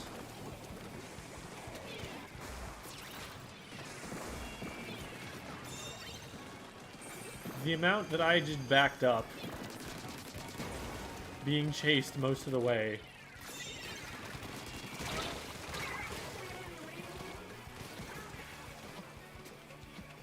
We probably want to get that out of here. Picking it up was a really risky play right there. Okay, we made it. Time to go feed the cat.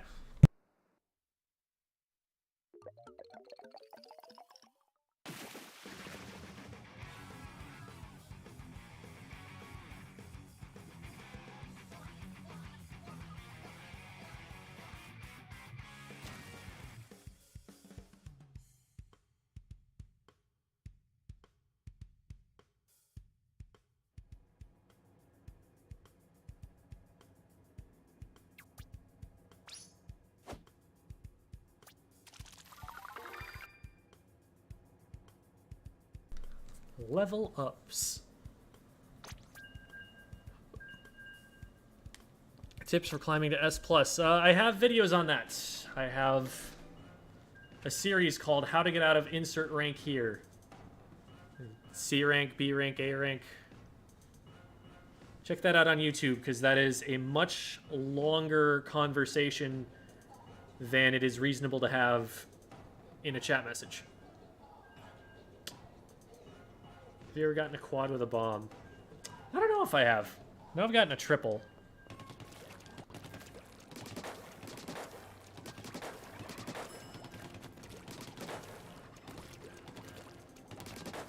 No feeding cat content?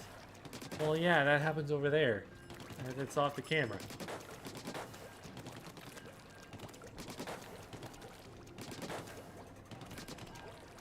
I do need to get a cat cam at some point. It's too much a part of the stream.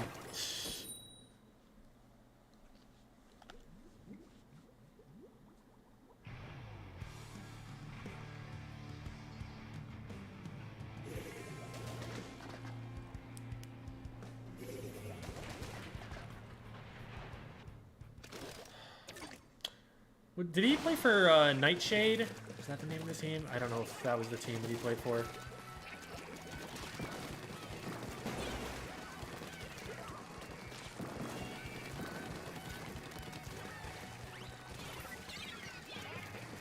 Oh, that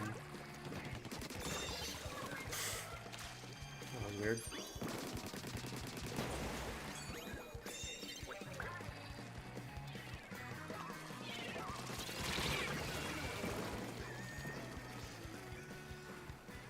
They wanted us to go left, and that is not the place we want to go.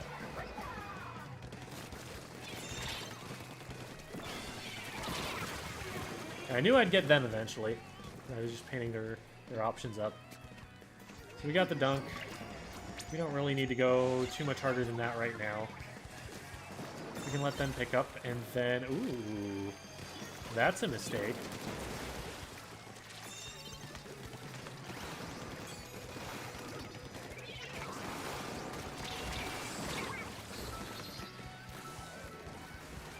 Last player. Go, go, go, go, go. Okay, maybe not last player. Don't stand on the bomb, though. We stood on the bomb. Big sad.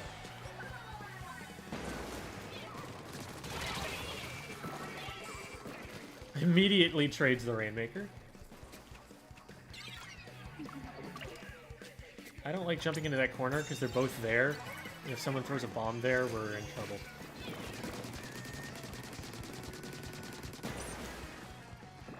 We don't need to push.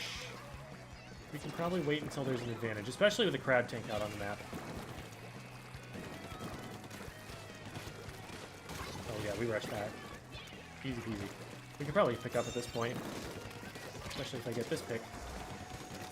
Almost did.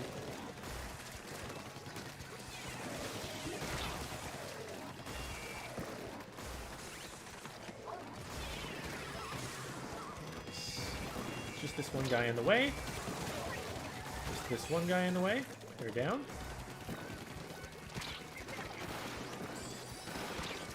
Oh my god. Those were both bad Trizuka shots. Neither of them fired exactly when I thought they were going to. So I didn't have the... I wasn't elevated above the ledge enough for them to not just hit the floor. They're this way, I see. I guess to jump in, I suppose. This is not a place you want to hold this for too long.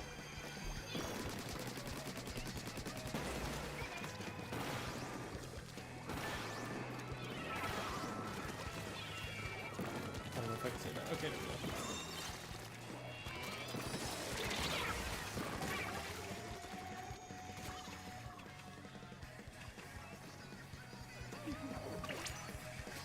We're kind of just killing the next 2 minutes here.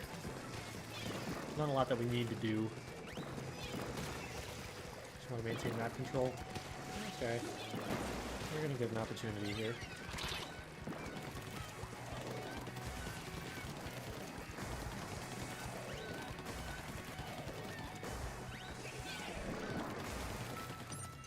Why are we not here? This is where we want to be.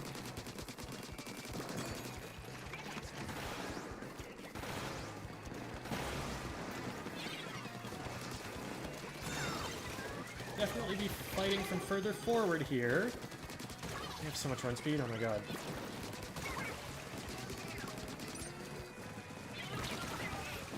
That was close, they almost got me with that bomb.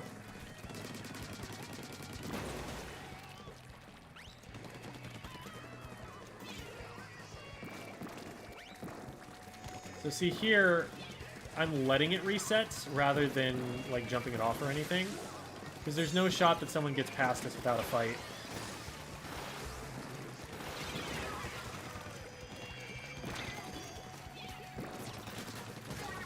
I say that, but then someone just got past us.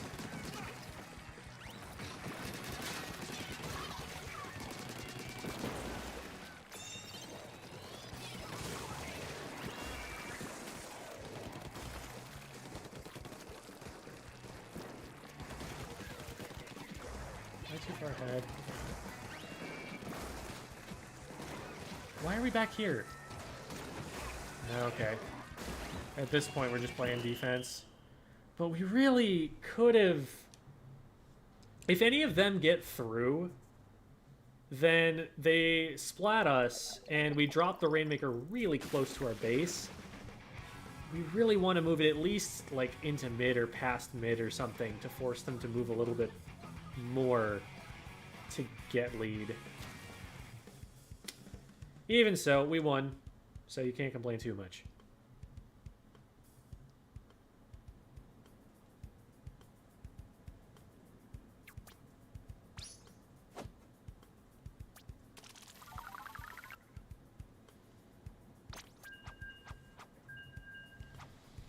Solid game. We will stick with those guys for sure.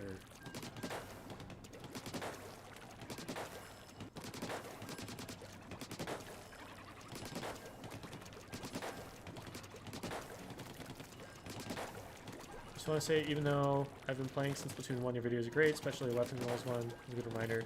You can switch on the fly. Thank you. Glad you're finding them useful. There's going to be another one coming up pretty soon. I'm very close to done with the tower control one. I just need to add some music and polish it up a little bit. So that's like maybe a day of work or something. I'm probably going to drop it this weekend. How to use every special. I have some videos with advice on that. There are some specials that I don't know well enough to make those guides yet. Like for Zipcaster, I've just been sending everyone to Fusion's guide. They are more knowledgeable about how to do that than I am. Okay, I think we get the top, yeah.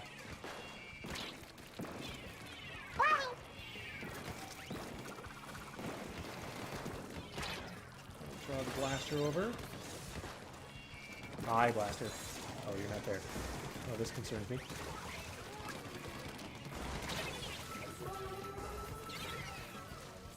Okay, so we didn't know where the blaster was. That was a range blaster too. That's a ballsy play.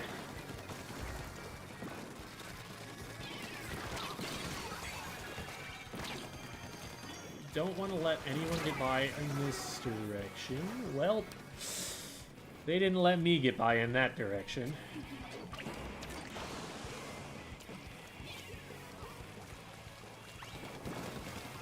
Fortunately, it seems like nobody has tried to go there yet.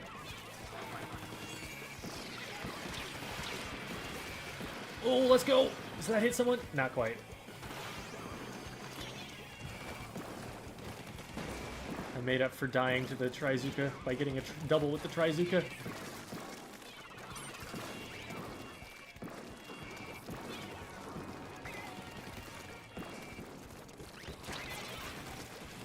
Blaster probably could have killed me, but the crab tank made him decide against it.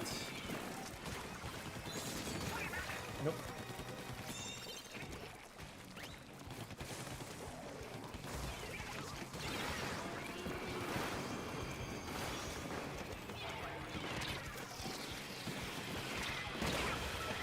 That was so much stuff that got thrown at me.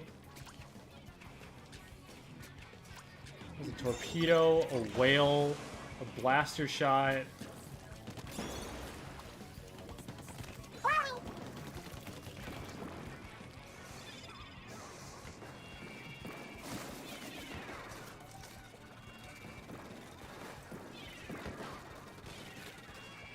Just waiting for an opportunity here.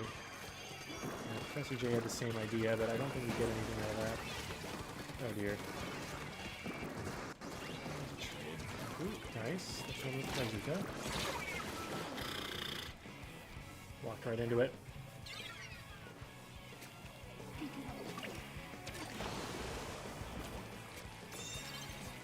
Okay, we should be able to collapse on this really well.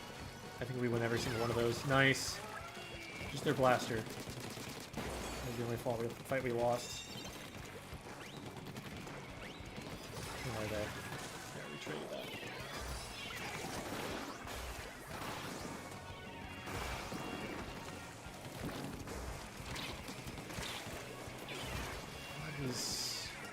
What was so close to hitting me there that wasn't?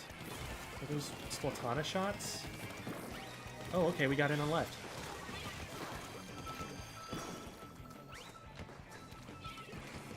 Let's see if we can surprise anybody.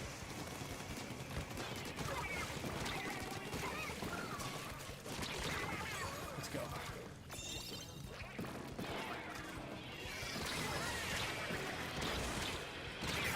Dang it. Really well timed whale.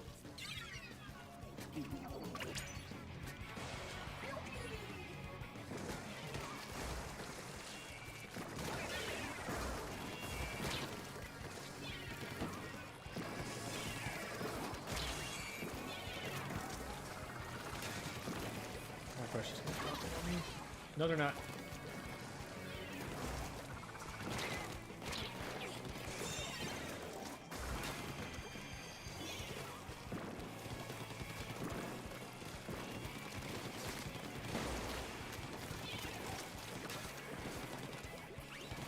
push them away. We don't need to keep fighting them.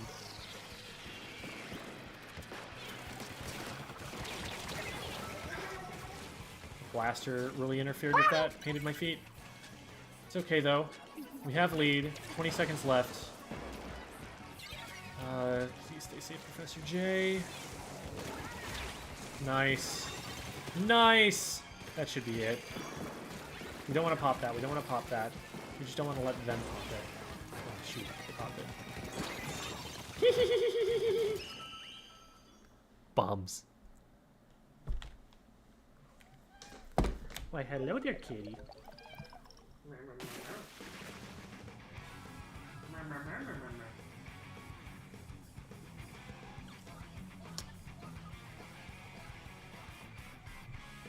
Got the 88. Good stuff, Jamie. Well earned. What does the title of the stream mean? I started off this stream VOD reviewing a tournament called 20XX. It was a major, a tournament where the best teams in the region are expected to compete. And it was online, hence online major.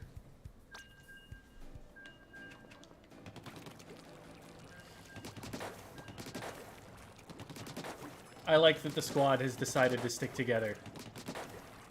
This is a pretty good team.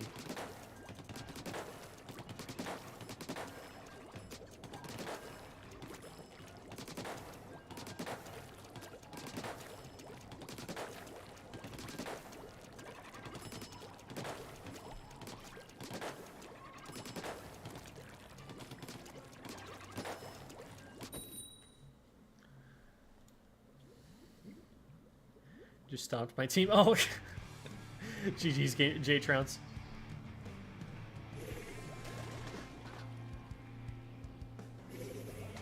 Oh, like online school major. Okay, I see it.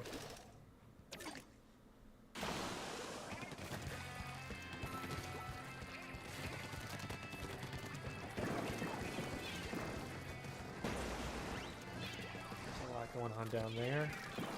Not too much of a part of it. There's something that can just get right up there. Yep.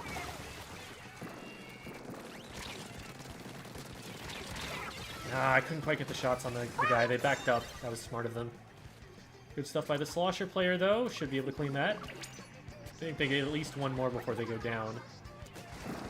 Nice. Oh, sick. Good stuff, Lone Dolphin.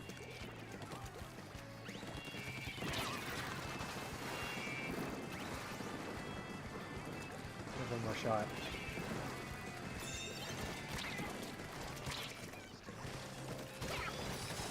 Beautiful.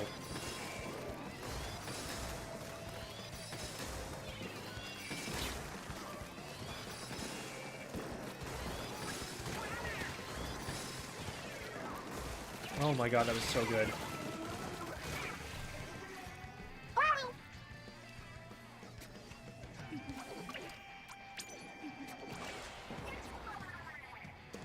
It's always funny to see the, like, weapon name users, like, Ballpoint Splatling user, Bloogadoolies user, and the person is not playing that weapon. Like, you know you can change your splash tag, right?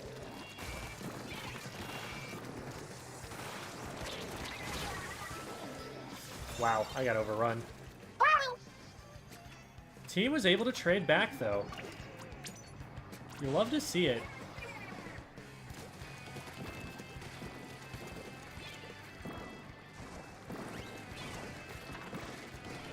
Zuka, those missiles.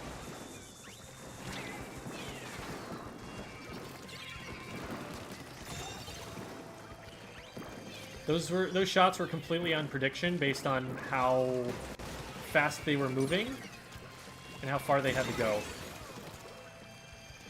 Cool, and we stopped before the dunk. I don't have name for this. Probably need to just let them pop and try to do this. Whew. They are putting up a fight, that's for sure.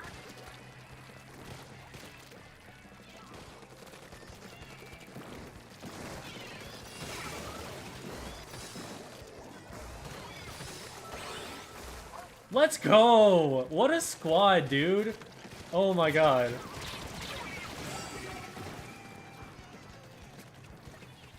Can we just be like a steady team or something?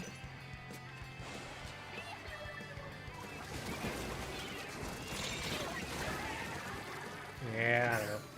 That, picking up there is probably not the greatest, but I also was just gonna die anyway, so might as well waste a little bit of time, I guess. Maybe eke out another point or two. They're already over here.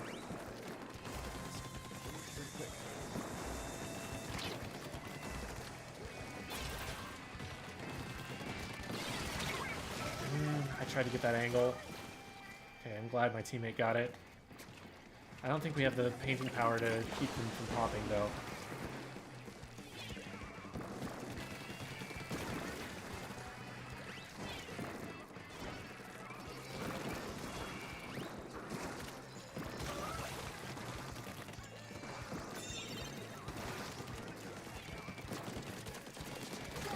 Woo! Get crossed. Oh, we still have someone back there.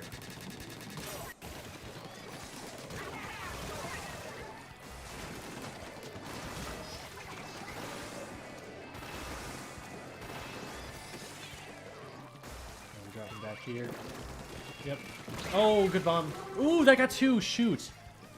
We need to get that out of there. We need to just, like, drop it or something. Or, yeah, that works. We got it out to mid. That's far enough.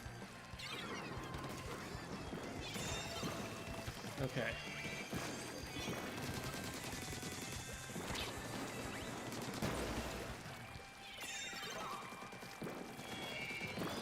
I just made a weird should be able to drop from that. That'll get at least one. And now they have to pop. And we popped instead, and we wisely did not pick up. And now the game is over.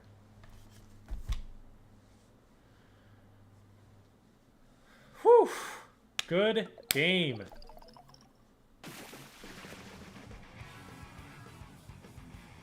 The VOD review go. Hey, it went well. I got to see some Japanese comps outside the context of just like splat zones, which is nice. Like Area Cup is what everybody watches to get the idea of the Japanese in the metagame, but we don't get to see what they run in the objective modes. Because they're all just zones tournaments.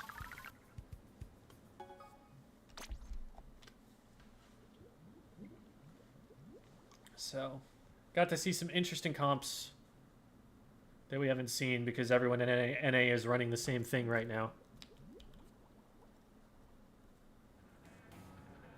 Okay, where does this put me on my ticket? One game away. This is Tower Control Undertow and Ink Plot. This is a place where I would run Blaster. And I get to run Blaster.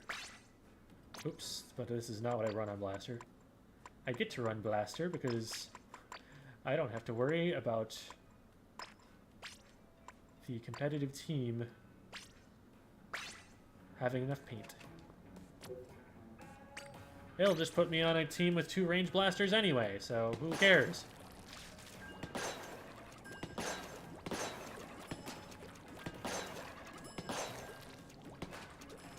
Ooh, that didn't hit. How do you feel about Wooper? Wooper is good. I like Wooper. Quagsire is another favorite of mine. Quagsire just seems like a really happy kind of gentleman.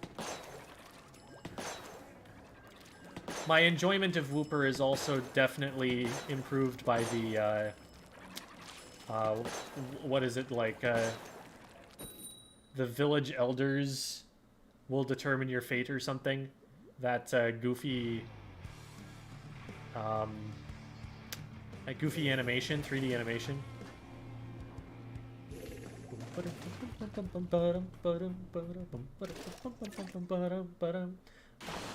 The Kirby music.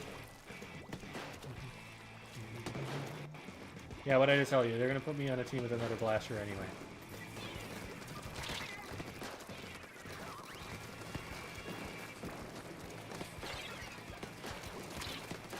Oh, I missed.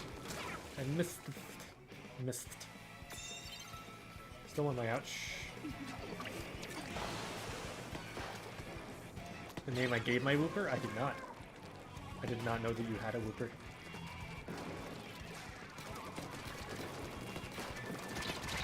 Almost.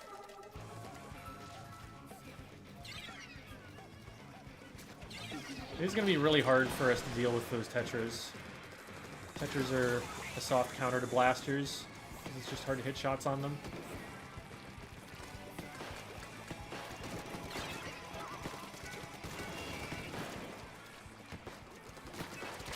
Oh my god, are you kidding me? What? I hate how the marker does that. I was ready for the first like, for the move of it, but then they just dodge rolled out. I was not ready for the dodge roll.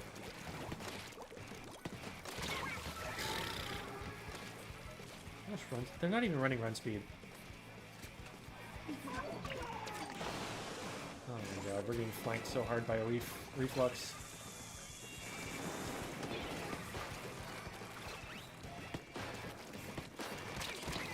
I should get this, yes. The teammate covered the other one. Nice. This guy does not know how unsafe this is.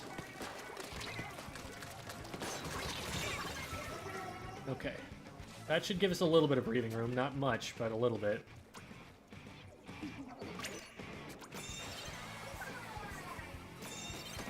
Oh my god.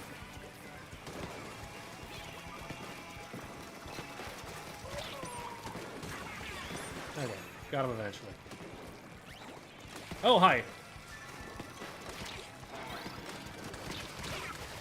This player is doing some strange things. Because that is not the way that you would expect someone to play a reflex, especially with that much special charge.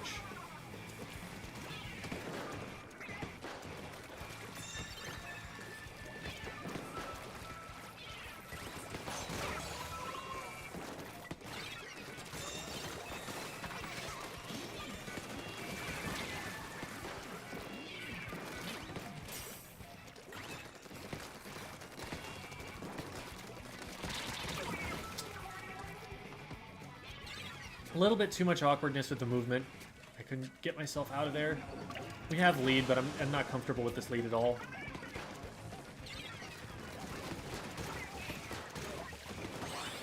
Now that I am comfortable with.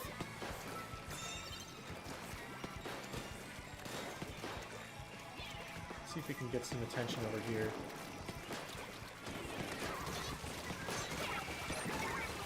Or just kill everyone, that also works.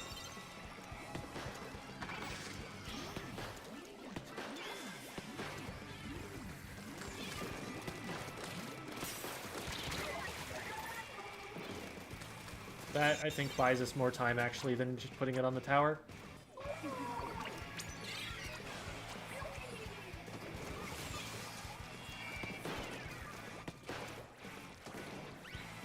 I have to jump on. Because there's someone sharking there is the answer to that question.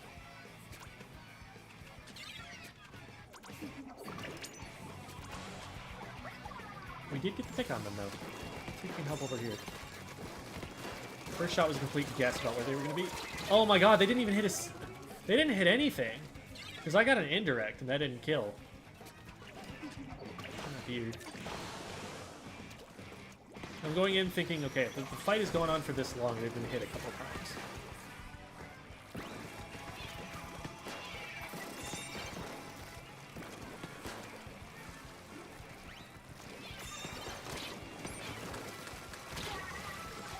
Yeah. They've been doing that, and I just tried to disrespect it and ignore it. It's not a good strategy, but it's one that I need to play a certain way around. It's annoying.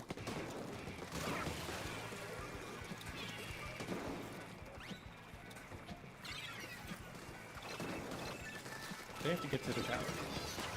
And I died as soon as I got to the tower. That was actually a really good shot. That was a one shot. I wasn't damaged by anything, I don't think. Okay. See if we can't get special before it's time.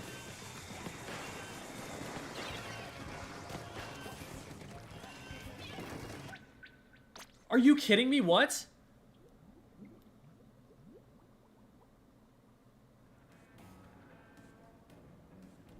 Is that a loss?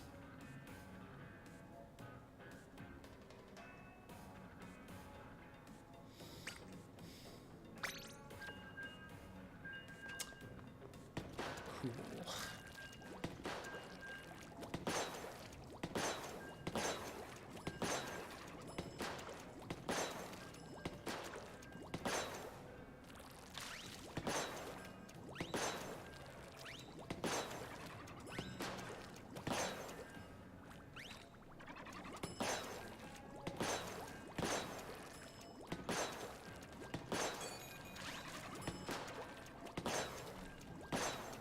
Neat, groovy, poggers, etc. You play games besides Splatoon. I was a competitive Melee player for 14 years. I get up to some Dark Souls, some Monster Hunter Rise, some League of Legends. Very sparingly these days, so I'm so busy with content creation.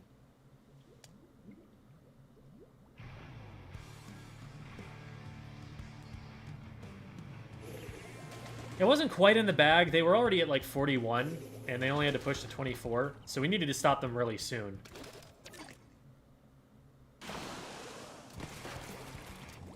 They were probably expecting us to push from the direction we were about to push in.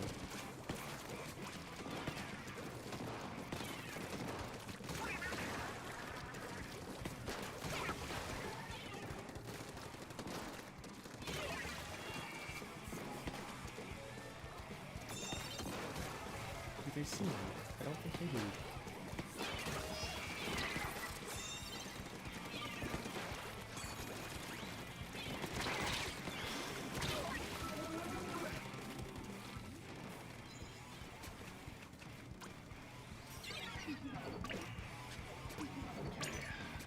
I don't like this jump. Oh, I definitely don't like this jump. I also don't like that nothing was done to protect the jump. Like, a bomb thrown in the direction of the person who was going to camp it would have done wonders for us.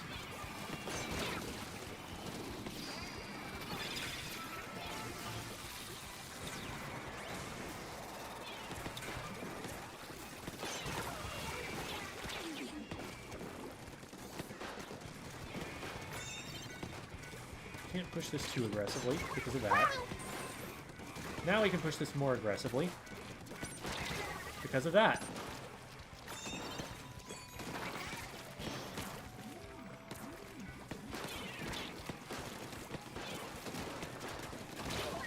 I hit one shot on like 3 of them, and any follow-up whatsoever there would have been a big deal.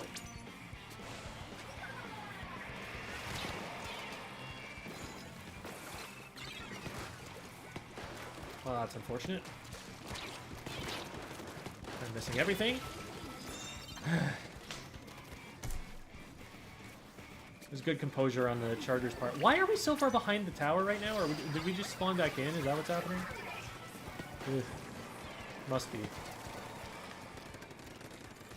Oh, crap. Yeah, we've just been on a bad stagger, I think, whenever we've had opportunities. And we saw the opportunity, but not the stagger. I don't think we have to give them lead for this. Maybe we do. They do have a back. I'm getting them anyway. Can we shoot the tower?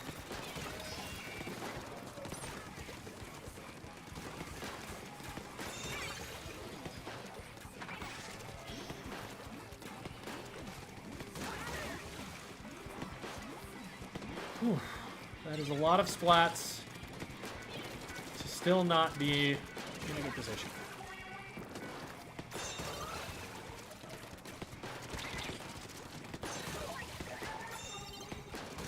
Good lord.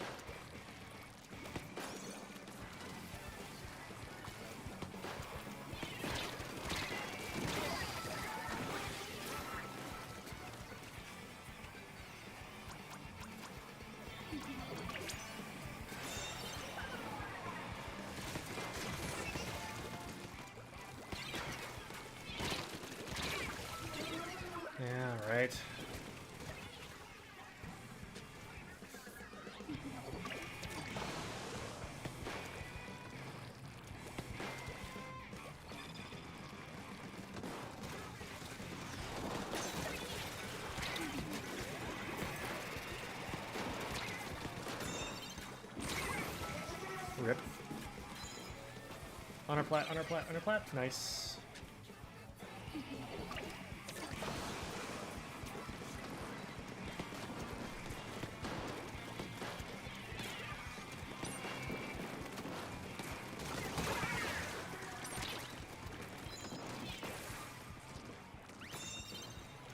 We don't want to push this too hard yet. We don't have a numbers advantage or a lot of paint to work with. Oh, hi. Oh, we sparked them. I'm sure that helps somehow.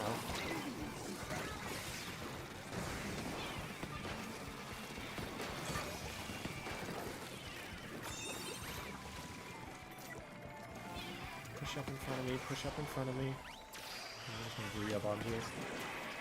They really misplaced that. It's a pity that I couldn't get that down on the tower, though. So much.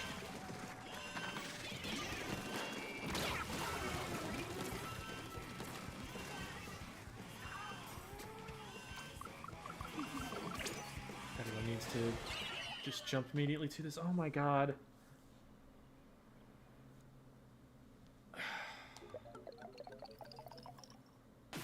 That's a frustrating game to go out on, but I think I am going to call it there.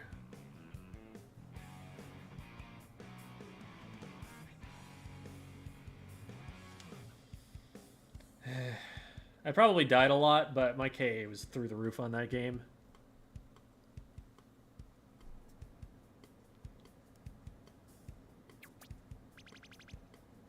Is that enough? Yeah, that's enough. We'll take it.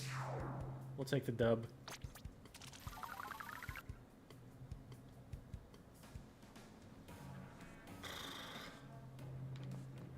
I want to see the scoreboard on that one.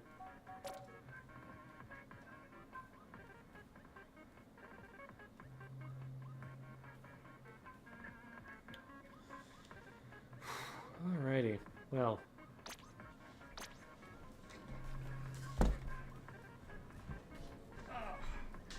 Thank you everybody for watching. I am a full-time content creator for Splatoon stuff. I have a YouTube channel, Twitch, Twitter, TikTok, lots of things. If you're interested in supporting what I do, I have a Patreon and a Medify where you can get private lessons from me. And there's always like YouTube memberships and stuff like that. I don't have monetization on Twitch, but there is on YouTube with the same kind of stuff. So that's an option. But thank you guys so much for tuning in. It's been a nice long stream, and I had a good time.